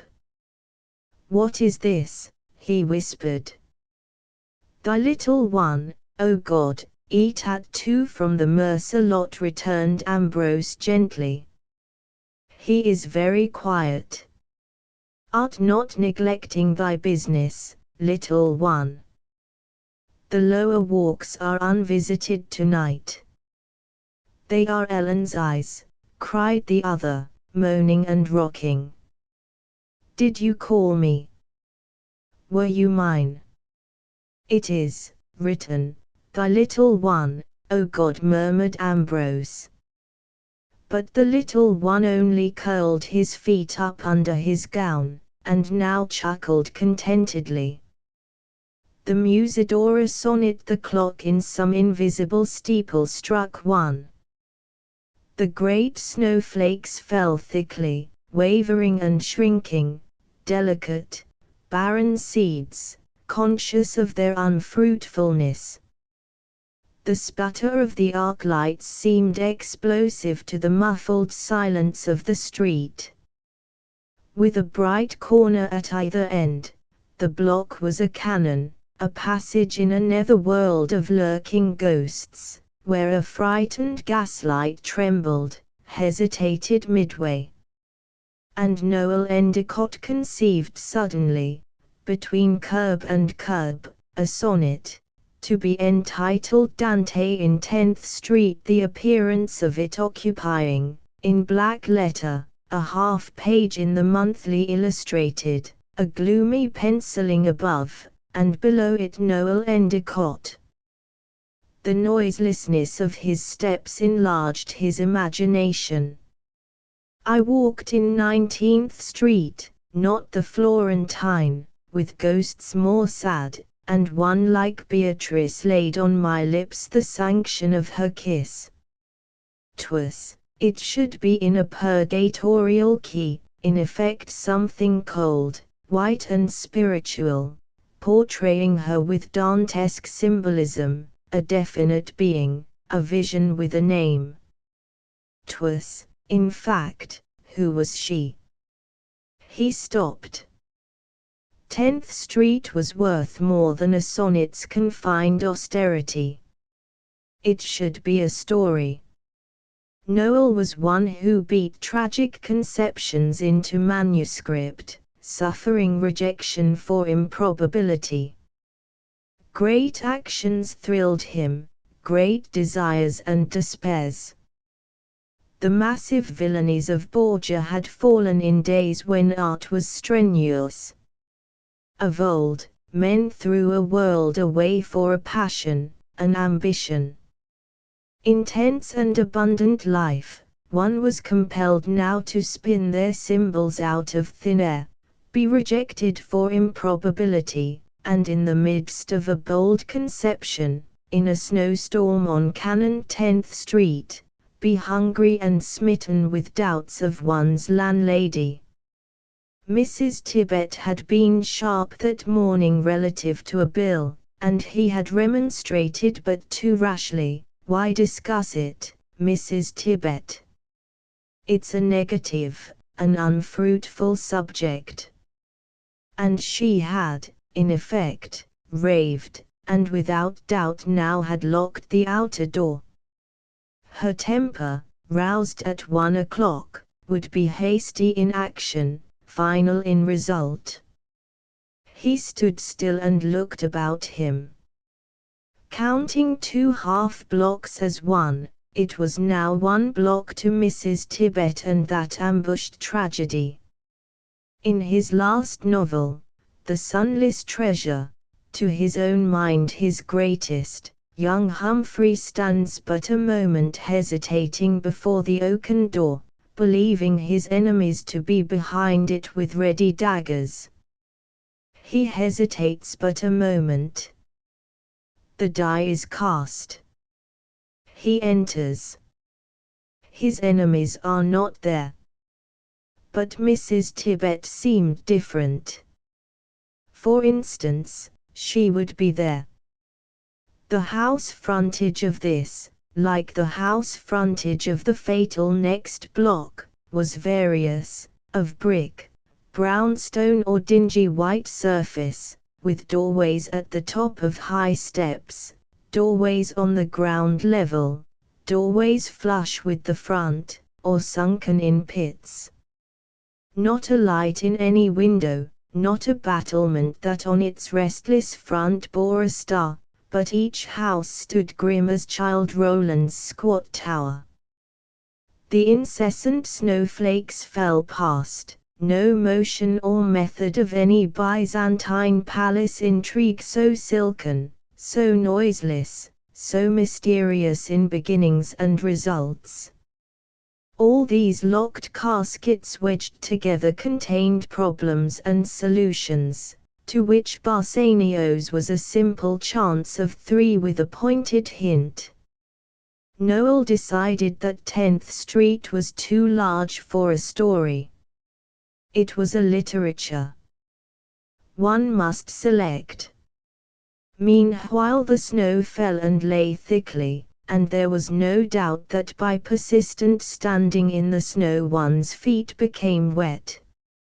He stepped into the nearest doorway, which was on the level of the street, one of 3 doorways alike, all low, arched and deep. They would be less noticeable in the daytime than in the night, when their cavernous gaping and exact repetition seemed either ominous or grotesque, according to the observer.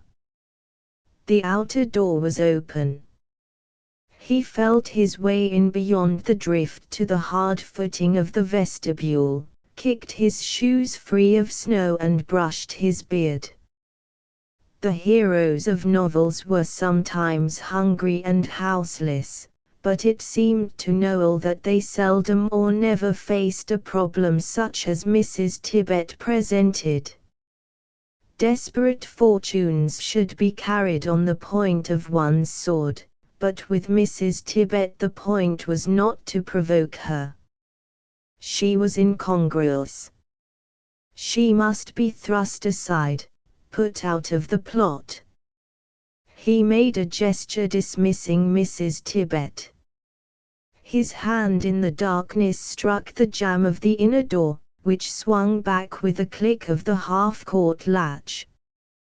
His heart thumped, and he peered into the darkness, where a thin yellow pencil of light stretched level from a keyhole at the farther end of a long hall. Dismissing Mrs. Tibbet, it was a position of dramatic advantage to stand in so dark and deep an arched entrance, between the silence and incessant motion of the snow on the one hand, and the yellow pencil of light, pointing significantly to something unknown, some crisis of fortune. He felt himself in a tale that had both force and form, responsible for its progress. He stepped in, closed the half-door behind him softly, and crept through the hall. The thin line of light barred the way, and seemed to say, "Here is the place." Be bold, ready-minded, full of subtlety and resource. There was no sound within that he could hear, and no sound without, except his own oppressed breathing and pulses throbbing in his ears. Faint heart never won anything, and as for luck, it belonged to those who adventured with various chances, and of the blind paths that led away from their feet into the future, chose one, and another, and so kept on good terms with possibility. If one but cried saucily, "Open this odd little box, you three grey women." And this, the grey fates smiled indulgently, showing a latent motherliness. How many destinies had been decided by the opening and shutting of a door, which to better or worse, never opened again for retreat. A touch on this door and Mrs. Tibbet might vanish from the story forever, to the benefit of the story. He lifted his hand, having in mind to tap lightly, with tact and insinuation, but struck the door, in fact, nervously, with a bang that echoed in the hall. Someone spoke within. He opened and made entry in a prepared manner, which gave way to merely blinking wonder. It was a large dining room, brightly lit by a chandelier, warm from a glowing grate, sumptuous with pictures and hangings, on the table a glitter of glass and silver, with meat, cakes and wine. On the farther side of the table stood a woman in a black evening dress, with jewels on her hair and bosom. She seemed to have just risen, and grasped the back of her chair with one hand, while the other held open a book on the table.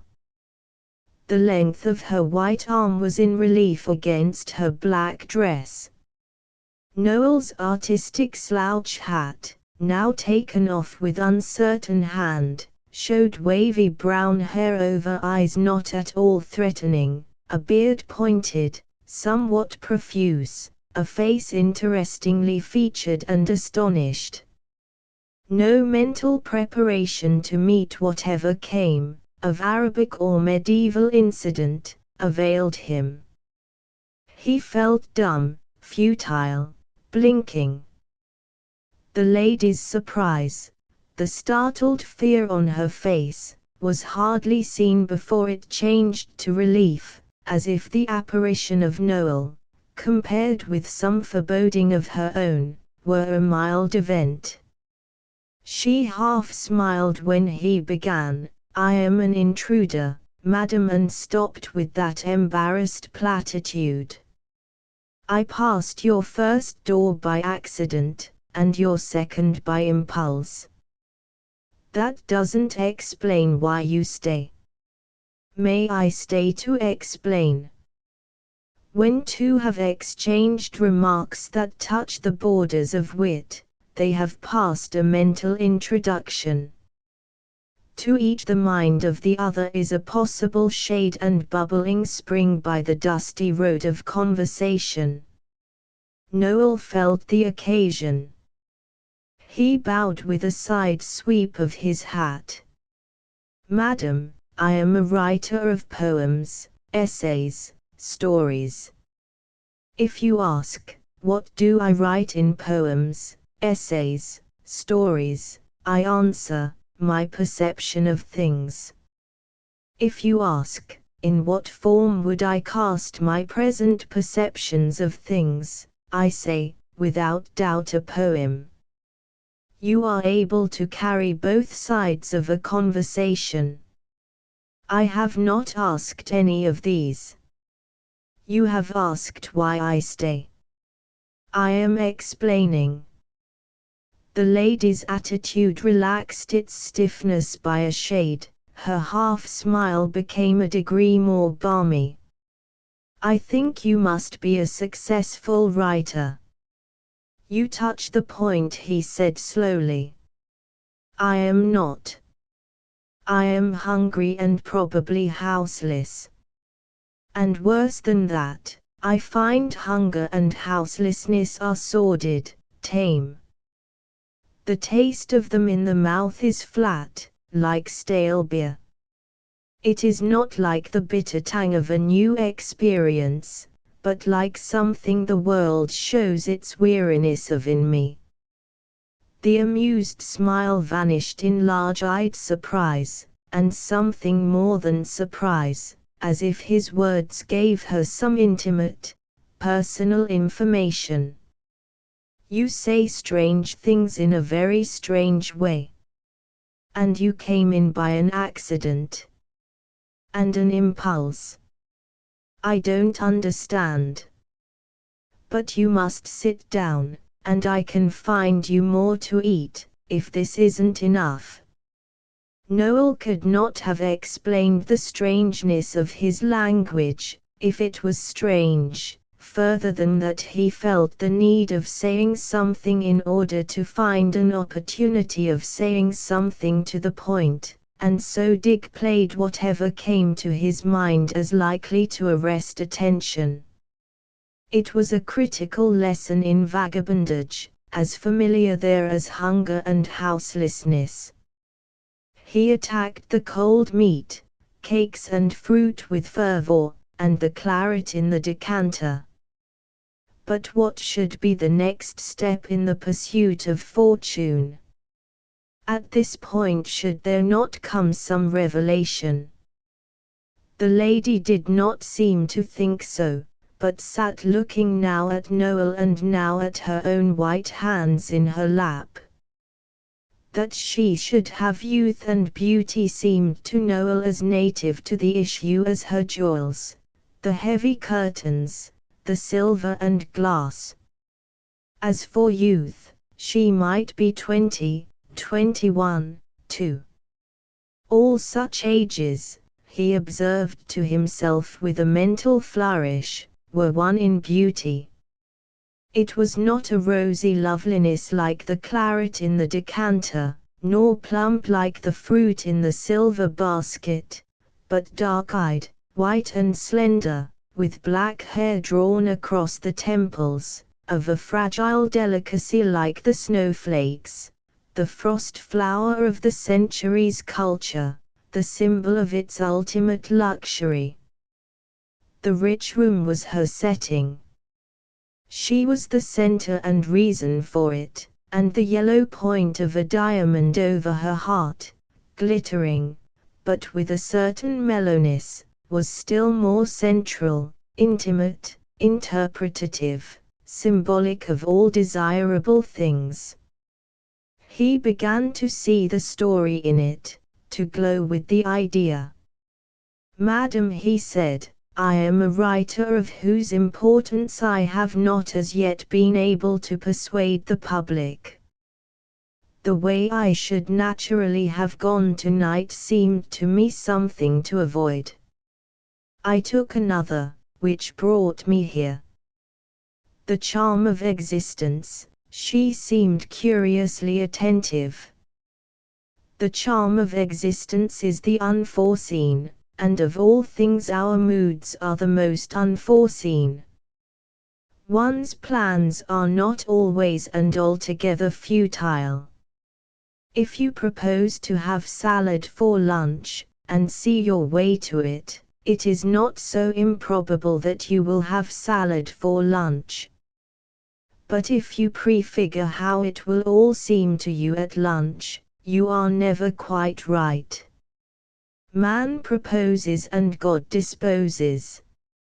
I add that there is a third and final disposal, namely, what man is to think of the disposition after it is made.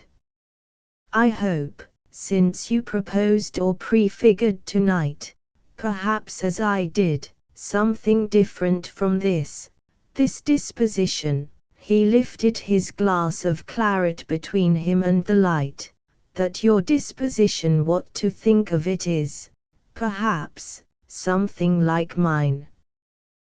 The lady was leaning forward with parted lips, listening intently, absorbed in his words.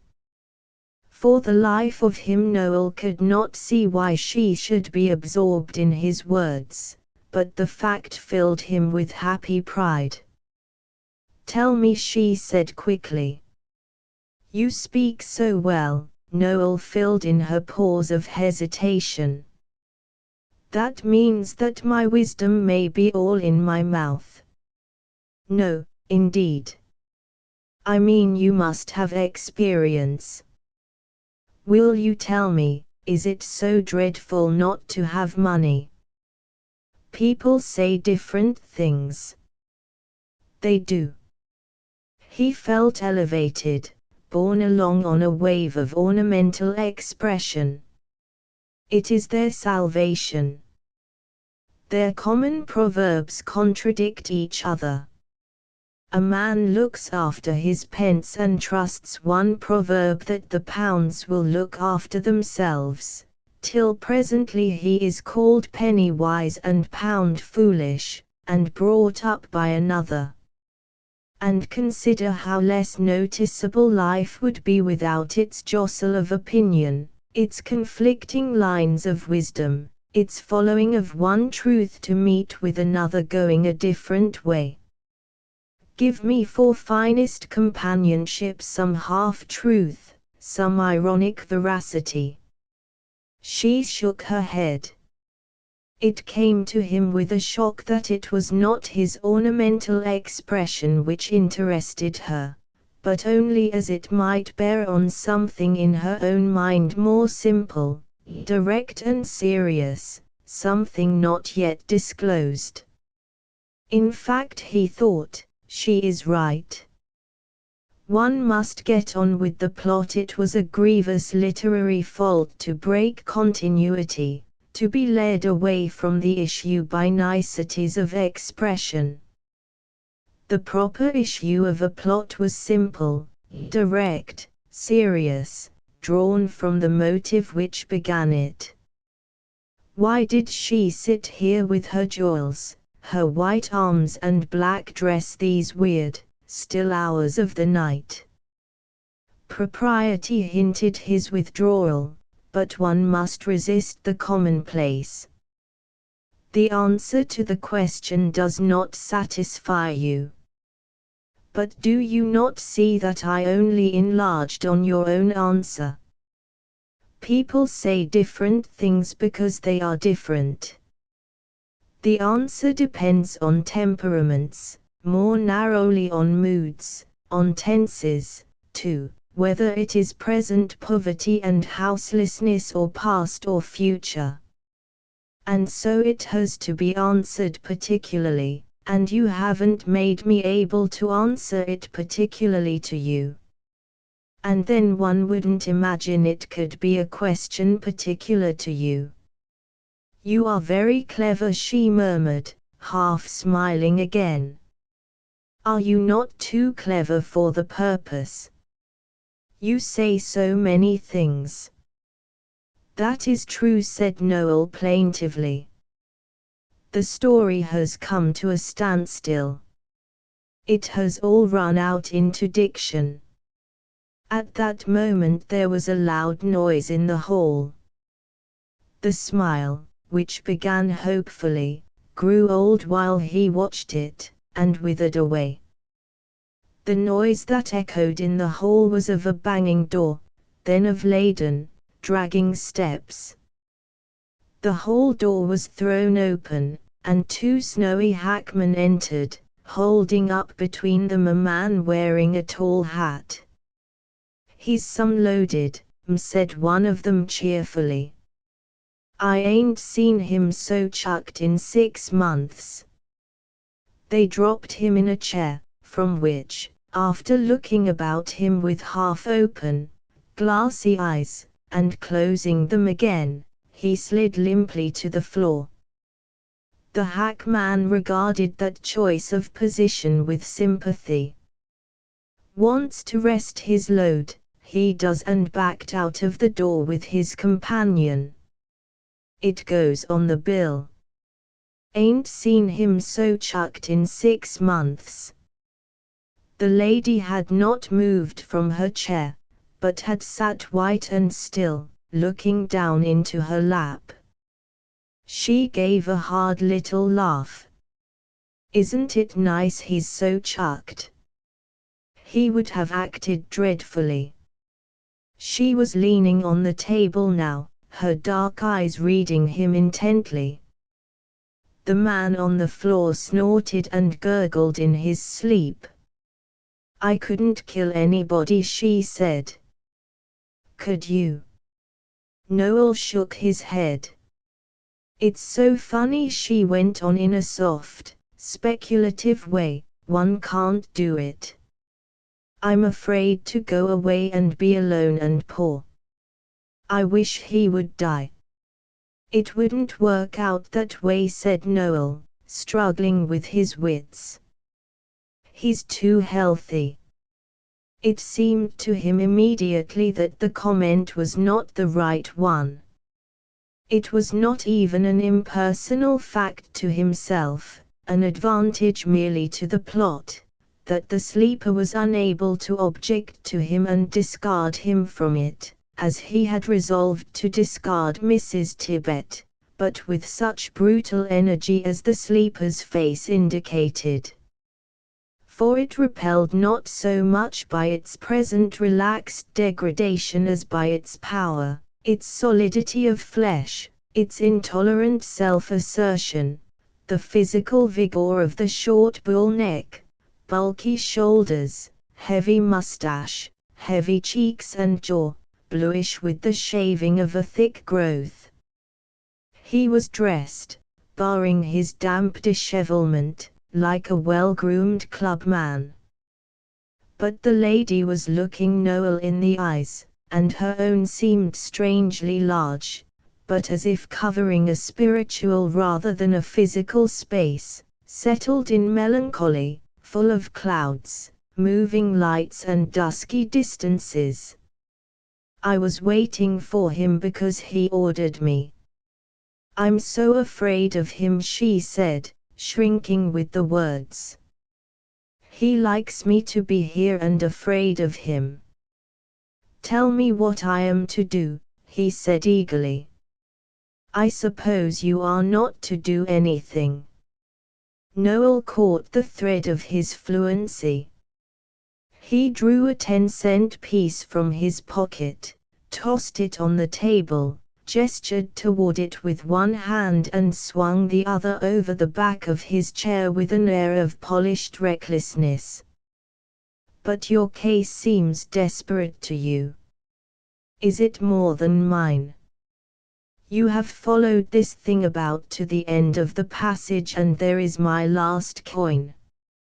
My luck might change tomorrow. Who knows? Perhaps tonight. I would take it without question and full of hope. Will you experiment with fortune and me? The dark eyes neither consented nor refused. They looked at him gravely. It is a black, cold night. The snow is thick in the air and deep on the street, put it so at the worst, but fortune and wit will go far. Your wit goes farther than your fortune, doesn't it? She said, smiling. I don't conceal. You don't conceal either of them, do you? You spread them both out, and she laughed, a pleasant little ripple of sound. Noel rose with distinction and bent toward her across the table. My fortune is this 10-cent piece. As you see, on the front of it is stamped a throned woman. Oh, how clever! She laughed, and Noel flushed with the applause. Shall we trust fortune and spin the coin?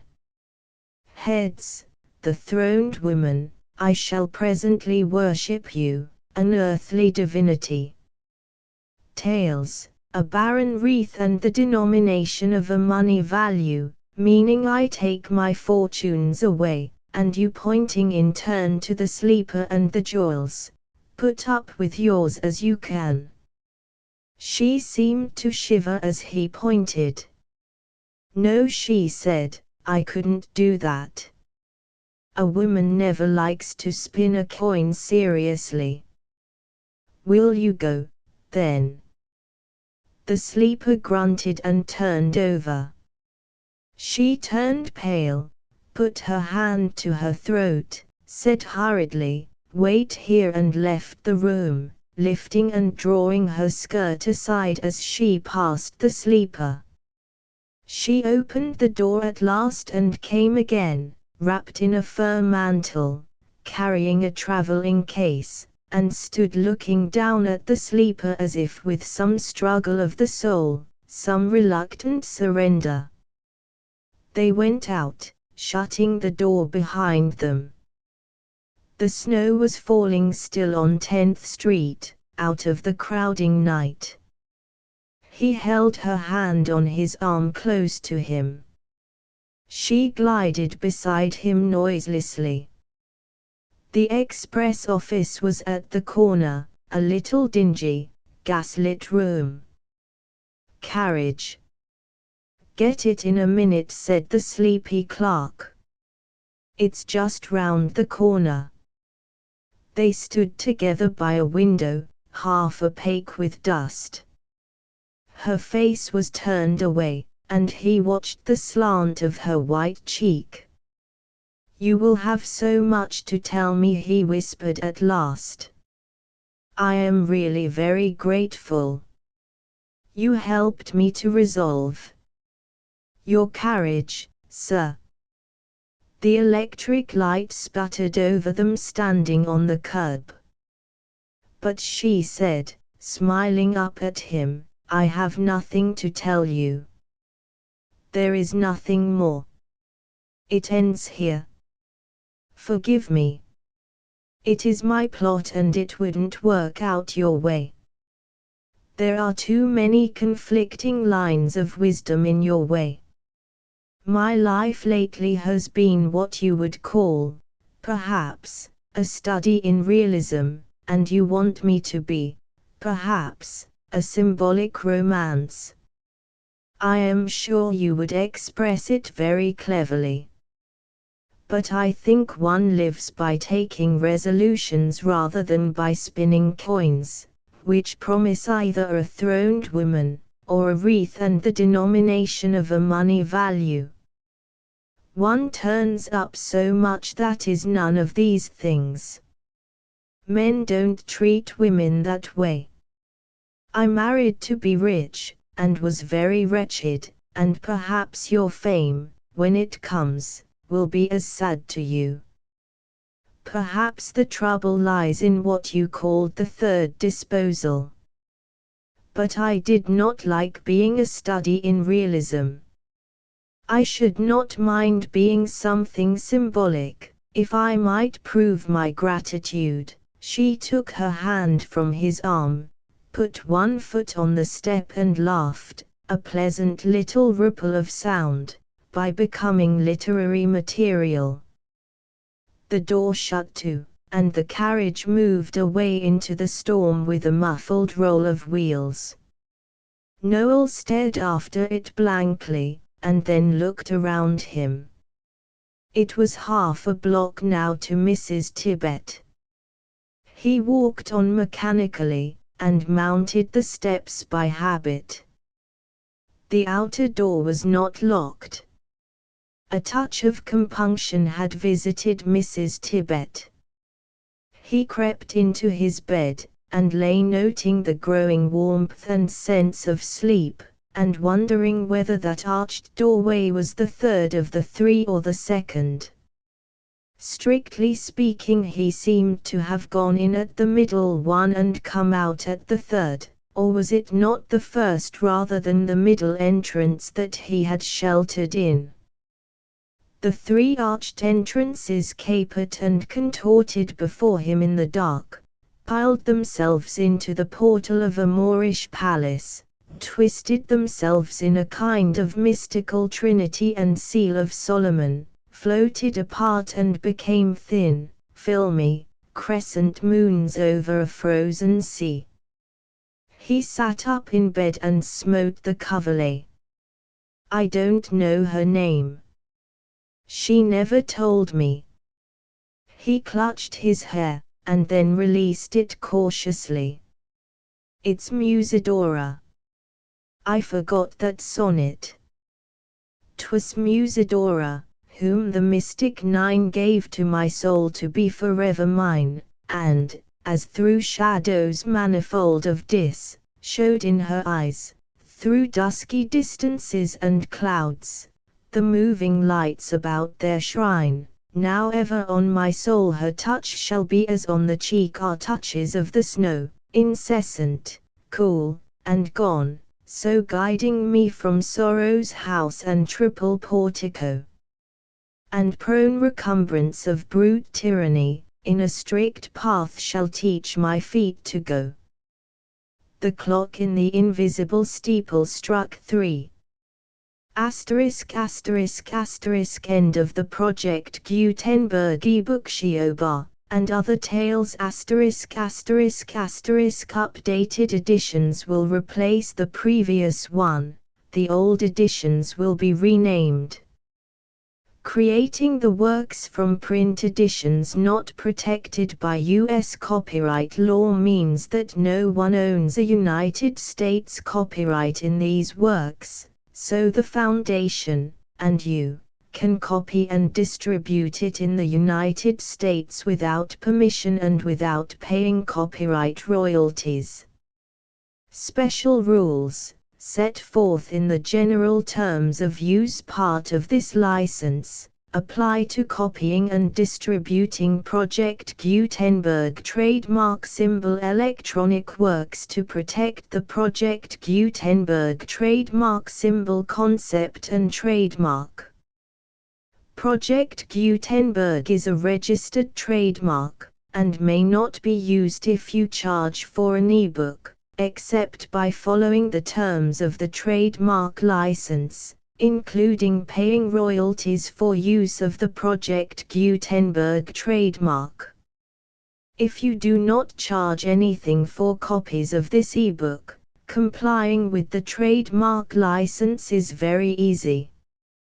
You may use this ebook for nearly any purpose such as creation of derivative works, reports, performances and research.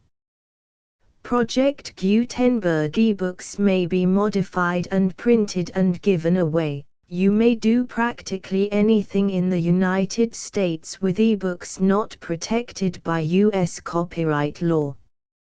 Redistribution is subject to the trademark license, especially commercial redistribution. Start. Full license. The full Project Gutenberg license. Please read this before you distribute or use this work to protect the Project Gutenberg trademark symbol mission of promoting the free distribution of electronic works. By using or distributing this work, or any other work associated in any way with the phrase Project Gutenberg, you agree to comply with all the terms of the full Project Gutenberg trademark symbol license available with this file or online at www.gutenberg.org/license. Section 1. General Terms of Use and Redistributing Project Gutenberg Trademark Symbol Electronic Works 1.0. By reading or using any part of this Project Gutenberg trademark symbol electronic work, you indicate that you have read, understand, agree to and accept all the terms of this license and intellectual property, trademark/copyright, agreement. If you do not agree to abide by all the terms of this agreement, you must cease using and return or destroy all copies of Project Gutenberg trademark symbol electronic works in your possession. If you paid a fee for obtaining a copy of or access to a Project Gutenberg trademark symbol electronic work and you do not agree to be bound by the terms of this agreement, you may obtain a refund from the person or entity to whom you paid the fee as set forth in paragraph 1.e.8. 1.b Project Gutenberg is a registered trademark. It may only be used on or associated in any way with an electronic work by people who agree to be bound by the terms of this agreement. There are a few things that you can do with most Project Gutenberg trademark symbol electronic works even without complying with the full terms of this agreement. See paragraph 1.c below. There are a lot of things you can do with Project Gutenberg trademark symbol electronic works if you follow the terms of this agreement and help preserve free future access to Project Gutenberg trademark symbol electronic works. See paragraph 1.e below. 1.c. The Project Gutenberg Literary Archive Foundation, the foundation or PGLAF, owns a compilation copyright in the collection of Project Gutenberg trademark symbol electronic works. Nearly all the individual works in the collection are in the public domain in the United States.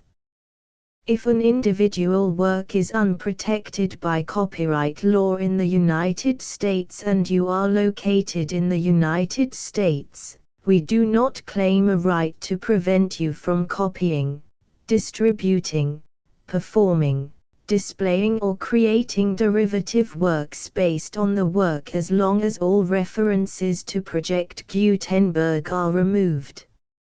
Of course, we hope that you will support the Project Gutenberg trademark symbol mission of promoting free access to electronic works by freely sharing Project Gutenberg trademark symbol works in compliance with the terms of this agreement for keeping the Project Gutenberg trademark symbol name associated with the work. You can easily comply with the terms of this agreement by keeping this work in the same format with its attached full Project Gutenberg trademark symbol license when you share it without charge with others. 1.d. The copyright laws of the place where you are located also govern what you can do with this work. Copyright laws in most countries are in a constant state of change.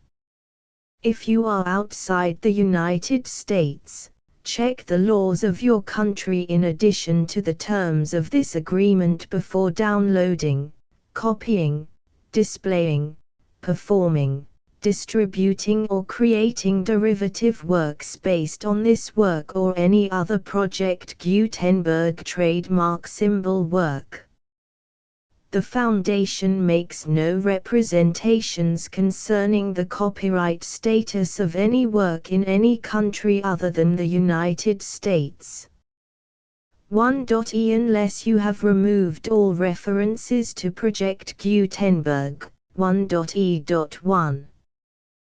The following sentence, with active links to, or other immediate access to, the full Project Gutenberg trademark symbol license must appear prominently whenever any copy of a Project Gutenberg trademark symbol work, any work on which the phrase Project Gutenberg appears, or with which the phrase Project Gutenberg is associated, is accessed, displayed, performed, viewed, copied or distributed.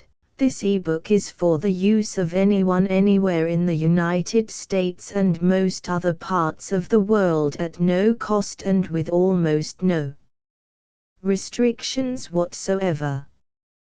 You may copy it, give it away or reuse it under the terms of the Project Gutenberg license included with this ebook or online at www.gutenberg.org. If you are not located in the United States, you will have to check the laws of the country where you are located before using this ebook. 1.e.2.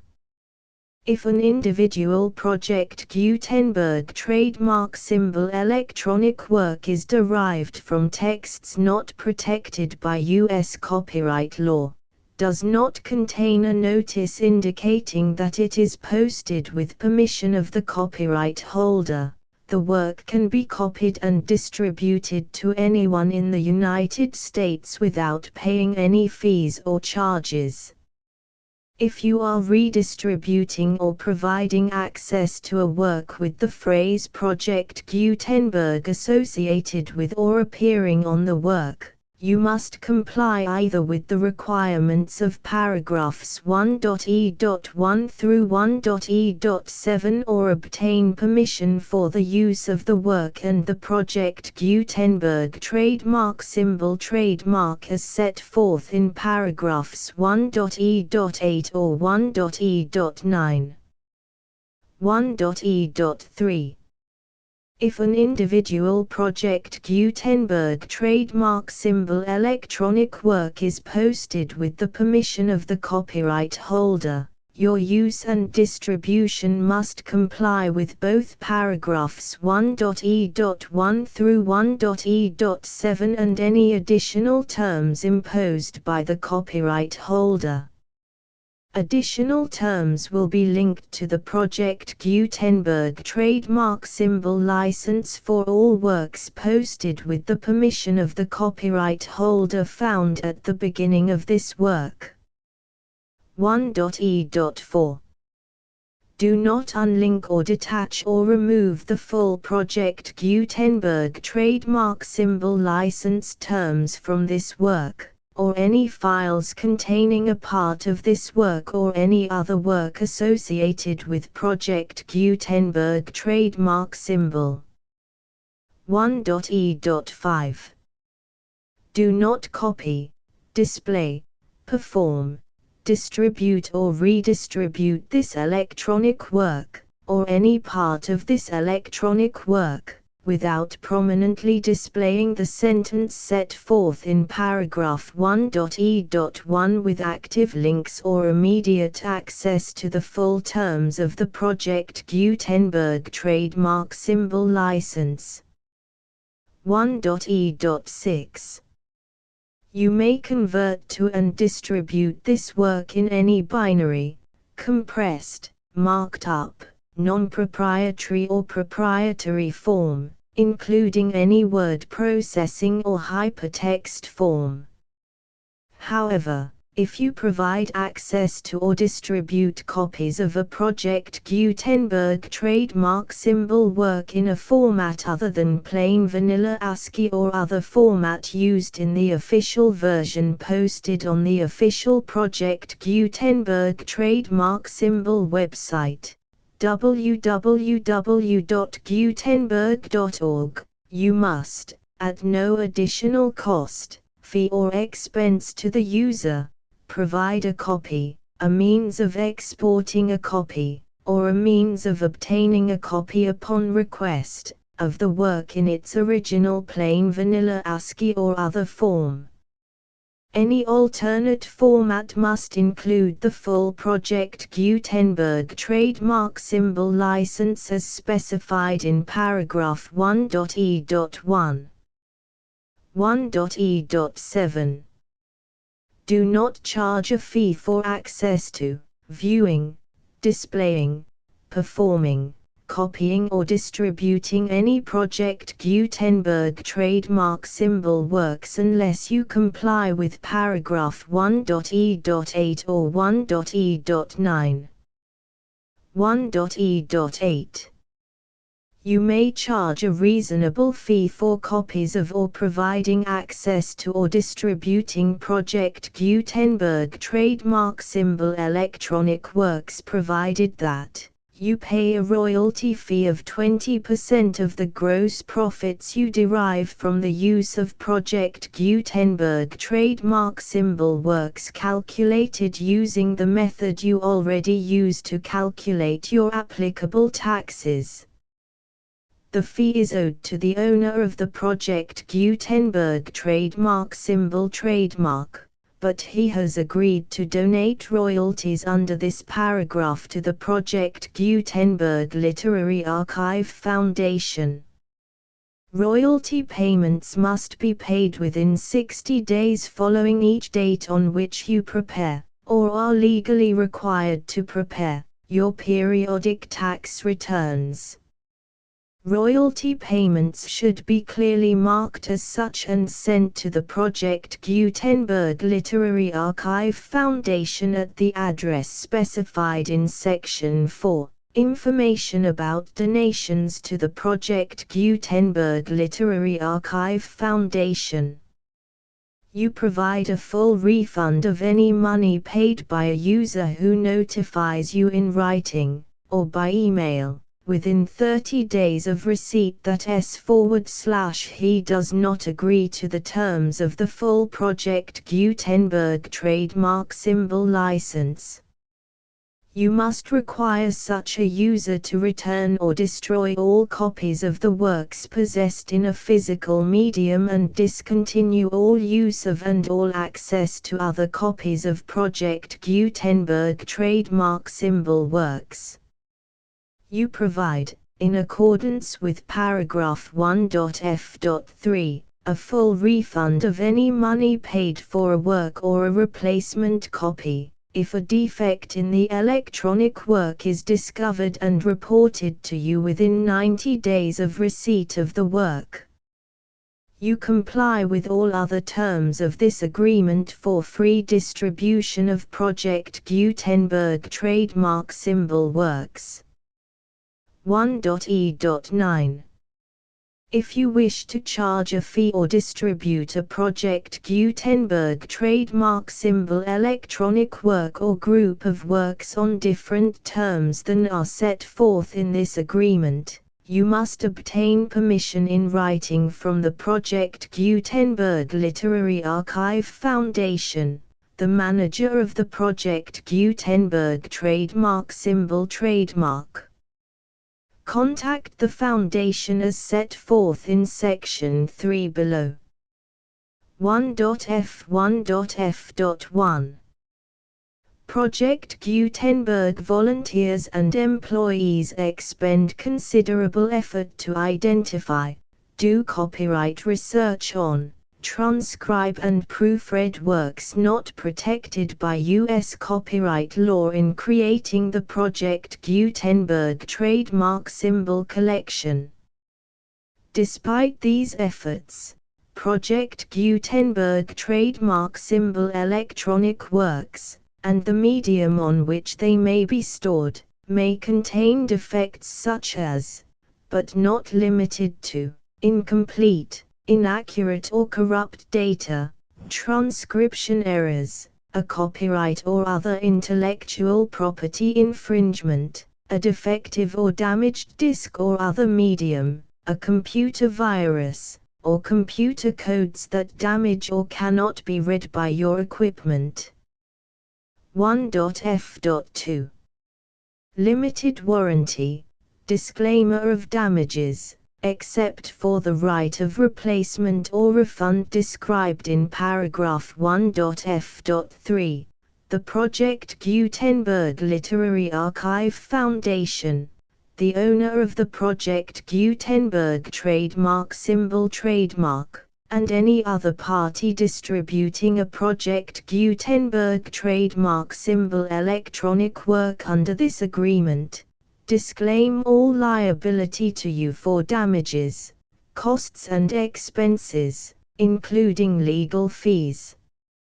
You agree that you have no remedies for negligence, strict liability, breach of warranty or breach of contract except those provided in paragraph 1.f.3.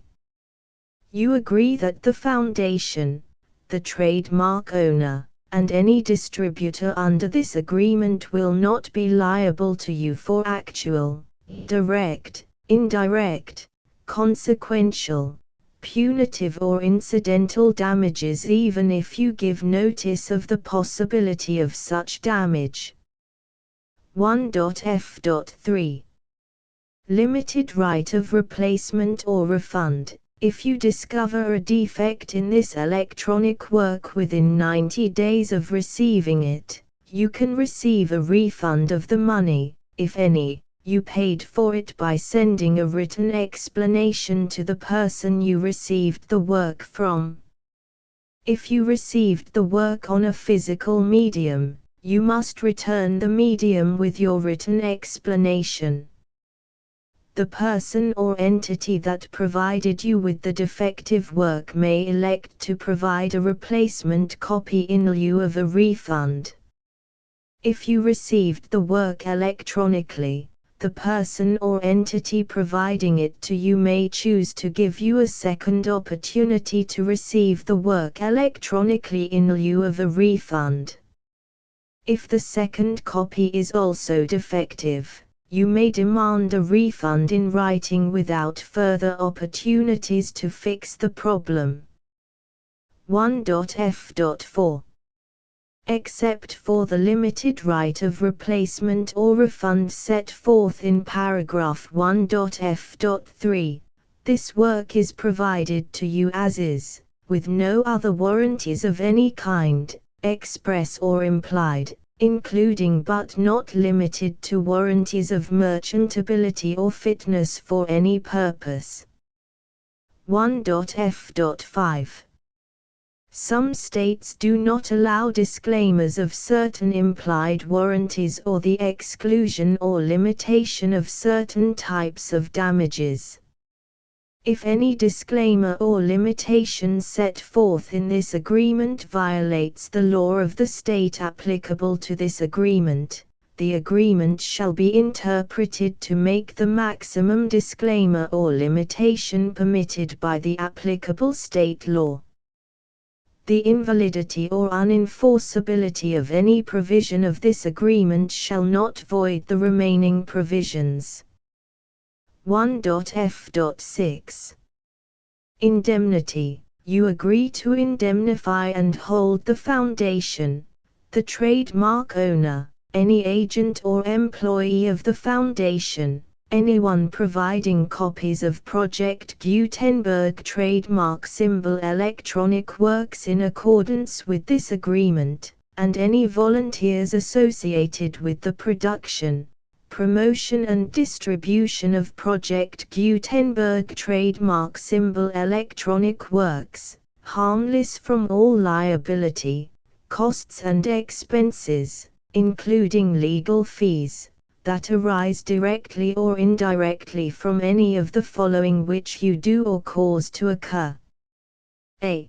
Distribution of this or any Project Gutenberg trademark symbol work.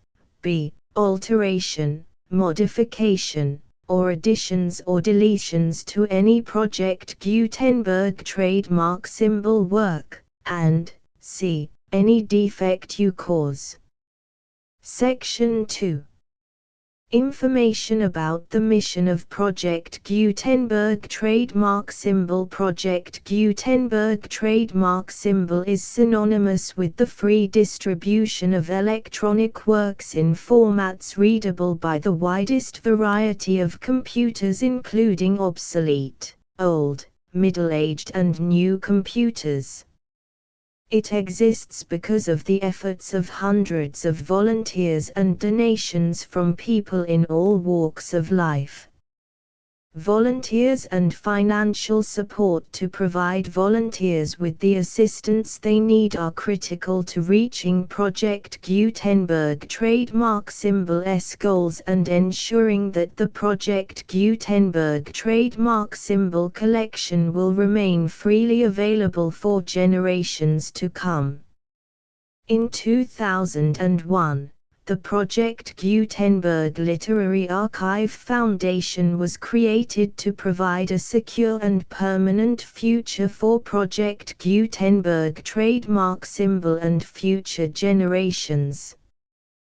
To learn more about the Project Gutenberg Literary Archive Foundation and how your efforts and donations can help, see sections 3 and 4 and the Foundation information page at www.gutenberg.org.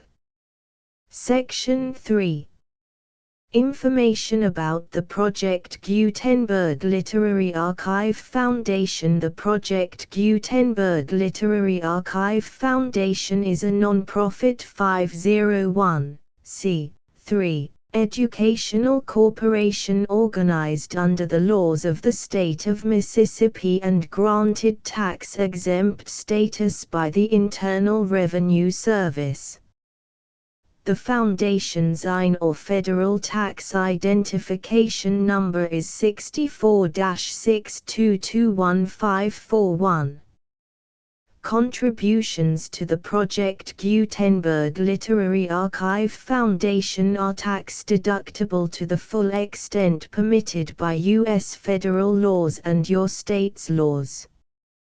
The Foundation's business office is located at 809 North 1500 West, Salt Lake City, UT 84116, 801-596-1887. Email contact links and up-to-date contact information can be found at the Foundation's website and official page at www.gutenberg.org/contact section 4. Information about donations to the Project Gutenberg Literary Archive Foundation. Project Gutenberg trademark symbol depends upon and cannot survive without widespread public support and donations to carry out its mission of increasing the number of public domain and licensed works that can be freely distributed in machine-readable form accessible by the widest array of equipment including outdated equipment. Many small donations, $1 to $5,000, are particularly important to maintaining tax-exempt status with the IRS. The Foundation is committed to complying with the laws regulating charities and charitable donations in all 50 states of the United States. Compliance requirements are not uniform and it takes a considerable effort, much paperwork and many fees to meet and keep up with these requirements. We do not solicit donations in locations where we have not received written confirmation of compliance. To send donations or determine the status of compliance for any particular state, visit www.gutenberg.org/donate. While we cannot and do not solicit contributions from states where we have not met the solicitation requirements, we know of no prohibition against accepting unsolicited donations from donors in such states who approach us with offers to donate. International donations are gratefully accepted, but we cannot make any statements concerning tax treatment of donations received from outside the United States. U.S. laws alone swamp our small staff. Please check the Project Gutenberg web pages for current donation methods and addresses. Donations are accepted in a number of other ways including checks, online payments and credit card donations. To donate, please visit www.gutenberg.org/donate. Section 5.